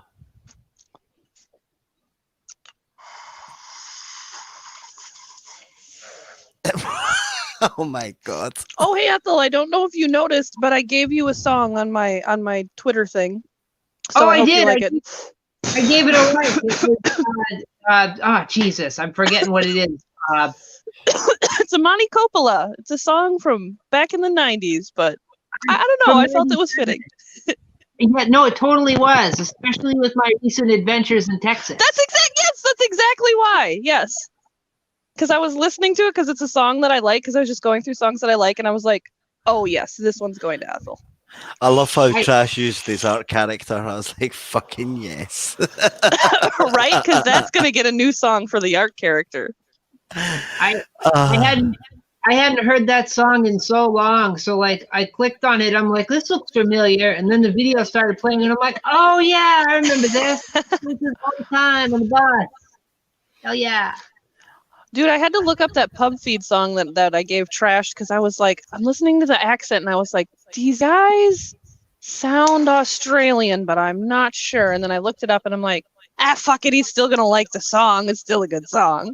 But I literally just found those guys the other day, Trash. The Crash, I think they're called. Yeah, And Trash then- song was just fucked up. I got what was the one you gave me? Diane Turd or something. Yeah. I think you're freaky, but I like you a lot. I've been singing that all day. It was like fucking song, man. I fucking hate that song. It's ingrained into my head so much. And it was like, Sorry. dee, dee, dee, dee, dee, dee, dee. No, I just can't help stop but singing it. And then my wife looks at me like I'm a fucking nut job. Dude, then you the see kid's how I just like- dance to it. The kid's like, how do you know that? I saw you gave your other friend that song, Pom Pom, and I hadn't heard that since it was like on the internet. I'm like, oh yeah, I remember this. I used to annoy my ex with this song. I'm like, oh yeah. Me and my kid tried to learn the dance from that song, but it was too hard. And the old lady that has like a strawberry face in that video is fucking terrifying. But it's a catchy ass song. It's such a weird video too. It's like, wow. It's like she went back to the 90s and was like, okay, I need everything. And then I'm going to bring it back. And then I'm going to mix in a little dash of like LSD. And bam, a little bit of Japanese. Just for flavor. Yeah. Now you had some good stuff on there. You had Distillers on there, so I was happy to see that too. I know that was for your other friend, but I was like, oh, Yeah. nice. Yeah, I like the Distillers. Dude, I feel like I'm just going to keep doing this for people, whether they want me to or not, because it's super fun. No, it was cool. It was a great thing for the for late night last night. I just gotten off stream with Trenchy and John Steele. I wasn't like on the panel, but I was in the chat watching along and talking. But yeah. I'd like to get John Steele on here one of these days, but he's not on Twitter, so I have no way of notifying him unless I get Trenchy to notify him. But he was here earlier, but in the chat, but not on the panel. Yeah, that's like when people tell me to like join their shit on Facebook, and I was like, no, I avoid Facebook like the plague now. Like, sorry. You got to watch out for the Zuck. He will sell your info. I'm already Bezos's bitch now, working for Twitter or Twitch, so I don't need to be Zuckerberg's bitch too. Yeah, I'm only two places. I'm here and I'm on Twitter. Okay, well I guess StreamYard counts, but it's sort of in conjunction with YouTube, so I don't You know. need to Yeah. get Discord and come and join the chaos. Yeah, you should. You really should come and jump in with that because we're on there all the fucking time. Somebody's always on there doing something. Me, I'm always on. Yeah. On Discord, yeah. Yeah. I have that on my computer, but I think I stopped using it because it was just raising hell with my computer. My computer's really old. Hmm. It's on its last leg. But I ought to fire it up one of these days and see if we can get it to work right. Yeah, we used to send our Scottish peeps over there as well. Like we were like that. Fuck those guys. Send them to Australia. Bye, guys.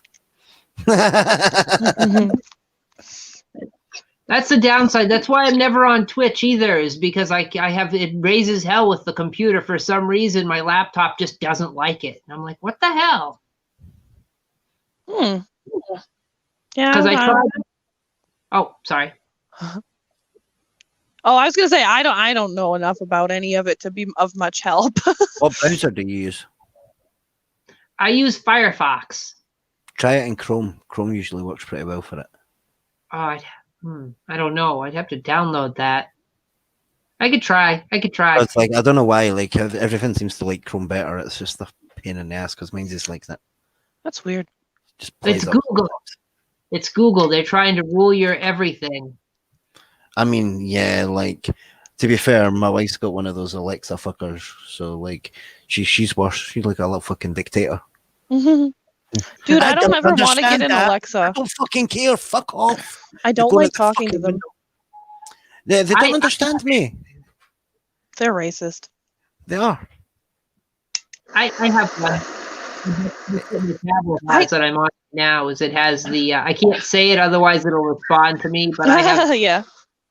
I have the assistant.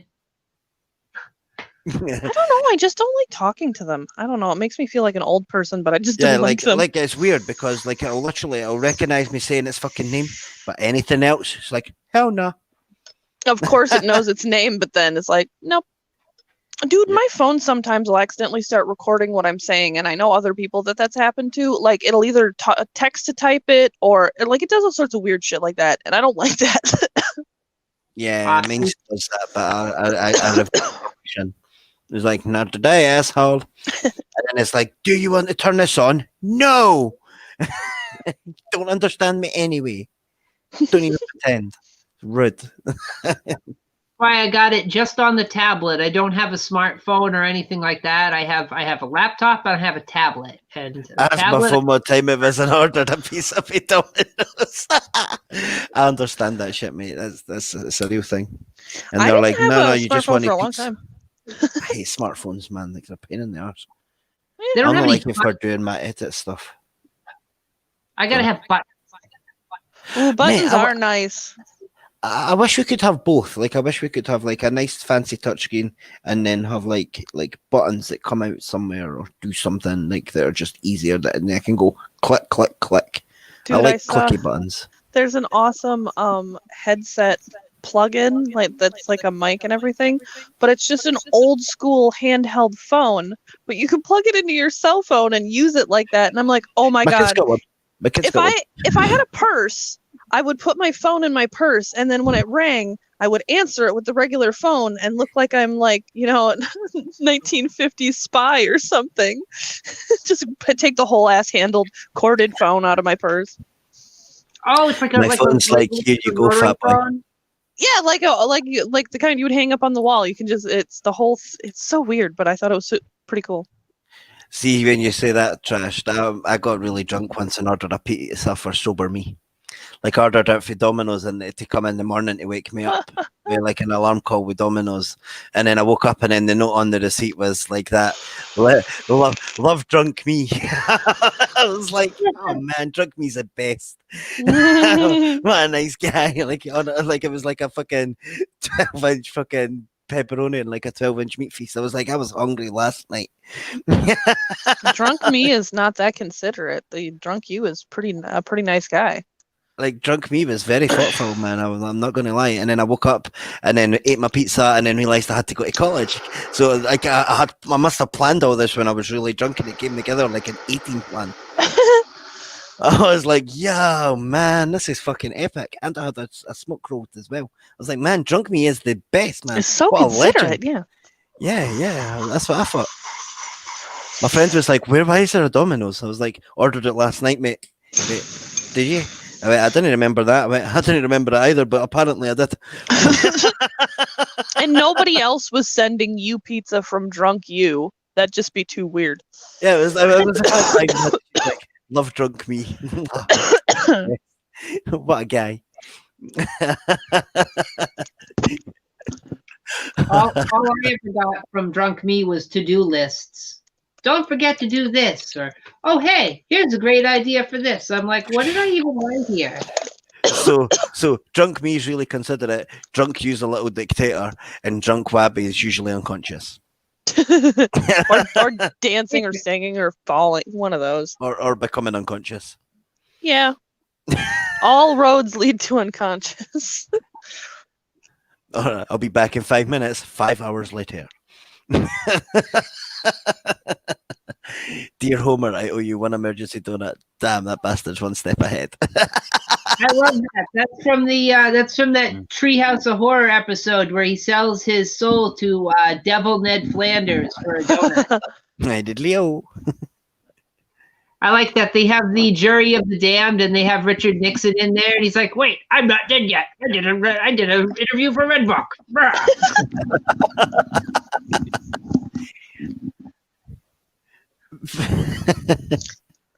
Was it not Richard Gere that had the gerbil rumors? Who was that? Was that Richard Gere? I want to say it was. I don't know. What now? Like there was rumors about a gerbil in a booty hole. I want to say it was Richard Gere. It was like a celebrity rumor thing that went around. for a Oh, I while. think that was Richard Gere that they made that. Was Yeah, it? because if I remember the South Park joke correctly, yeah, that is who it was. Did I think. Stephen Lynch not do a whole song about a hamster in the booty hole? And like it was like I'm pretty sure Yeah. it was aimed specifically at Richard Gere. Just like, why would a hamster do that? I'd be so fucking terrified it would like try to chew its way out or something. Like, No, and I why? think it was a gerbil, not a hamster. Oh, well, I don't know why whatever that it makes it any better. was. Right. It likes to Oh, burrow. it's a gerbil. That's fine. I mean, geez, Yeah.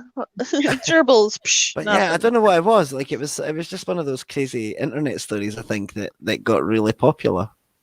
that happened to I don't want to Google this, but I have to. that happened to somebody with an eel. I think it was in Japan. They used a live eel, and it actually went inside them and burst through their intestine, and they died. Because that eel was like, I gotta get the fuck out of here. Yeah, well, like eels are ruthless. You got those teeth and stuff. All right. And Yo, their fins right, wait a are minute. and shit.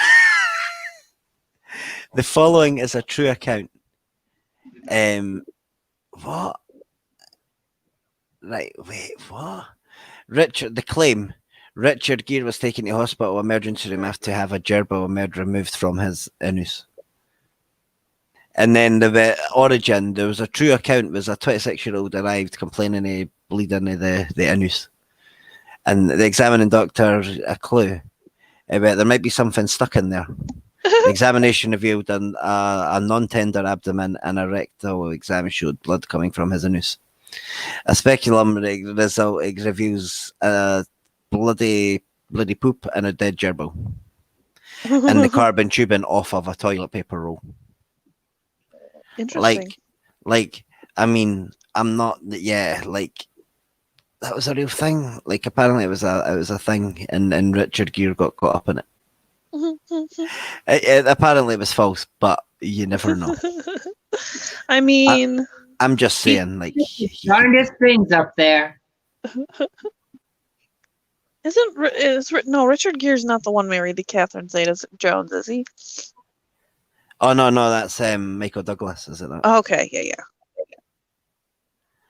Like apparently it was one of his aides spread the rumor to get popularity for him. flooded fax machines in Hollywood with phony press releases reportedly by the association for by Peter. They claiming that Gear had abused the genital.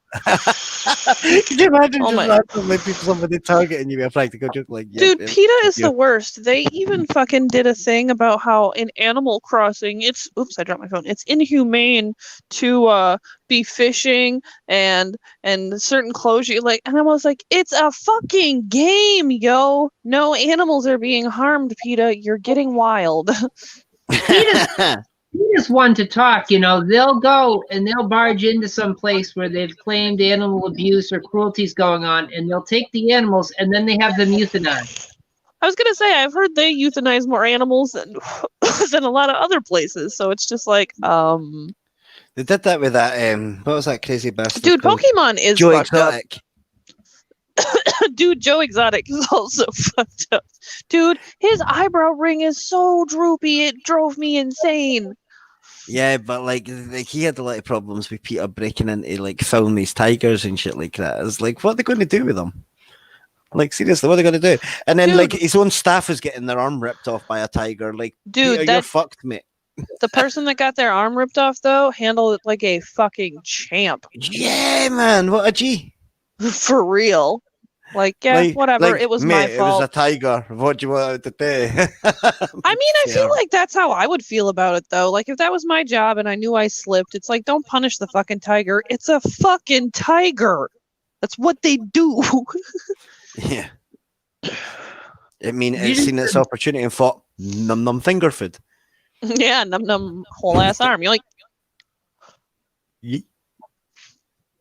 Pokemon is pretty cool. Just imagine all the fresh step he used to go through. I mean, it's boggles. Dude. They kept working because they couldn't afford the insurance to save the arm. Yeah.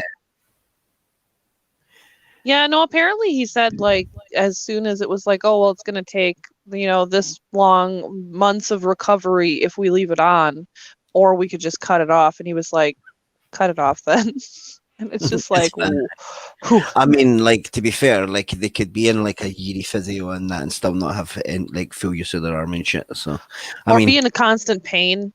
Yeah, like it'd be like, nah, mate, just take it. And another dude had did the other dude not have like prosthetic no legs? Yeah, and it had nothing to do with the fucking tigers. Fuck, how did that dude lose his legs? I don't remember if it was like a diabetes thing or what. Was he not like a drug addict or something? I think that might have been what it was.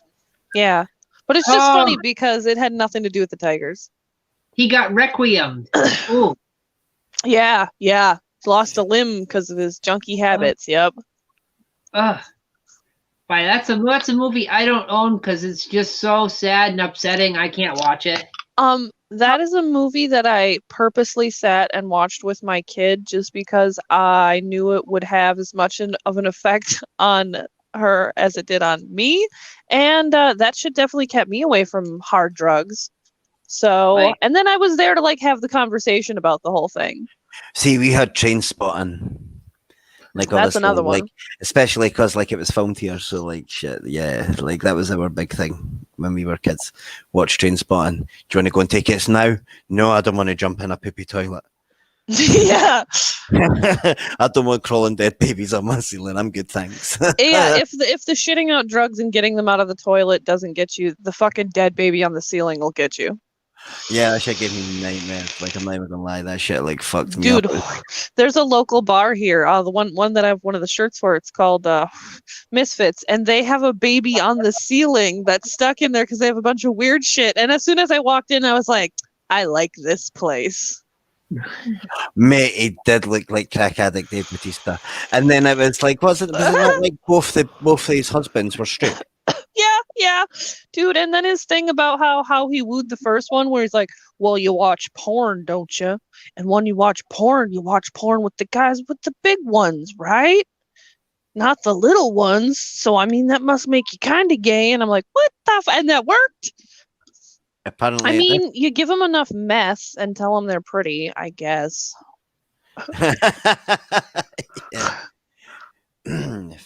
Like, man, did they not have like fucking Joe's property or something tattooed on them? Yeah, he did. He got that removed. Crack addict Dave Bautista also got new teeth now. because I saw something about it. Yeah, because I watched the one, they did one afterwards, and it was like a year later or something since, like... And it's funny that both of his husbands were like banging people that were also working at the Tiger place like the whole time. Like that place had to be like a soap opera and a half. Well, did one of them not kill themselves by accident?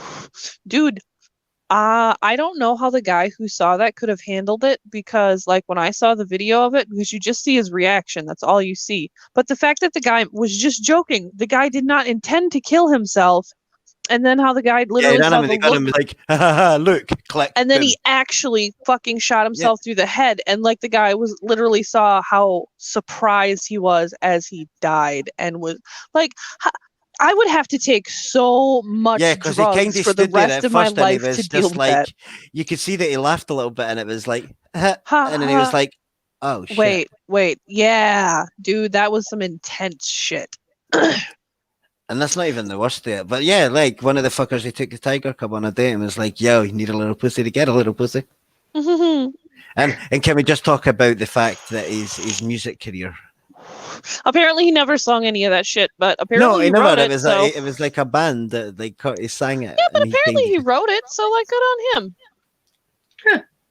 Let's not good on jokes. Like, hey, I mean, I saw Tiger and Tiger saw me is kind of a banger. I mean, you're not wrong. I did sing it for a while. And what's the one about how Carol Baskins killed her husband? I mean, I kind of like that one too. Yeah, and if I let you hear the parody version of that, there's a parody version in Miss Baskins. Oh my god, no, I have not heard that. It's Miss. I'm sorry, Miss Jackson, but like, yeah. Oh my god, it is. I like that idea. You'll have to remember to show me that later. I will.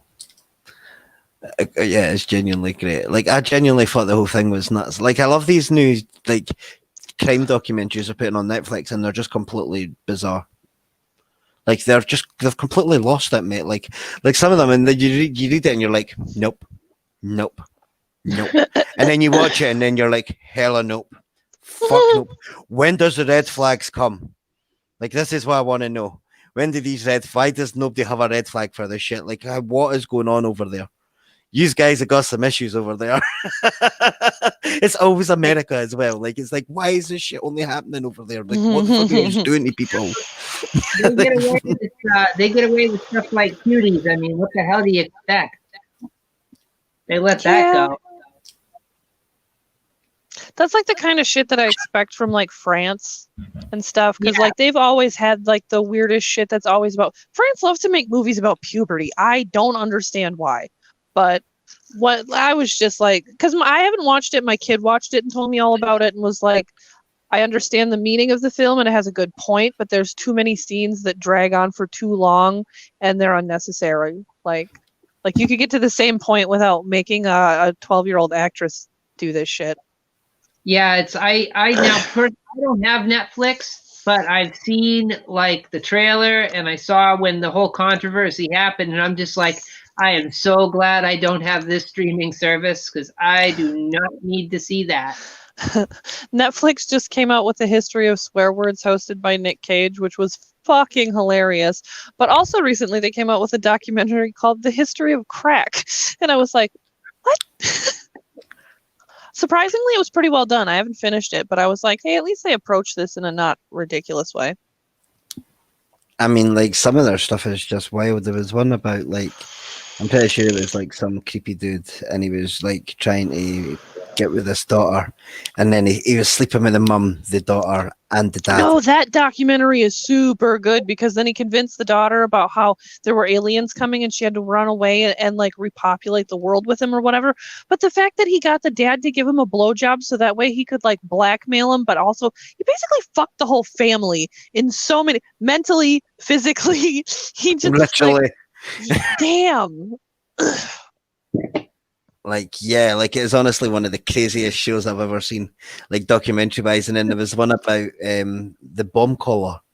It was like the perfect job, the perfect heist, and this guy woke up and they put a bomb collar on him. They sent him to rob a bank. Oh yeah. And then like they had him sitting in front of the police cars, like it was like live on TV, and like there was news and that there. And this guy's sitting on the ground with like this bomb collar on his neck, and he's just wanting help. This guy doesn't know what the fuck's going on. Like he's like not 100% there. Yeah. And then like they've As got one him all would. sitting there, like telling him to sit there calmly, and he's like sitting there nice and calmly, and then the collar starts beeping, and then you can imagine what happens next. Like literally, like every horror movie got it pretty close. Yeah. Just like New Vegas. Yeah, very New Vegas. Yeah, like honestly, it was just insane. Like, and it was turns out like it was the women ordered pizza and kidnapped the pizza man, and like it was just like, what? Like, is this real? And like I had to go and Google it to make sure it wasn't like tripping balls or something. And I was watching like I had just got the genre mixed up or something, but nope, True, yeah. nope. It was like true crime. Like I was like, wow, like man, Dude, truth is always weirder than fiction. it is in America. I mean, maybe it's just us. Like I mean, well, like genuinely never seen anything like it. well, there's this great show. It's I'm trying to remember what channel it is. I think it was on Crime TV or something. And it's called Masterminds. And what it is it's reenactments of all these outrageous heists and schemes that criminals. That sounds really familiar. I was I watching have something not heard like of that, it, but and I was would one of watch those it. weird ones that I got watching it, and like I didn't know what it was. It was Like they had one where there was this gang and they had basically a James Bond style car. They had like a revolving license plate and it had high beams. Oh, in the wow. And yeah, they had this other one where there was this guy and he was obsessed. He was like a young kid. And he was obsessed with trains and the train schedule. And what he was doing was he was listening to all the radio communications on the train yard, and he found out what was in the trains, where to be, and he got a bunch of people to come with him, and they'd all dress in black, and they'd hop in a pickup truck, and they'd drive down the rails to where the train was going to be. Then they'd drive alongside of the train, and they'd hop onto the cars, and they'd just toss all the merchandise out of the back Oh of the my train, god. pick it up in the pickup truck, and they'd make off with millions of dollars worth of stuff. That's just so clever. yeah, you've got to admire the ingenuity. Like, there was this other guy, he was going into banks, right? And he wasn't hitting the vault. He was hitting the safety deposit boxes. And what Ooh. he'd go in and rent a safety deposit box under an assumed identity. And then he'd just be in there for a while because they leave you alone. Mm-hmm. He'd find a way where he'd get in there and he could hide. And he'd disarm the alarm and he'd come back and he'd get all the stuff that he wanted from the safety deposit boxes after disarming the alarm. And he basically go with a chisel and a hammer and he just knocked the locks out of the boxes, open the ones, and he knew what was in all of the boxes. And he'd take all the good stuff and he'd hide behind the cabinet, dress up as a repairman, and leave in the morning when he was open for an hour or two. That's amazing. Dude. I mean, terrible, but Like, I mean, he definitely fucked over some people, but at that point, it's like, dude, you like earned that. Like, yeah, fucking legend. he was doing, I forget which guy it was, but he was doing crazy jobs like that, and he got arrested and they put him in prison. And he made in Metal Shop in the jail, he made like a false bottom, just the same size as him. And he went and he hid underneath the truck, crawled underneath the truck, and like attached himself to the truck and pulled the bottom over him. So when the guards would check underneath the truck with the mirrors, they'd just yeah, they see didn't the see bottom. anything. Yeah. And they just drove him out of the jail, and he'd wait till they got away, and he'd wait till they'd stop somewhere, and he just let himself drop, and he just crawled away, and he was free. That's pretty sick. I think, fuck you guys. yeah, you got. I'm too smart to contain. Fuck you. How much shit the guards got for that? Like, he built a what in here? Fake bottom for the truck. What now? You guys look at the bottom of these every day. You didn't notice something different? I mean, I mean, he had to have built it in like the workshop, man. Like there's been a guard standing there watching them using the tools and shit. and then what could he explain that it was? Like, I don't know. Like, what would be your cover story? That makes me curious. He hid it in a laundry bag. Hmm. So he took it to the laundry room from the shop and hid it in a laundry bag. Did you need what How trash? big was this guy? He was like 6 foot. So like he'd scrunch up his ball. So like the piece was only like maybe 2.5 feet long by like 1.5 feet wide. So he'd scrunch up in a ball, hanging onto this truck and hanging onto this metal piece. He'd have like a belt around his waist, and he'd just be Smart. like. They caught him again, and decided that he wanted to be his own lawyer for his trial. So that he that's could, usually not good. Well, he could go to the prison library and study because Okay, the yeah. prison library had an unbarred window in the maintenance closet, and he snuck the ceiling tiles into the maintenance closet and out the window and walked away from the jail. I love this guy. Trash read a cool story of guys who drove into a bank in an 18-wheeler and had the cops pinned down with an M60. So the cops went down the street and had to break into a gun store because the SWAT team couldn't get there. Oh wow. Happened in LA in 97. Holy Wow, shit. in 97. I was thinking it would have been longer ago than that. Hello, Kitty. That's insane. That is wild. That's some Joker shit.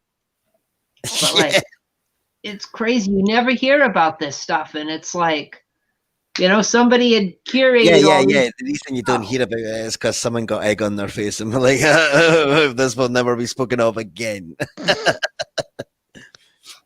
Oh, it's amazing. I love shit like that. I love it. Oh, it's Like, crazy. I love It's true a crime mastermind. stuff, and I love true crime, and I love like serial killer shit, and like I just love it. I used to love serial killer shit till you guys made me start learning shit about Albert Fish. And then I was like, oh, I see. There is a line that can be crossed. Yes. Albert Fish takes that line and uses it as a starting point. For real. Yeah, it's crazy profit off of that. Get his own cooking show.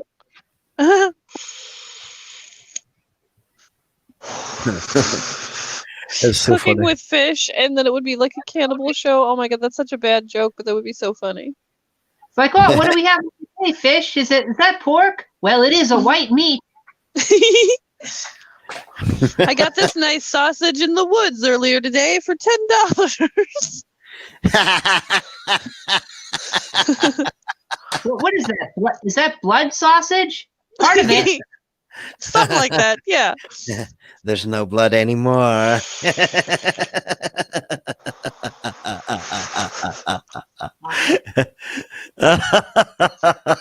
right back, guys. I gotta reload. Okay.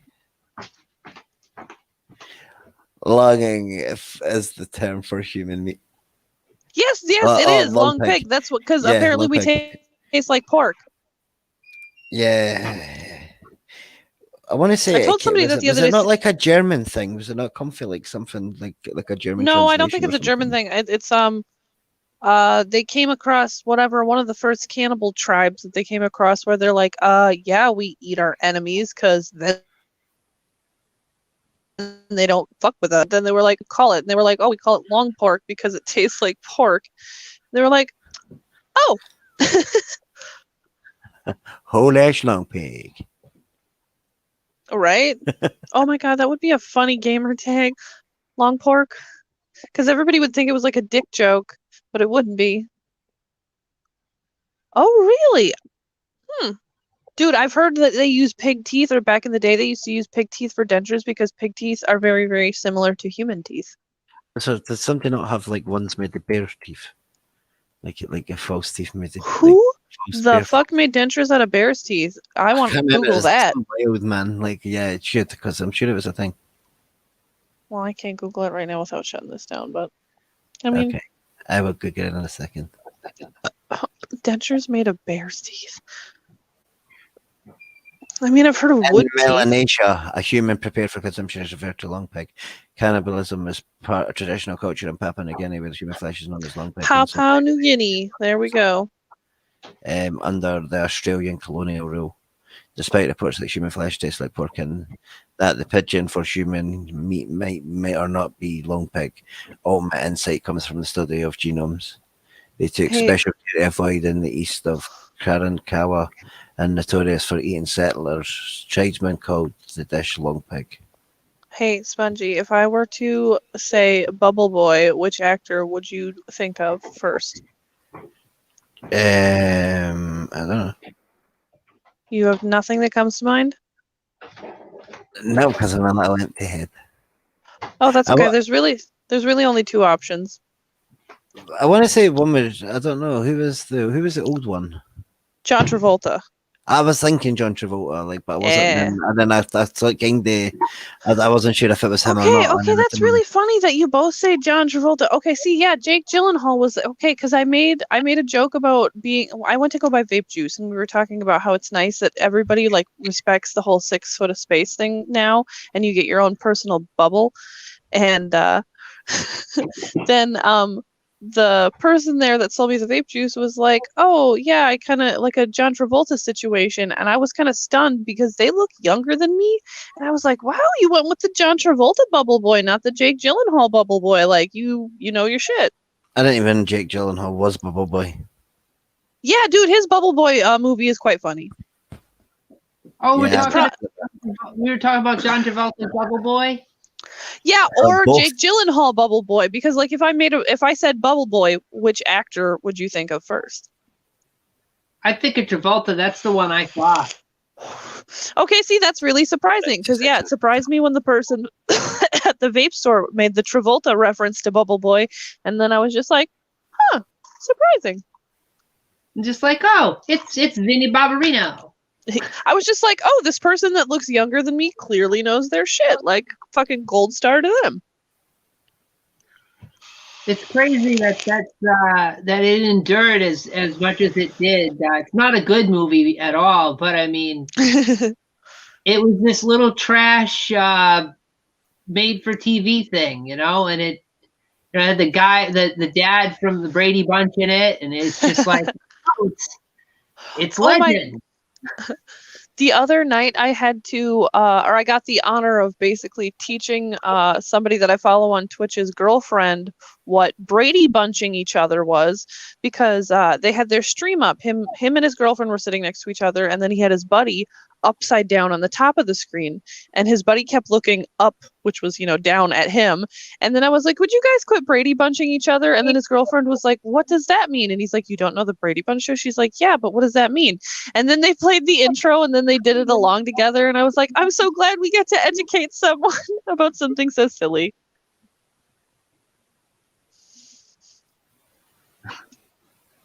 I'm guilty of doing that. Yeah. Oh, dude, I know sometimes like when there's 6 of us in the stream, I notice which way I look on camera, and then I try to look like it's funny. Yeah, when somebody's talking, like if I'm talking to you, so I'll try to look this way, so like I'm looking, Exactly. Yeah.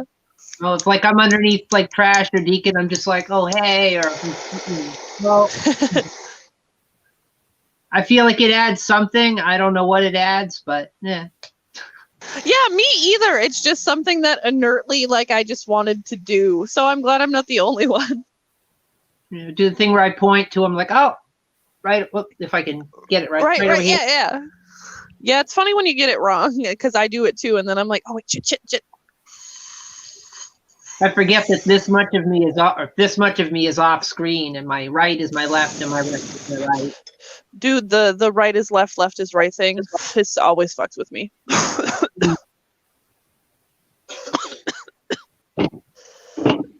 Don't mind me. Guy in the hamster ball going off the cliff. What is in reference to what? Is this like a commercial? Are you talking about one of those big squishy ones that people like roll down a hill with? Because I've seen that's some sort of like tourist attraction thing.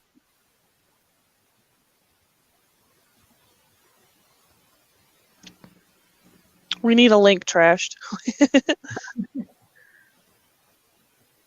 Thought it was crazy that they basically had the giant hamster balls in that Jurassic World movie.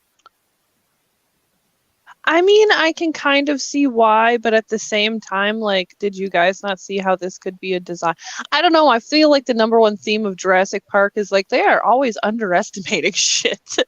Their designs, their creations, like. Oh, damn, he died? Oh no! That would suck. No, I did not see that. He thought he was there to just have some fun and yeet. Rolled right off the cliff. God, there'd be that tiny part of me, like if that was me, that would be like, hey, maybe the ball will be good enough to maybe not die. And then I die. I'd Oh my God. want a tether, like an astronaut. Give me a tether. I don't want to bounce away. Oh, I feel like if you fell off well, depending on how you got tethered, if it's like a bungee cord, you might be all right. But if it's like around your waist and you just drop, well, there Right, goes I your just ability came to walk. back and I'm thinking, what the fuck happened this time? You know how we go on tangents around here? Yeah. Like I was like, okay, and then it was like bouncy ball off a cliff, and I was like, wait, what? And then it was I mean, like, that's no, all I'd Trash's rather fault. be tethered. I'm like, wait, what? And I'm so confused. Dude, the idea of being in space and floating off is terrifying, though. So what happened? A Let- dude died in a hamster ball off a cliff. I don't know. Yeah, Trash said something was about on the news, Oh shit! Bet if I kind of right? stupid, eh? I hear chips. I don't hear Eric Estrada. I wish I knew the theme song for that show. I feel like I do, but I don't. Or else I'd Will.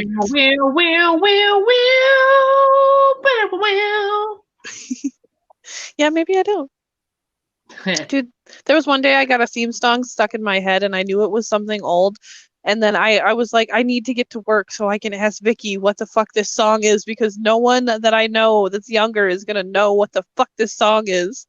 It ended up being like the song from Three's Company or something. Oh, yeah, I remember that one. But I was just like, what is this song? His and hers is Three's Company too. Yeah, but I couldn't remember the words. All I could remember was the tune, so it's not like I could Google it. So I was just like, what the fuck is this song? It gets bad too. Like the older you get, the worse it gets because you find yourself surrounded with younger people, and you'll mention something, and they won't know what the hell you're talking about At all. Yeah. Yeah. When I And was it's at like- college, we had a kid that didn't know what Gremlins was. You got to teach them. Every time I get in that situation, I was like, yep. well, you're going And to then I learn was today. like, man, it was an old thing, and I was like, I had it on VHS, and he's like, what's that? Get the fuck out. I made a bunch of like 19-year-olds watch Fight Club one time on Halloween because I made friends with somebody younger and I went to their Halloween party and I was like, no one here has seen Fight Club. Well, shut the fuck up. We are sitting down and watching it right now. You're watching it until you can tell me what the first two rules of Fight Club are. No, I got to the end and I was like, I'm gonna leave now. You should probably rewatch it. It's even better the second time. And they're like, yeah. And then I left. I love the end of that movie where the Pixies is playing and they're watching the buildings blow up. That made that song stick in my mind and my heart forever. I already liked the Pixies, so it was just icing on top of the cake. I do love that when you watch a movie. Like, I almost wish I could make movies just because sometimes I'll hear a song and I'm like, oh my God, I can see a scenario around the song. That's the one thing I hate about YouTube is like there's so much I would use music wise for these stuff that I do previously and even the newer stuff I've been doing with these streams where I make a video out of it and it's just like I can't use it. There's a guy on YouTube called Monster Music, and I think the E in Monster is a 3. And if you he mostly just has like spooky music, good background music. But if you ever need spooky music, he responds right away. And as long as you credit him, he's like, yeah, use it. Like, feel free. Yeah, it's pretty cool stuff. I'll have to check that out. So I usually just I don't know. I might need something spacey. I have to rework the whole opening intro to the trash cinema thing because I got flagged for the computer space sounds that are on. Jeez. Yeah, I got flagged for the intro, the warning, the copyright warning. So I have to work that in. I think I might. Wow. That's ironic as fuck. The copyright warning. Yep, that's copyrighted. What? that is ironic. You know those computer beeps and noises you use in it? That's copyrighted. I'm like, oh, for Christ's sakes! Yeah, I who'd used have 3 thought? seconds of it. Jesus. I mean, copyright and the copyright police is probably a bad idea. Yeah. So I gotta re-edit that. I might be able to make it work with what I got. The next one I'm gonna make out of the stream I'm doing Friday. So when I do that, I've got to go in and re-edit the sound and move it around and add something different and try to shift it and make it so I don't get another warning. It's weird because the video before, no warning, no, not strike, but no copyright notice. But the last one, copyright notice, and I'm like, oh, for crying out loud! Yeah, that's weird. And it's in the same place as it was in the first video, the very beginning. It's the same footage. Because see, I've heard from like some YouTube podcasts that I watch that really it's the first 10 minutes that like really gets looked into. Like as far as your content, like if you're gonna do anything like vulgar or anything like that, do it after the first 10 minutes. So we did good today then. Yeah, because the podcast I watch, their like tech guys are always giving they like have a countdown and they're always giving them shit. They're like, guys, no, not wait. But that's good to know. This is really the very first part of the video I got to worry about. Yeah. Although, you know what else is messed up about that last one? I got a copyright thing for a public domain film. Because I had the weird. Trailer. Yeah, I had the trailer for The Amazing Mr. Rupert, which is that thing with the stuffed squirrel where they have it dancing around. Yeah. Apparently, the copyright is not for the public domain movie, but somebody made a documentary about the guy who made the movie, and they used that clip in that documentary. So they're claiming that clip. And I'm like, oh, you can't do that just because you put it in your layman. Wow. Own it. Yeah, that's not even their original content. That's bullshit. That's a dumb loophole. It's from the 1930s. And you can't come along in the 90s or the 80s and make a documentary about a movie in the 30s and claim the content that you used in your documentary. Yeah, that's insane. I'd contest it, but I know YouTube, if you contest something, they'll just take your channel. I mean, I haven't heard the best things about that either. They slap on the jackboots and they just take it. So I'm not monetized, so whatever, but I couldn't believe it. Yeah. I mean, it didn't go very well for Gore trying to get his channel back. And he didn't even fucking do anything. So. Yeah. And that was like, well, I guess he showed a boobie, but that wasn't even what the problem was. The problem was trolls. Yeah. That's Like, the thing is people can just be enough of a dick that they can just make shit happen. And that's not how it should work. They should really look into shit more. Yeah, and it's like I try to follow the rules. Like I accepted that I got a copyright claim on He-Man and She-Ra. I'm like, okay, yeah, it was the right, 80s. Understandable. Yeah. Cool. My bad on that. But the rest of it, I'm like, well, this is total bullshit. Yeah, I agree. You know, I'm like, that's public domain for crying out loud, and a sound effect. Copyright on a sound effect, really? I mean, I kind of get that for the people who are making them, but like something that's so generic as computer sound, like that's wild. Yeah, it's like I don't know. So I've got a couple things I'm going to try to alleviate the problem, but it's like, geez, killing me. All right. I don't want to have to start over again because of that shit. Holy shit, Lars is in here. Yo, Welcome. Lars. How's it Hi. going? Lars is a friend we made in my Discord recently. Oh, Yeah. well, hello, Lars. I've never met you yet, but nice to meet you. Yeah, Lars is cool. Virtual and fake.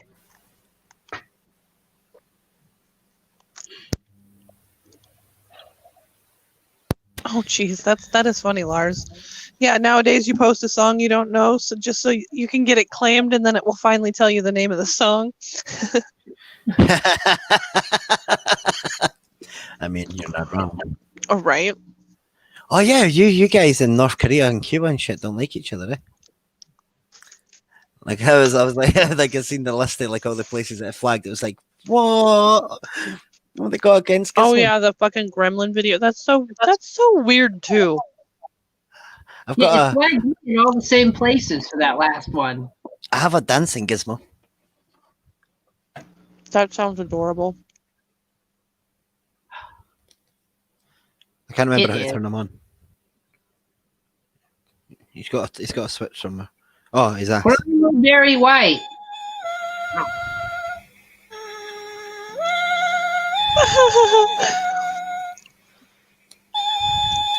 I need to watch it because the dogs don't like him. Shh, Gizmo. I Shh. can see why. Yeah, they just look at him like, what the fuck is that thing? Especially Spud. Spud's just like, whoa. Like, what's this video? Oh, it's okay, Lars. Tooty's so cute. I always wanted to name one of my pets Gizmo, but I haven't like gotten one that looked That like a was supposed to Gizmo be yet. Spud's name. Spud was supposed to be Gizmo. And then like he ended up getting called Spud. I feel like Spud is fitting for how much of a little dork he is. Yeah, you're all good, dude. You're all good. Don't worry about it. I was kind of just chilling to music and stuff, and then I ended up jumping in here for the last 5 hours. Oh yeah, wow. Oh Yeah, my it's been god. fun. This will be like my longest stream ever. Woohoo, we're a bad influence. I like it. Dude, it's Hey, funny because whenever I listen to you guys at work, I'm always listening to it on a speaker. So like other people will walk in and be like, "What are you listening to?" Or else they'll be like, "Oh my god, like yeah." It's all good. Like it always starts a conversation.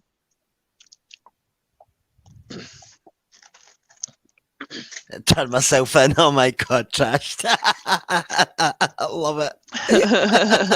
That is funny. It's Good night, been Trashed. awesome having you on, and I hope you feel better. Looking forward to next Sunday if everything's a go on the Horror Westerns stream.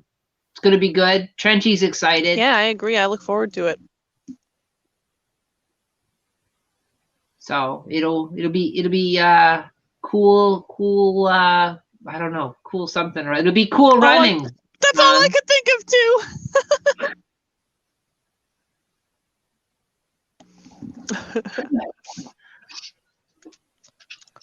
So, Don't mind me. yeah. I'm trying to eat a tiny pecan pie. Oh, sounds good. I'm a sucker for pecan pie. Oh man, I love pecan pie. Mm.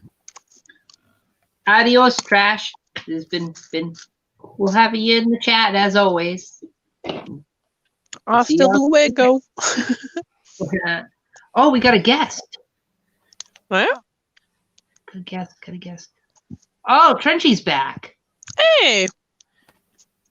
We like to Hey, Trenchy. yeah, Hola, señor Trenchy. yeah. The reason I left was I was supposed to do something with this other person, but they're MIA. So I saw you're still alive. I'm like, fuck it, I'll come back. Got nothing to. Nice. Sweet. Welcome back, man. Yeah, it's good to be back. Oh, see, now we got 4. Now I can do the Brady Bunch thing. Where's Ann B. Davis? That's the maid, right? Yeah, Alice. Dude, I love Alice. She's probably my favorite person on that show. She's the most reasonable one. I'm here. I'm kind of making porridge though, so I'm jumping backwards and forwards. I've got the munchies. Oh, Nice. That'll happen. A lot. I miss having the munchies. Always. Num, num, num, num, num, num, num. Or some people call it breakfast, you know, it depends how you look at it. It's 5 a.m., it could be breakfast. Yeah, this is all I do now. This is my munchies and my breakfast. Ooh, lay some knowledge on us, Lars. Tell us about some murder mysteries. Oh, Ooh, I want to know about murder. I like murder. I like theoretical murder. Yeah, well, no, not real murder. Thank you for that. Yeah. theatrical murders. Yes. Theatrical murder, that could be a broad definition, though, because I could just really dramatically kill someone and call it a theatrical murder. True. That could be sometimes. Sometimes theatrical murder can be when the movie's really bad.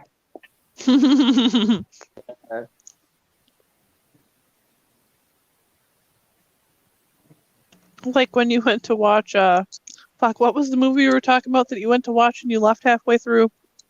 Monkey Bone. That Yeah, was murder. Oh my god. Mm, I don't know I why I still always love thought that Monkey movie. Bone was cute, but I watched it a long time ago, and I haven't watched it since.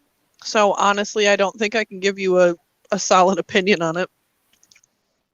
Well, I think it might be an acquired taste. I don't know, but it was not what I thought it was going to be. Yeah. I mean, I'm a weirdo, and I love that movie, so maybe it's just like a weirdo movie. Have you guys ever seen Joe's Apartment? Yeah, yeah. Okay. No.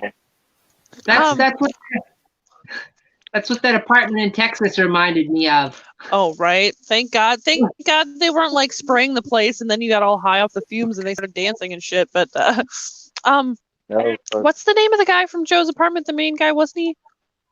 Jerry Wasn't the O'Connell. guy, yeah, was he the guy from Sliders, or am I remembering that wrong? He was. He was the guy Okay. from Sliders and My Secret Identity Oh, okay. when he was a But yeah, kid.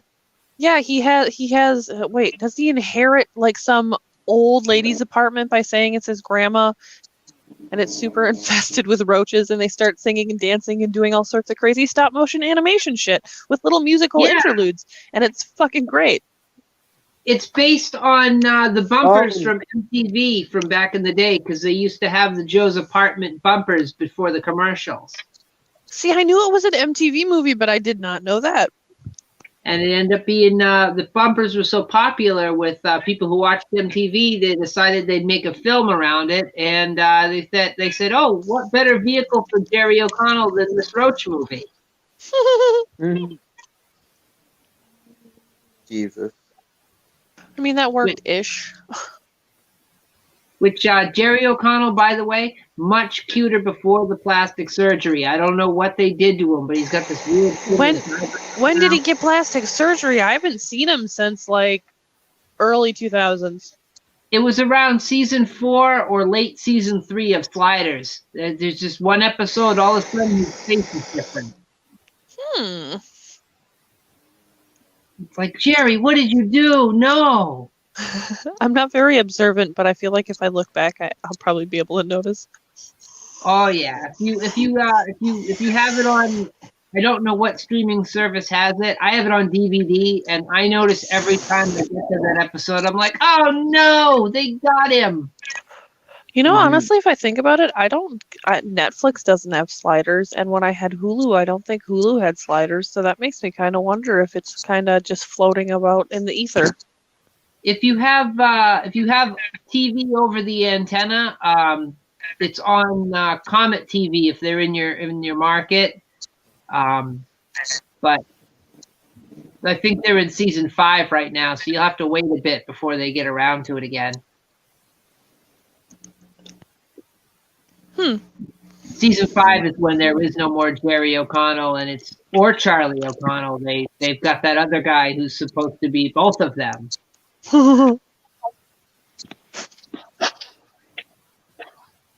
I know Jerry O'Connell was in like this horror movie. It was like a comedy called Deep Murder, and it's about like a porno, but there's like murder happening in the porno. Hmm. I haven't seen that. Gonna choke on that dick. I've No, no, heard no, about no, it. no. I haven't seen it, but it sounds funny. Yeah, I put up a tab in the Discord for it. Oh, okay. Oh, I can't check right now, but oh Yeah, wait, yeah. maybe I can. I mean, obviously, I can still put it here too. I just mean it means that we can look back at reference it for on Discord. It's easier because it's written down. Yeah. Oh.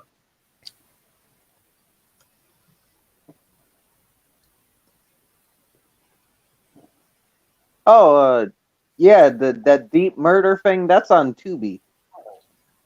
Oh, Now, is Tubi a free service or is that a pay-for-me service?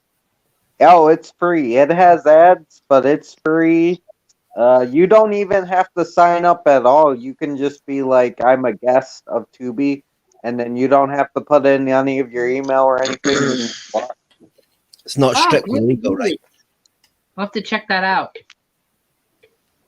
It doesn't save your spot or anything though, so if you like stop watching in the middle of the movie, you can't like return. So you have to start over again. That's the only thing. But you could always advance the film to sort of where you left off, right? Yeah, you can fast forward and shit. Yeah, Nice. I like it.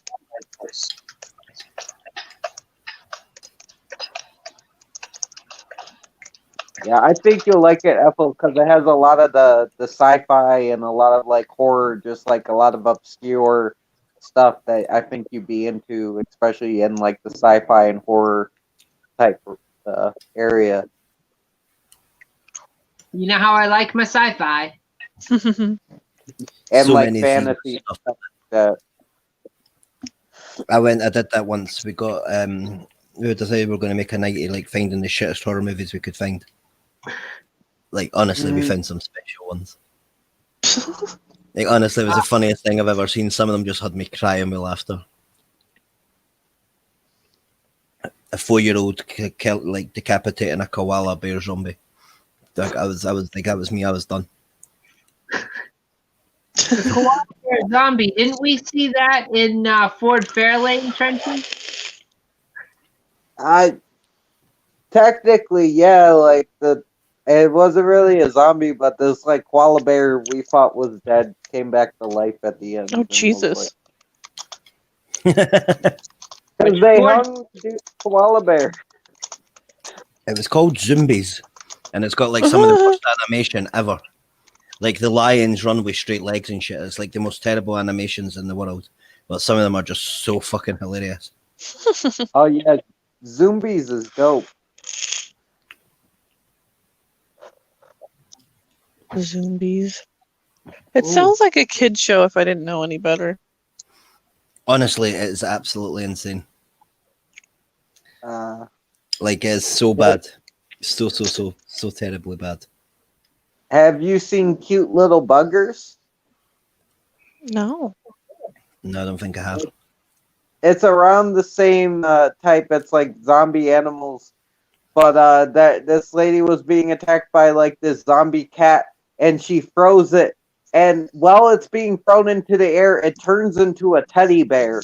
Like they didn't even choose a stuffed cat to throw in the air. It's a stuffed teddy bear. And I was like, then they that's some have power. like, these mooses. These like animatronic mooses, and they shoot the mooses, and their heads explode into blood. It's amazing. It's really good.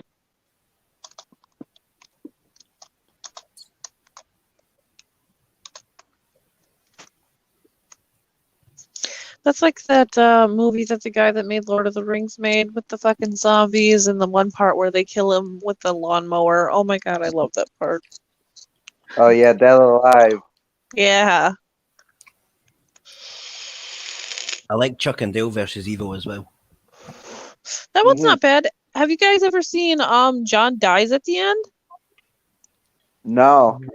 I think it used to be on Hulu or Netflix, one of the two. Yeah, Netflix. But yeah, dude, that's a good one. It's like a stoner horror comedy. It's like got a hint of stoner. Quite a bit of in 50-50 like horror comedy. Sort of like that Evil Bong franchise that they had for Oh a my while. god, the Evil Not Bong. quite as I watched cheesy that. as Evil Bong. I love that film. Oh, so cheesy. It's like in the Evil same Bong. vein as Killer Tongue. I don't know if anyone's seen Killer Tongue. No. I've seen the one-eyed monster. I've seen Teeth. Just the one where it's a penis that goes around choking everybody, like just a random penis. Just That's on funny. its own. Not That's funny attached to 'cause- anybody. Oh, weird.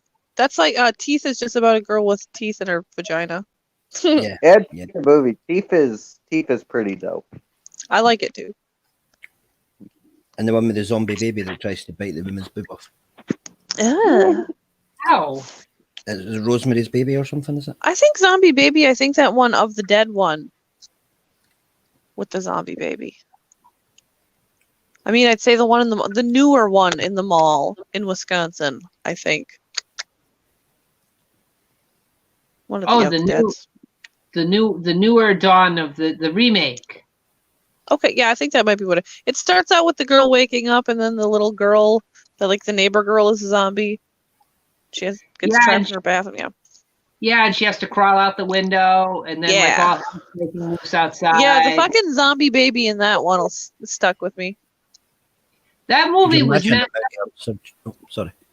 Oh no, it's cool. Go ahead. No, go. I was just gonna say that movie was messed up because I didn't expect the zombies to run like it was Resident Evil. Right. Because it was Romero, so I expected them to have the slow-moving Romero zombies. Yeah, exactly. But what were you gonna say, Sponge? Genuinely can't remember. It was a random stupid passing comment. Nothing important. It's all good. All comments add to the stream in their own unique way. Oh no, it was probably complete bullshit. I can feel the way my brain is, and it's probably shit. That's just your other voice talking in your head. Maybe. You underestimate your humor. Maybe. Maybe. I really want to see Bad Biology. That movie sounds insane. I have not heard of it. What's that? It's like this dude has a sentient killer penis that separates from his body at night and kills people. And then Wait, there's this chick that's with the one. there's more. There's a chick with a killer vagina, and then they try to fuck, and it's like, I guess shit gets real. Cause, yeah. That sounds like the one I was talking about. It was a sentient penis. They used to Yeah, come it out. might be. I forgot what it's called, but there's this movie about this guy that starts putting stuff in his butt, and then he eventually ends up sucking a car into it, and then he sucks a small child into there, and then he sucks the detective into there that is trying to find out where this small child has gone, and then they cut to at the end that the detective and the small child are literally in his anus like it's some sort of fucking cavern in hell. And they find stuff in there to eat and stuff because this guy's just putting things in there. And then eventually they get out and it's so weird, but it's pretty well done. This sounds like a white people movie. What people? Yeah, I mean, kind of. I want to see it. I found it on Putlocker. Putlocker. I bet I could find it. It was fairly recent, but yeah, it was just like it was a butt something, and I'm gonna have to find it. But I saw it and I was like, oh, I gotta see what the fuck this is. And then the description, I can't remember what it was, but I was like, yeah, I gotta check this out. I feel like that could be its own category, genitalia movies, you know? There seems to be a lot more than you'd think. It really could, yeah. We really have just named off a shit ton more than I was thinking we would. Right? Like, Like, there's this one I've seen. It's not a horror movie, but it's messed up still. Chatterbox. You ever see that? It's got Rip No. Taylor. Nah. The woman has a talking vagina that sings. That sounds dope. What? It becomes a star. It like sings and they do performances. It's I have it on DVD. Oh, What is it called? yes. That sounds familiar. Chatterbox? That sounds really familiar. Oh, I gotta see this, dude. It's on one of those 4-film DVD packs. Hmm. So I'd never heard of it before, and I think I saw it on Amazon, and it was really cheap, like dirt cheap. So I'm like, well, 4 films for like $3. Okay, I guess I'll bite. And then I order it, and I'm like, well, what is this exactly? I start reading more of it because I only read 1 or 2 of the descriptions, and I'm like, Chatterbox, what was that? I didn't read the descriptions. I'm like, oh. Oh. Okay, Yeah. that sounds really strange. I'd like to see them pull that off.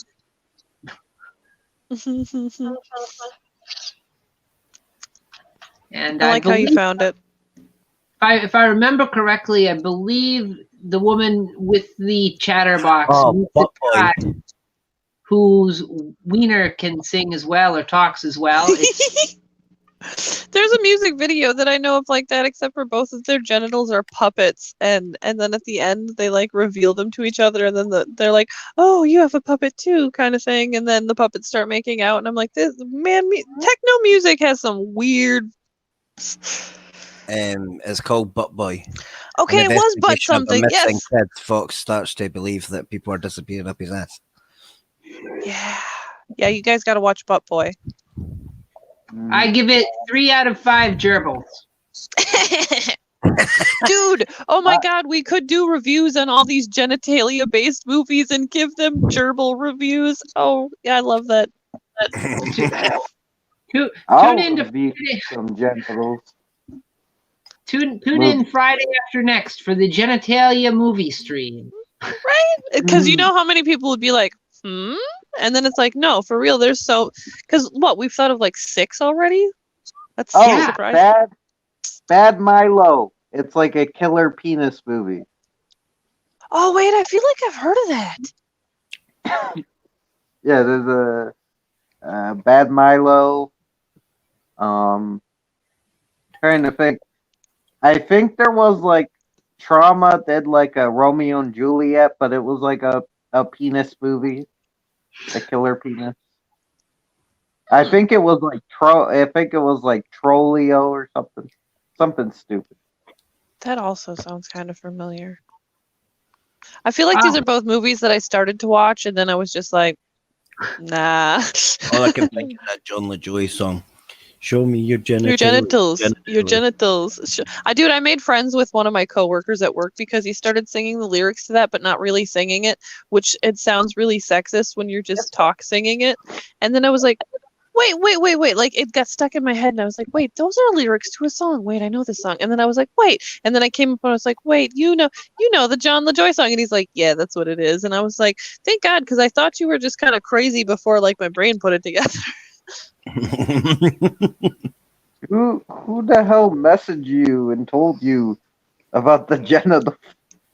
That's very random. You're gonna have some funky dreams. Right? You gonna learn today. Yeah. Trash, can you think of any of any genital based movies? Because so far we've thought of quite a few. I think we might be onto something that we didn't realize was so much of a thing. Yeah, it's its own genre, apparently. Oh, there's Butt Crack. Where this guy always has his butt crack out and he's always farting, so they kill him, but he keeps coming back from the dead, so they gotta keep killing him to keep him from farting and showing his ass crack everywhere. What country is this movie from? Is this an American movie? Yeah, it's a trauma movie. Oh, okay. You know, Toxic Avenger. They made Butt Crack that came out the year I was born. trashed. I said teeth, and I'm pretty sure Trenchy said bad biology, which is something that I need to see. I need to see that too because Marty was talking about it the other night, and I'm like, yeah, that's it. I'd be down It for makes watching sense this. to be a trauma movie. That makes sense, Trenchy. That'd be a trauma. Yeah.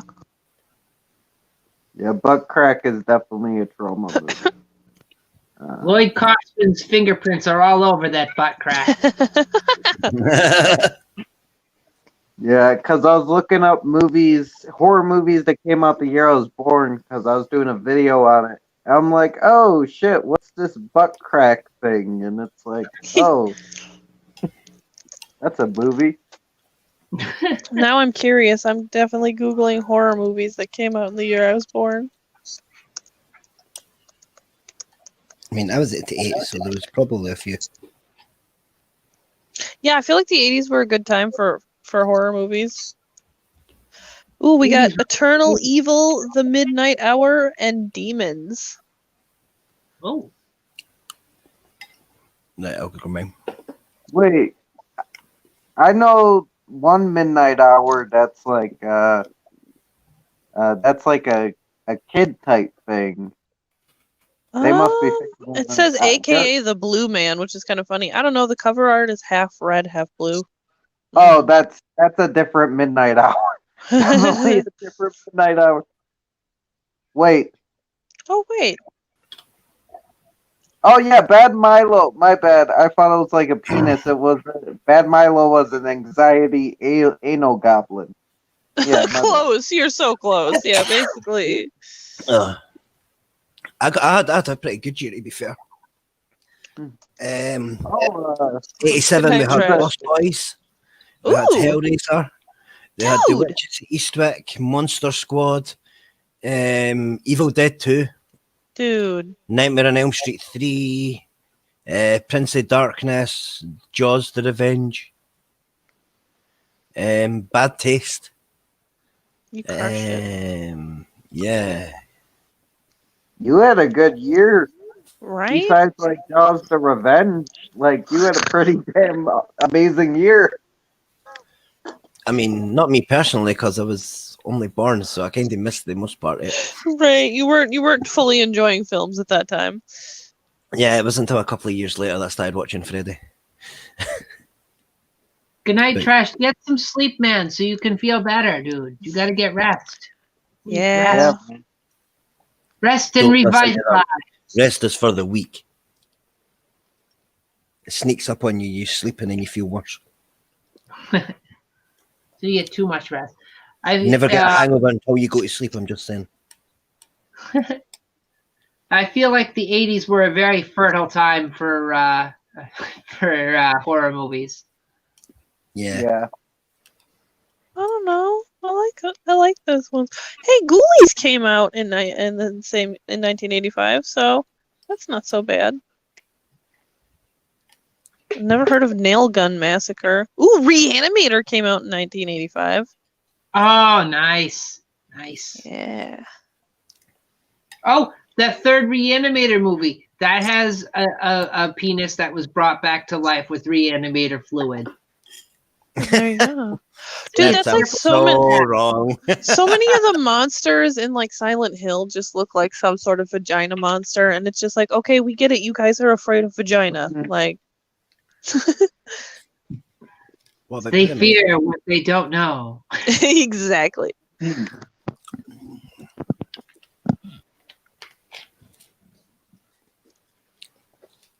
Pyramid Head's like a big geometric penis. I love Pyramid Head. I'm not wrong, though. I didn't say that, now did I? I'm just thinking,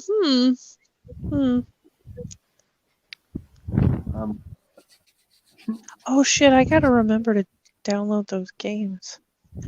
Ooh, don't let me forget, Sponge. Download games. Kind of annoyed that I can't play the golf one because I need to buy it again. Ooh, shit. I know, but at least it's not super expensive. Yeah, I bought the other one. There's like 2 golf games that people play, Golf It and Golf with Your Friends. So like I ended up with the other one. Ah, go figure. I always like Hot Shots Golf. Dude, yeah, I used to play that like I didn't like a lot of golf games, but that one was always fun to like play with your friends and shit. Is that like really cartoony graphics? Yeah. Yeah.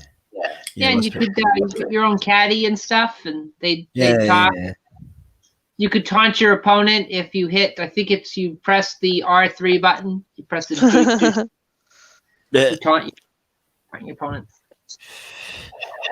Who this man? Boo! Boo! That's awesome. Mhm. Oh, Tromeo and Juliet. I think that has a penis monster in it. Okay, yeah, I've definitely heard of that. That's another trauma film. Yep. Troma loves their killer penises. I mean, I guess. It is what it is. I'll be right back. I gotta grab something to drink. No, Okay. totally.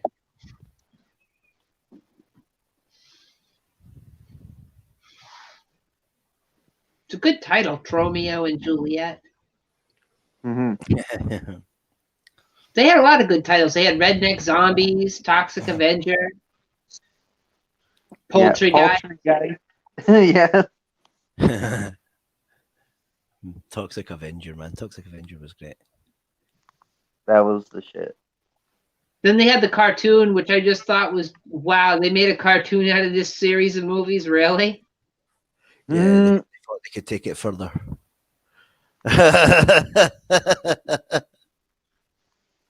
Not directly related, but at the same time, they had that Killer Tomatoes cartoon going on.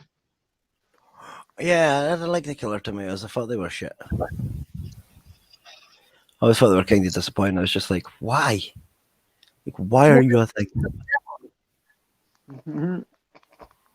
Because they had the movie Attack of the Killer Tomatoes, and then they had Attack of the Killer Tomatoes 2. Yeah. I can remember the movie, but like the cartoon was just like, what the fuck is this? Yeah, the cartoon was just...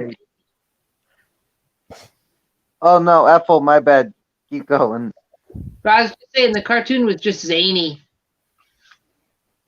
I was just looking up Toxic Avenger, and it said that I guess it's saying that Peter Dinklage is supposed to be in a Toxic Avenger reboot. I don't know what that means. I mean, Toxic Avenger got small if that's the case. Maybe he's the guy. Maybe he's the Toxic Avenger before he gets thrown into the Toxic. Could you imagine him being a midget before he gets thrown in the sludge? Oh my god. That would be too fucking funny. I mean, maybe he's a fan and he was just down with the idea. Maybe So he's we're probably gonna see, he's a scientist or something. He's we're sick. gonna see in a pink tutu. That's basically what's going to happen. I'm just surprised they're, doing this series again with Peter Dinklage of all people. Yeah. I mean, yeah. I mean, he hasn't really done much since Game of Thrones, really, right? Yeah, true. He's not had to. I mean, if he spent his money right, he wouldn't have to. Wasn't Fucking- he? Wasn't he in a movie or it was a TV show? Not Game of Thrones, where the whole point was he was I don't know what the term. I say midget, but apparently that's offensive. I don't. Yeah, want little person. Yeah. I always feel like little person is more offensive, like it's a comment on their stature in life or something, or their value. Yeah, point. Yeah. Like, I don't know. A vertically challenged individual. There you go. I think the correct term is little person. And that was like the whole point of the show is that's his character is he's short. And he's like a doctor or something in the thing. I can't really remember it because it wasn't something I watched, but I saw it and I'm like, oh, that's the guy from Game of Thrones. I mean, maybe I'm not really current on like a lot of TV shit. The only thing I can ever think I'm being in is Elf. Oh God.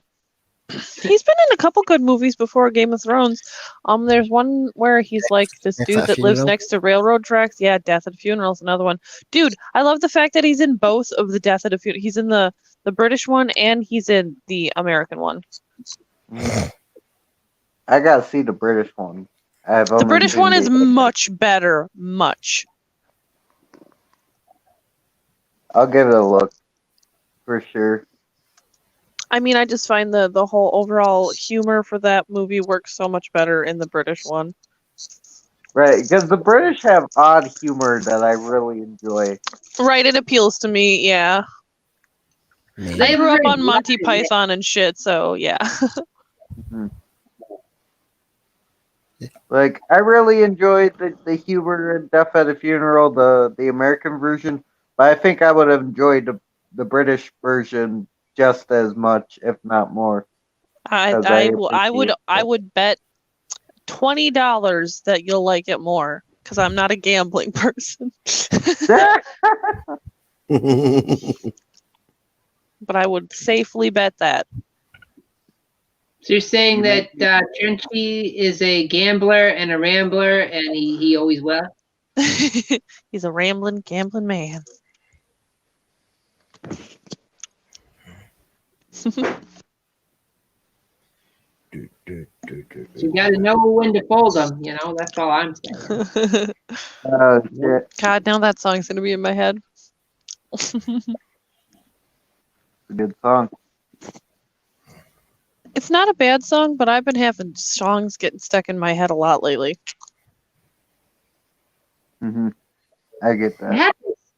happens easy sometimes. It's like you get on a kick, and it's like everything will get stuck in your head, and then you go for like months without having it happen. That's how it is for me. It always ends up happening to me because all my coworkers end up singing random songs at work, and then like just random shit gets stuck in my head. White Stripes, Seven Nation Army is one of mine. Is one that likes just to go to. I'm trying to think what else. There's a few. Just randomly to the bass line, the dun dun dun dun dun dun, dun. Every time. I like that music video. It's very trippy when it hits the bass line, and it's just ba ba ba ba ba ba. It is super trippy. Have you seen their video that they did? I can't remember which one it is, but the whole video is done in Legos. No, I haven't seen that. It was one of their first ones. I'll have to figure out which one it is, and I will send you a link because, like, it was just really cool for the time because it was so simple yet, like, nobody else had done it before.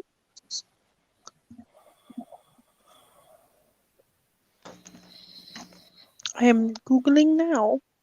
White Stripes is one of those bands where it's like you listen to their CDs, and before you know it, like you listen to the whole album, and you're like, "Oh, I'm back to the beginning." Hmm. Exactly, yeah. Like they're one of the few bands where you can, yeah, listen to it, and at no point in time are you like, oh, I'm gonna skip this. It's just like, ooh, no, and it's got a nice flow from one song to the next. Yeah, back when I was a delivery driver, I used to pop their CDs into the box truck because I had a box truck and had a CD player. Sometimes I'd get the new one, and I'd be like, "Oh, sweet, I got the CD player." Pop that, especially on the Waterville run when I'm going like an hour up north. That's one of the things that I loved about being a delivery driver too, was I got to just jam the fuck out in my car. Oh, I loved it. When I get the Waterville run, my whole first part of my day, like I do 2 deliveries 30 minutes in, and then the rest of my morning is just driving until I get to my destination. And then it's just delivery, delivery, delivery, delivery. Okay, it's Fell in Love with a Girl by the White Stripes. That the whole video is Legos.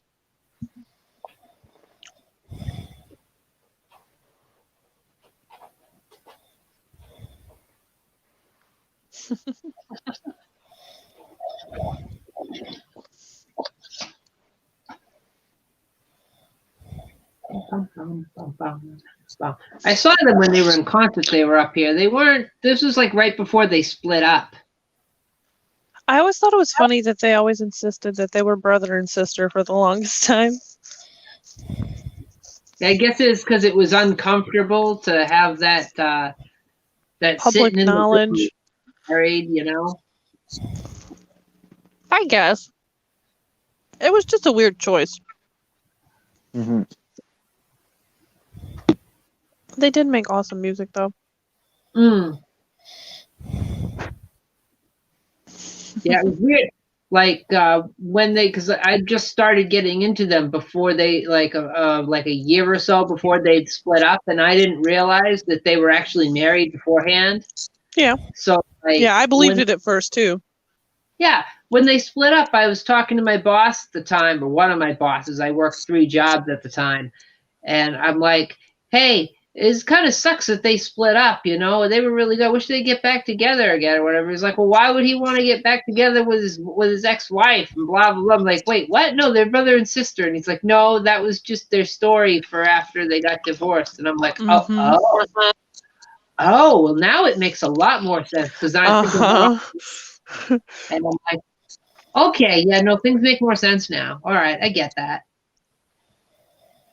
Yeah, pretty much the exact same story for me, where I was like, oh, yeah, okay, sure. They're brother and sister. I have no reason not to believe them. And then afterwards, it was like, okay, like there's a lot of signs that pointed to more than that I just was like not looking at. Yeah, like because when you're listening to it, as far as you know, they might not be talking about each other at a certain Yeah. point, you know. Or if they are, you know, you're thinking, okay, maybe it's in like that close, you know, sibling kind of way, and not Yeah, like you try to give them the benefit of the doubt the whole time, and then it's like, well, thanks, guys. like thanks for shattering the illusion. Well, like, thanks for letting, like, I gave you the benefit of the doubt when, like, thanks for making me feel bad for being right. Yeah. Which, I mean, I guess it's better in the end that they weren't really brother and sister and then find out that they were married, because that would have been Thank weird. God, right? Like, they're both true. Ah! But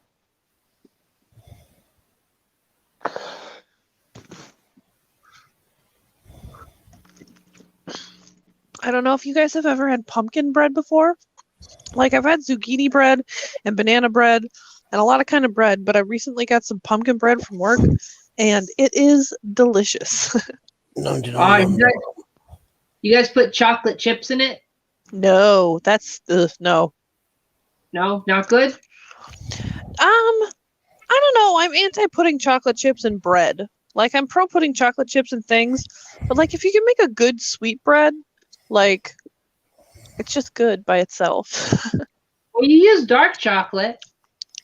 That probably actually would be a nice addition to it, because it does have like I said, it's pumpkin, so it's kind of like a squashy sweetness. It's pretty good. I've done that with banana bread too, and it's pretty good. But you gotta I love get banana the bread. dark chocolate. That's actually a really good idea. Dark chocolate's one of those things that, like, when I was a kid, I was like, ugh, gross. And like then like I hit like 23 and I was like, ooh, I like this. This shit's good.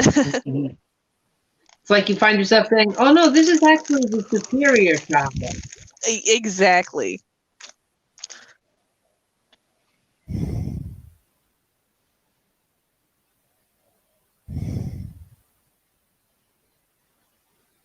Trenchy, yeah, chips in your bread or no?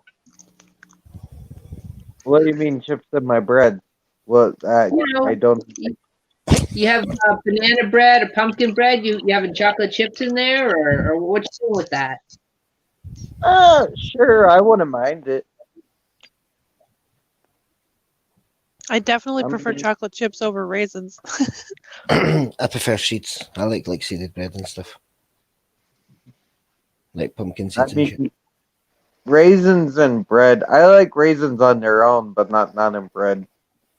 Yeah, I don't like them baked in things. They get this weird squishy consistency. It's like I'm eating a bug. Yeah. Yeah. Yeah. Oh my God. One time when I was younger, I tried to make a smoothie out of a bunch of different fruits. And I was like, oh, I love kiwi fruit. I'll just throw the whole ass kiwi fruit in there. It tasted like I had ground up like a bunch of fucking bugs basically because of the seeds in the kiwi fruit. Mm. There was like this fine grit to it, and I was just like, oh, this was a bad idea. Like, that was a mistake. Yeah. Like, that's just one of those things you don't think of until you do it, and then you're like, oh, yeah. I've had kiwi bread before. I have never had kiwi bread. That sounds very interesting. Tastes pretty good. It's all right. No seeds in it though. No bug seeds.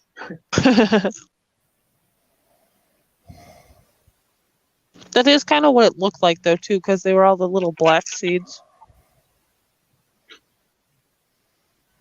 I felt so bad today. I squashed a ladybug by accident. I think I sat on it or I kneeled on it. I was like, oh no.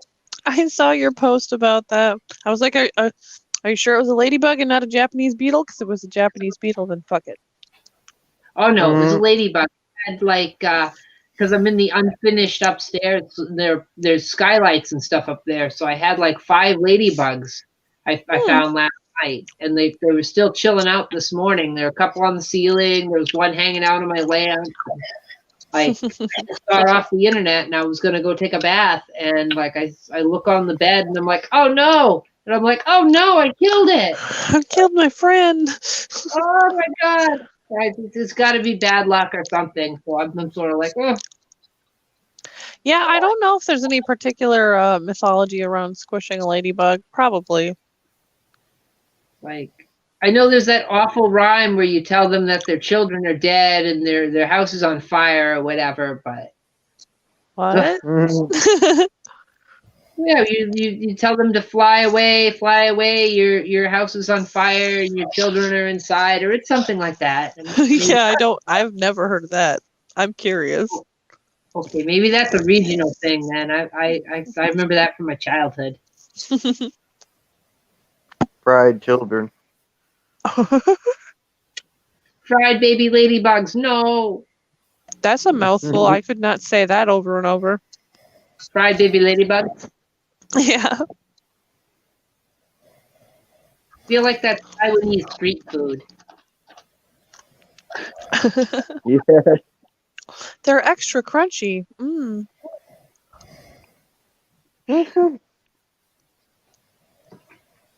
Ugh, that's something I would never eat. I would never eat bugs as I know they do in some parts of the world, but I would never eat bugs as a cuisine. It just I've tried bugs, but it was always things that were like a novelty thing, so I feel like they weren't done very well. Like one time I got a sucker that had like a grasshopper in it, and one time I tried a ranch flavored grasshopper, which was not very good because like the little legs get stuck in your teeth and it's just bleh. But like I have a friend who bought some grasshopper flour off the internet, and because it's like high protein, low calorie, blah blah blah, and they were like, yeah, you really couldn't tell the difference. And it's like a good meal supplement. I don't know. I was just like, I don't know. I'm just like bugs are just. We try to keep them out of the food. We have all these rules to keep them out of the food. Little did you know that's all you needed to add the extra vitamins and nutrients.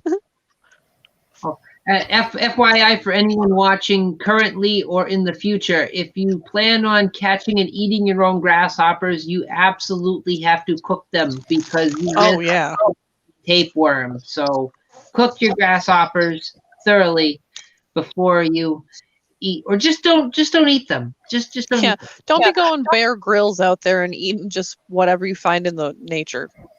Yeah, just stop the convenience store, get some jujubes or something. Just don't eat grasshoppers or actual bees, or worms, or just yeah. It's don't eat things you find. For most people, that's just out of your capacity. I was watching, there was this show, it's not on anymore. They only did like 6 episodes because it was just before the Rona hit and everything went nuts. And I guess they stopped filming. But it was on the History Channel. It's called Eating History. where there are these two portly fellows, and they eat basically really super expired food from like 20, 30 years ago. Oh And my they have, god. yeah, Why? I don't know, Trenchy, but they had a box of fried grasshoppers from like 1940 something. Like it's not bad enough in the first place. Let's make them 80 years old. Yeah, they ate a bag of Doritos from 1970 something. They tried Batman cereal from 1985, I think, or 86. My mom has a can of beer that's from like 1994 that's in her office that I feel like would be absolutely just disgusting to open. That makes me want to send it to him. It would be the skunkiest beer ever. They had Billy beer on one of the episodes. They tried the infamous Billy beer. That was 1970 something, I believe. Have you guys ever heard of the beer that they put helium in, so when you drink it, it does the weird shit to your voice? Oh, I've never heard of that. No. Yeah, apparently it's a German thing. You could buy it online because my mom wanted to buy some, and I was like, that would be kind of a funny thing to like slip to somebody who was already drunk. Like, oh, we ran out of the regular stuff. Here, have one of these, and they like drink some of it, and I don't know. I feel like that would be fun. I feel like if somebody drinks that, they're instantly going to start singing Lollipop Guild, but that's just me. The minute you hear the squeak come out, you're like, la. Come here, Missy, the Lollipop Guild.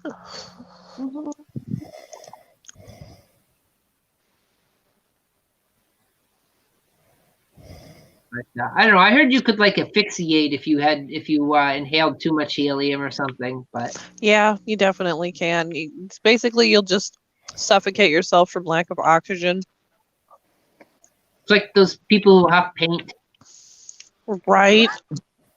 Dude, I've seen some episode of Cops where like people have just full on just silver all around their mouth, and the cops are like, "Hey, what were you doing?" And they're like, "Nothing." It's like, So, hanging out with my paper bag yeah. at 3 p.m. for 4 hours.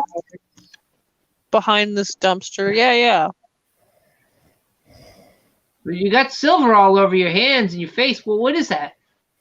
I know I don't. yeah. Like it's like talking to a toddler. No, You're holding the bag right there. that's not my bag.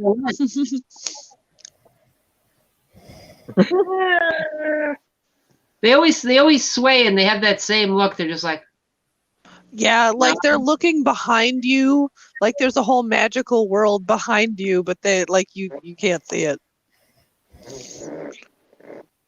I used to know this kid back in the day. Well, I say kid. He was legally an adult, and he was getting food stamps, right? And he would go into Walmart and he would buy like 15, 20 cans of whipped cream, like in the can, and he would just do whippets. Oh my god, that's so funny. Like, dude, you were retarded. Yeah, that really does make you retarded because my cousin used to huff shit and basically like huffed shit until he passed out. And he's like, yeah, I know I'm a lot dumber because of it. And I kind of took that to heart.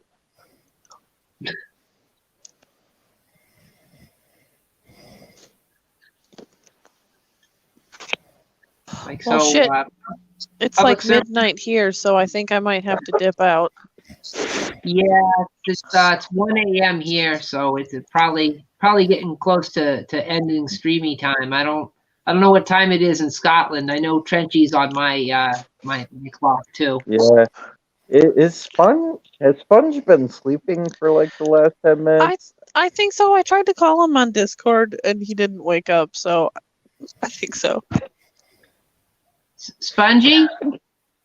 Because I don't know. I just noticed it and I didn't want to say anything because nobody else seemed to be acknowledging it. So I just, I didn't acknowledge it either. But Yeah, I was just gonna let it be and see if maybe he woke up, but Well, he said something. He was like that a minute ago, and he said something. So I'm like, oh, okay, so he's fine. I'm not gonna. yeah, make a he thing kind of about popped in and out of conversation a little bit earlier, but I think he's out like a light now. It's got to be 6 a.m. over there. It's something like that. Because Trash was at almost 5. He's at 5. Yeah, he's at 5:35, and that was a while ago. Yeah, Yeah. so it's definitely morning time.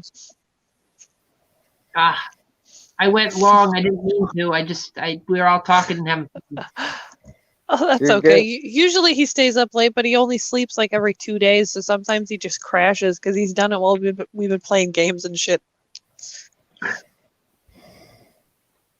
Like, I noticed your race car is pulling to the left and hitting the wall a lot. Repeatedly, yes. Or it's like, hey buddy, why aren't you moving anymore? What you doing? And then it's just like nothing. But yeah, I'm gonna say goodnight. I'll probably be streaming again on Wednesday, but besides that, I'll see you guys later. And thanks for having me. Yeah, no, totally. It's been great having you on. Okay, well, good night. Stay frosty. Adios. Gone. Hey, Sponge? Yeah, he's Sponge? out. He's out. He's out.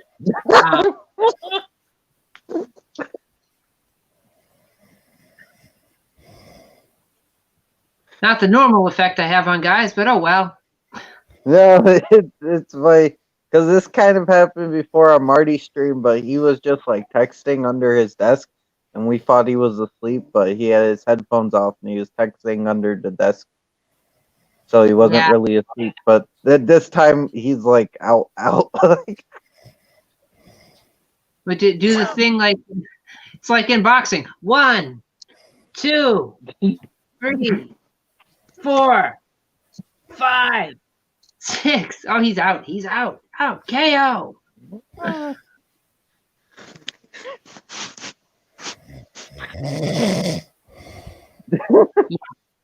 But confirmation on. Yeah, he's out.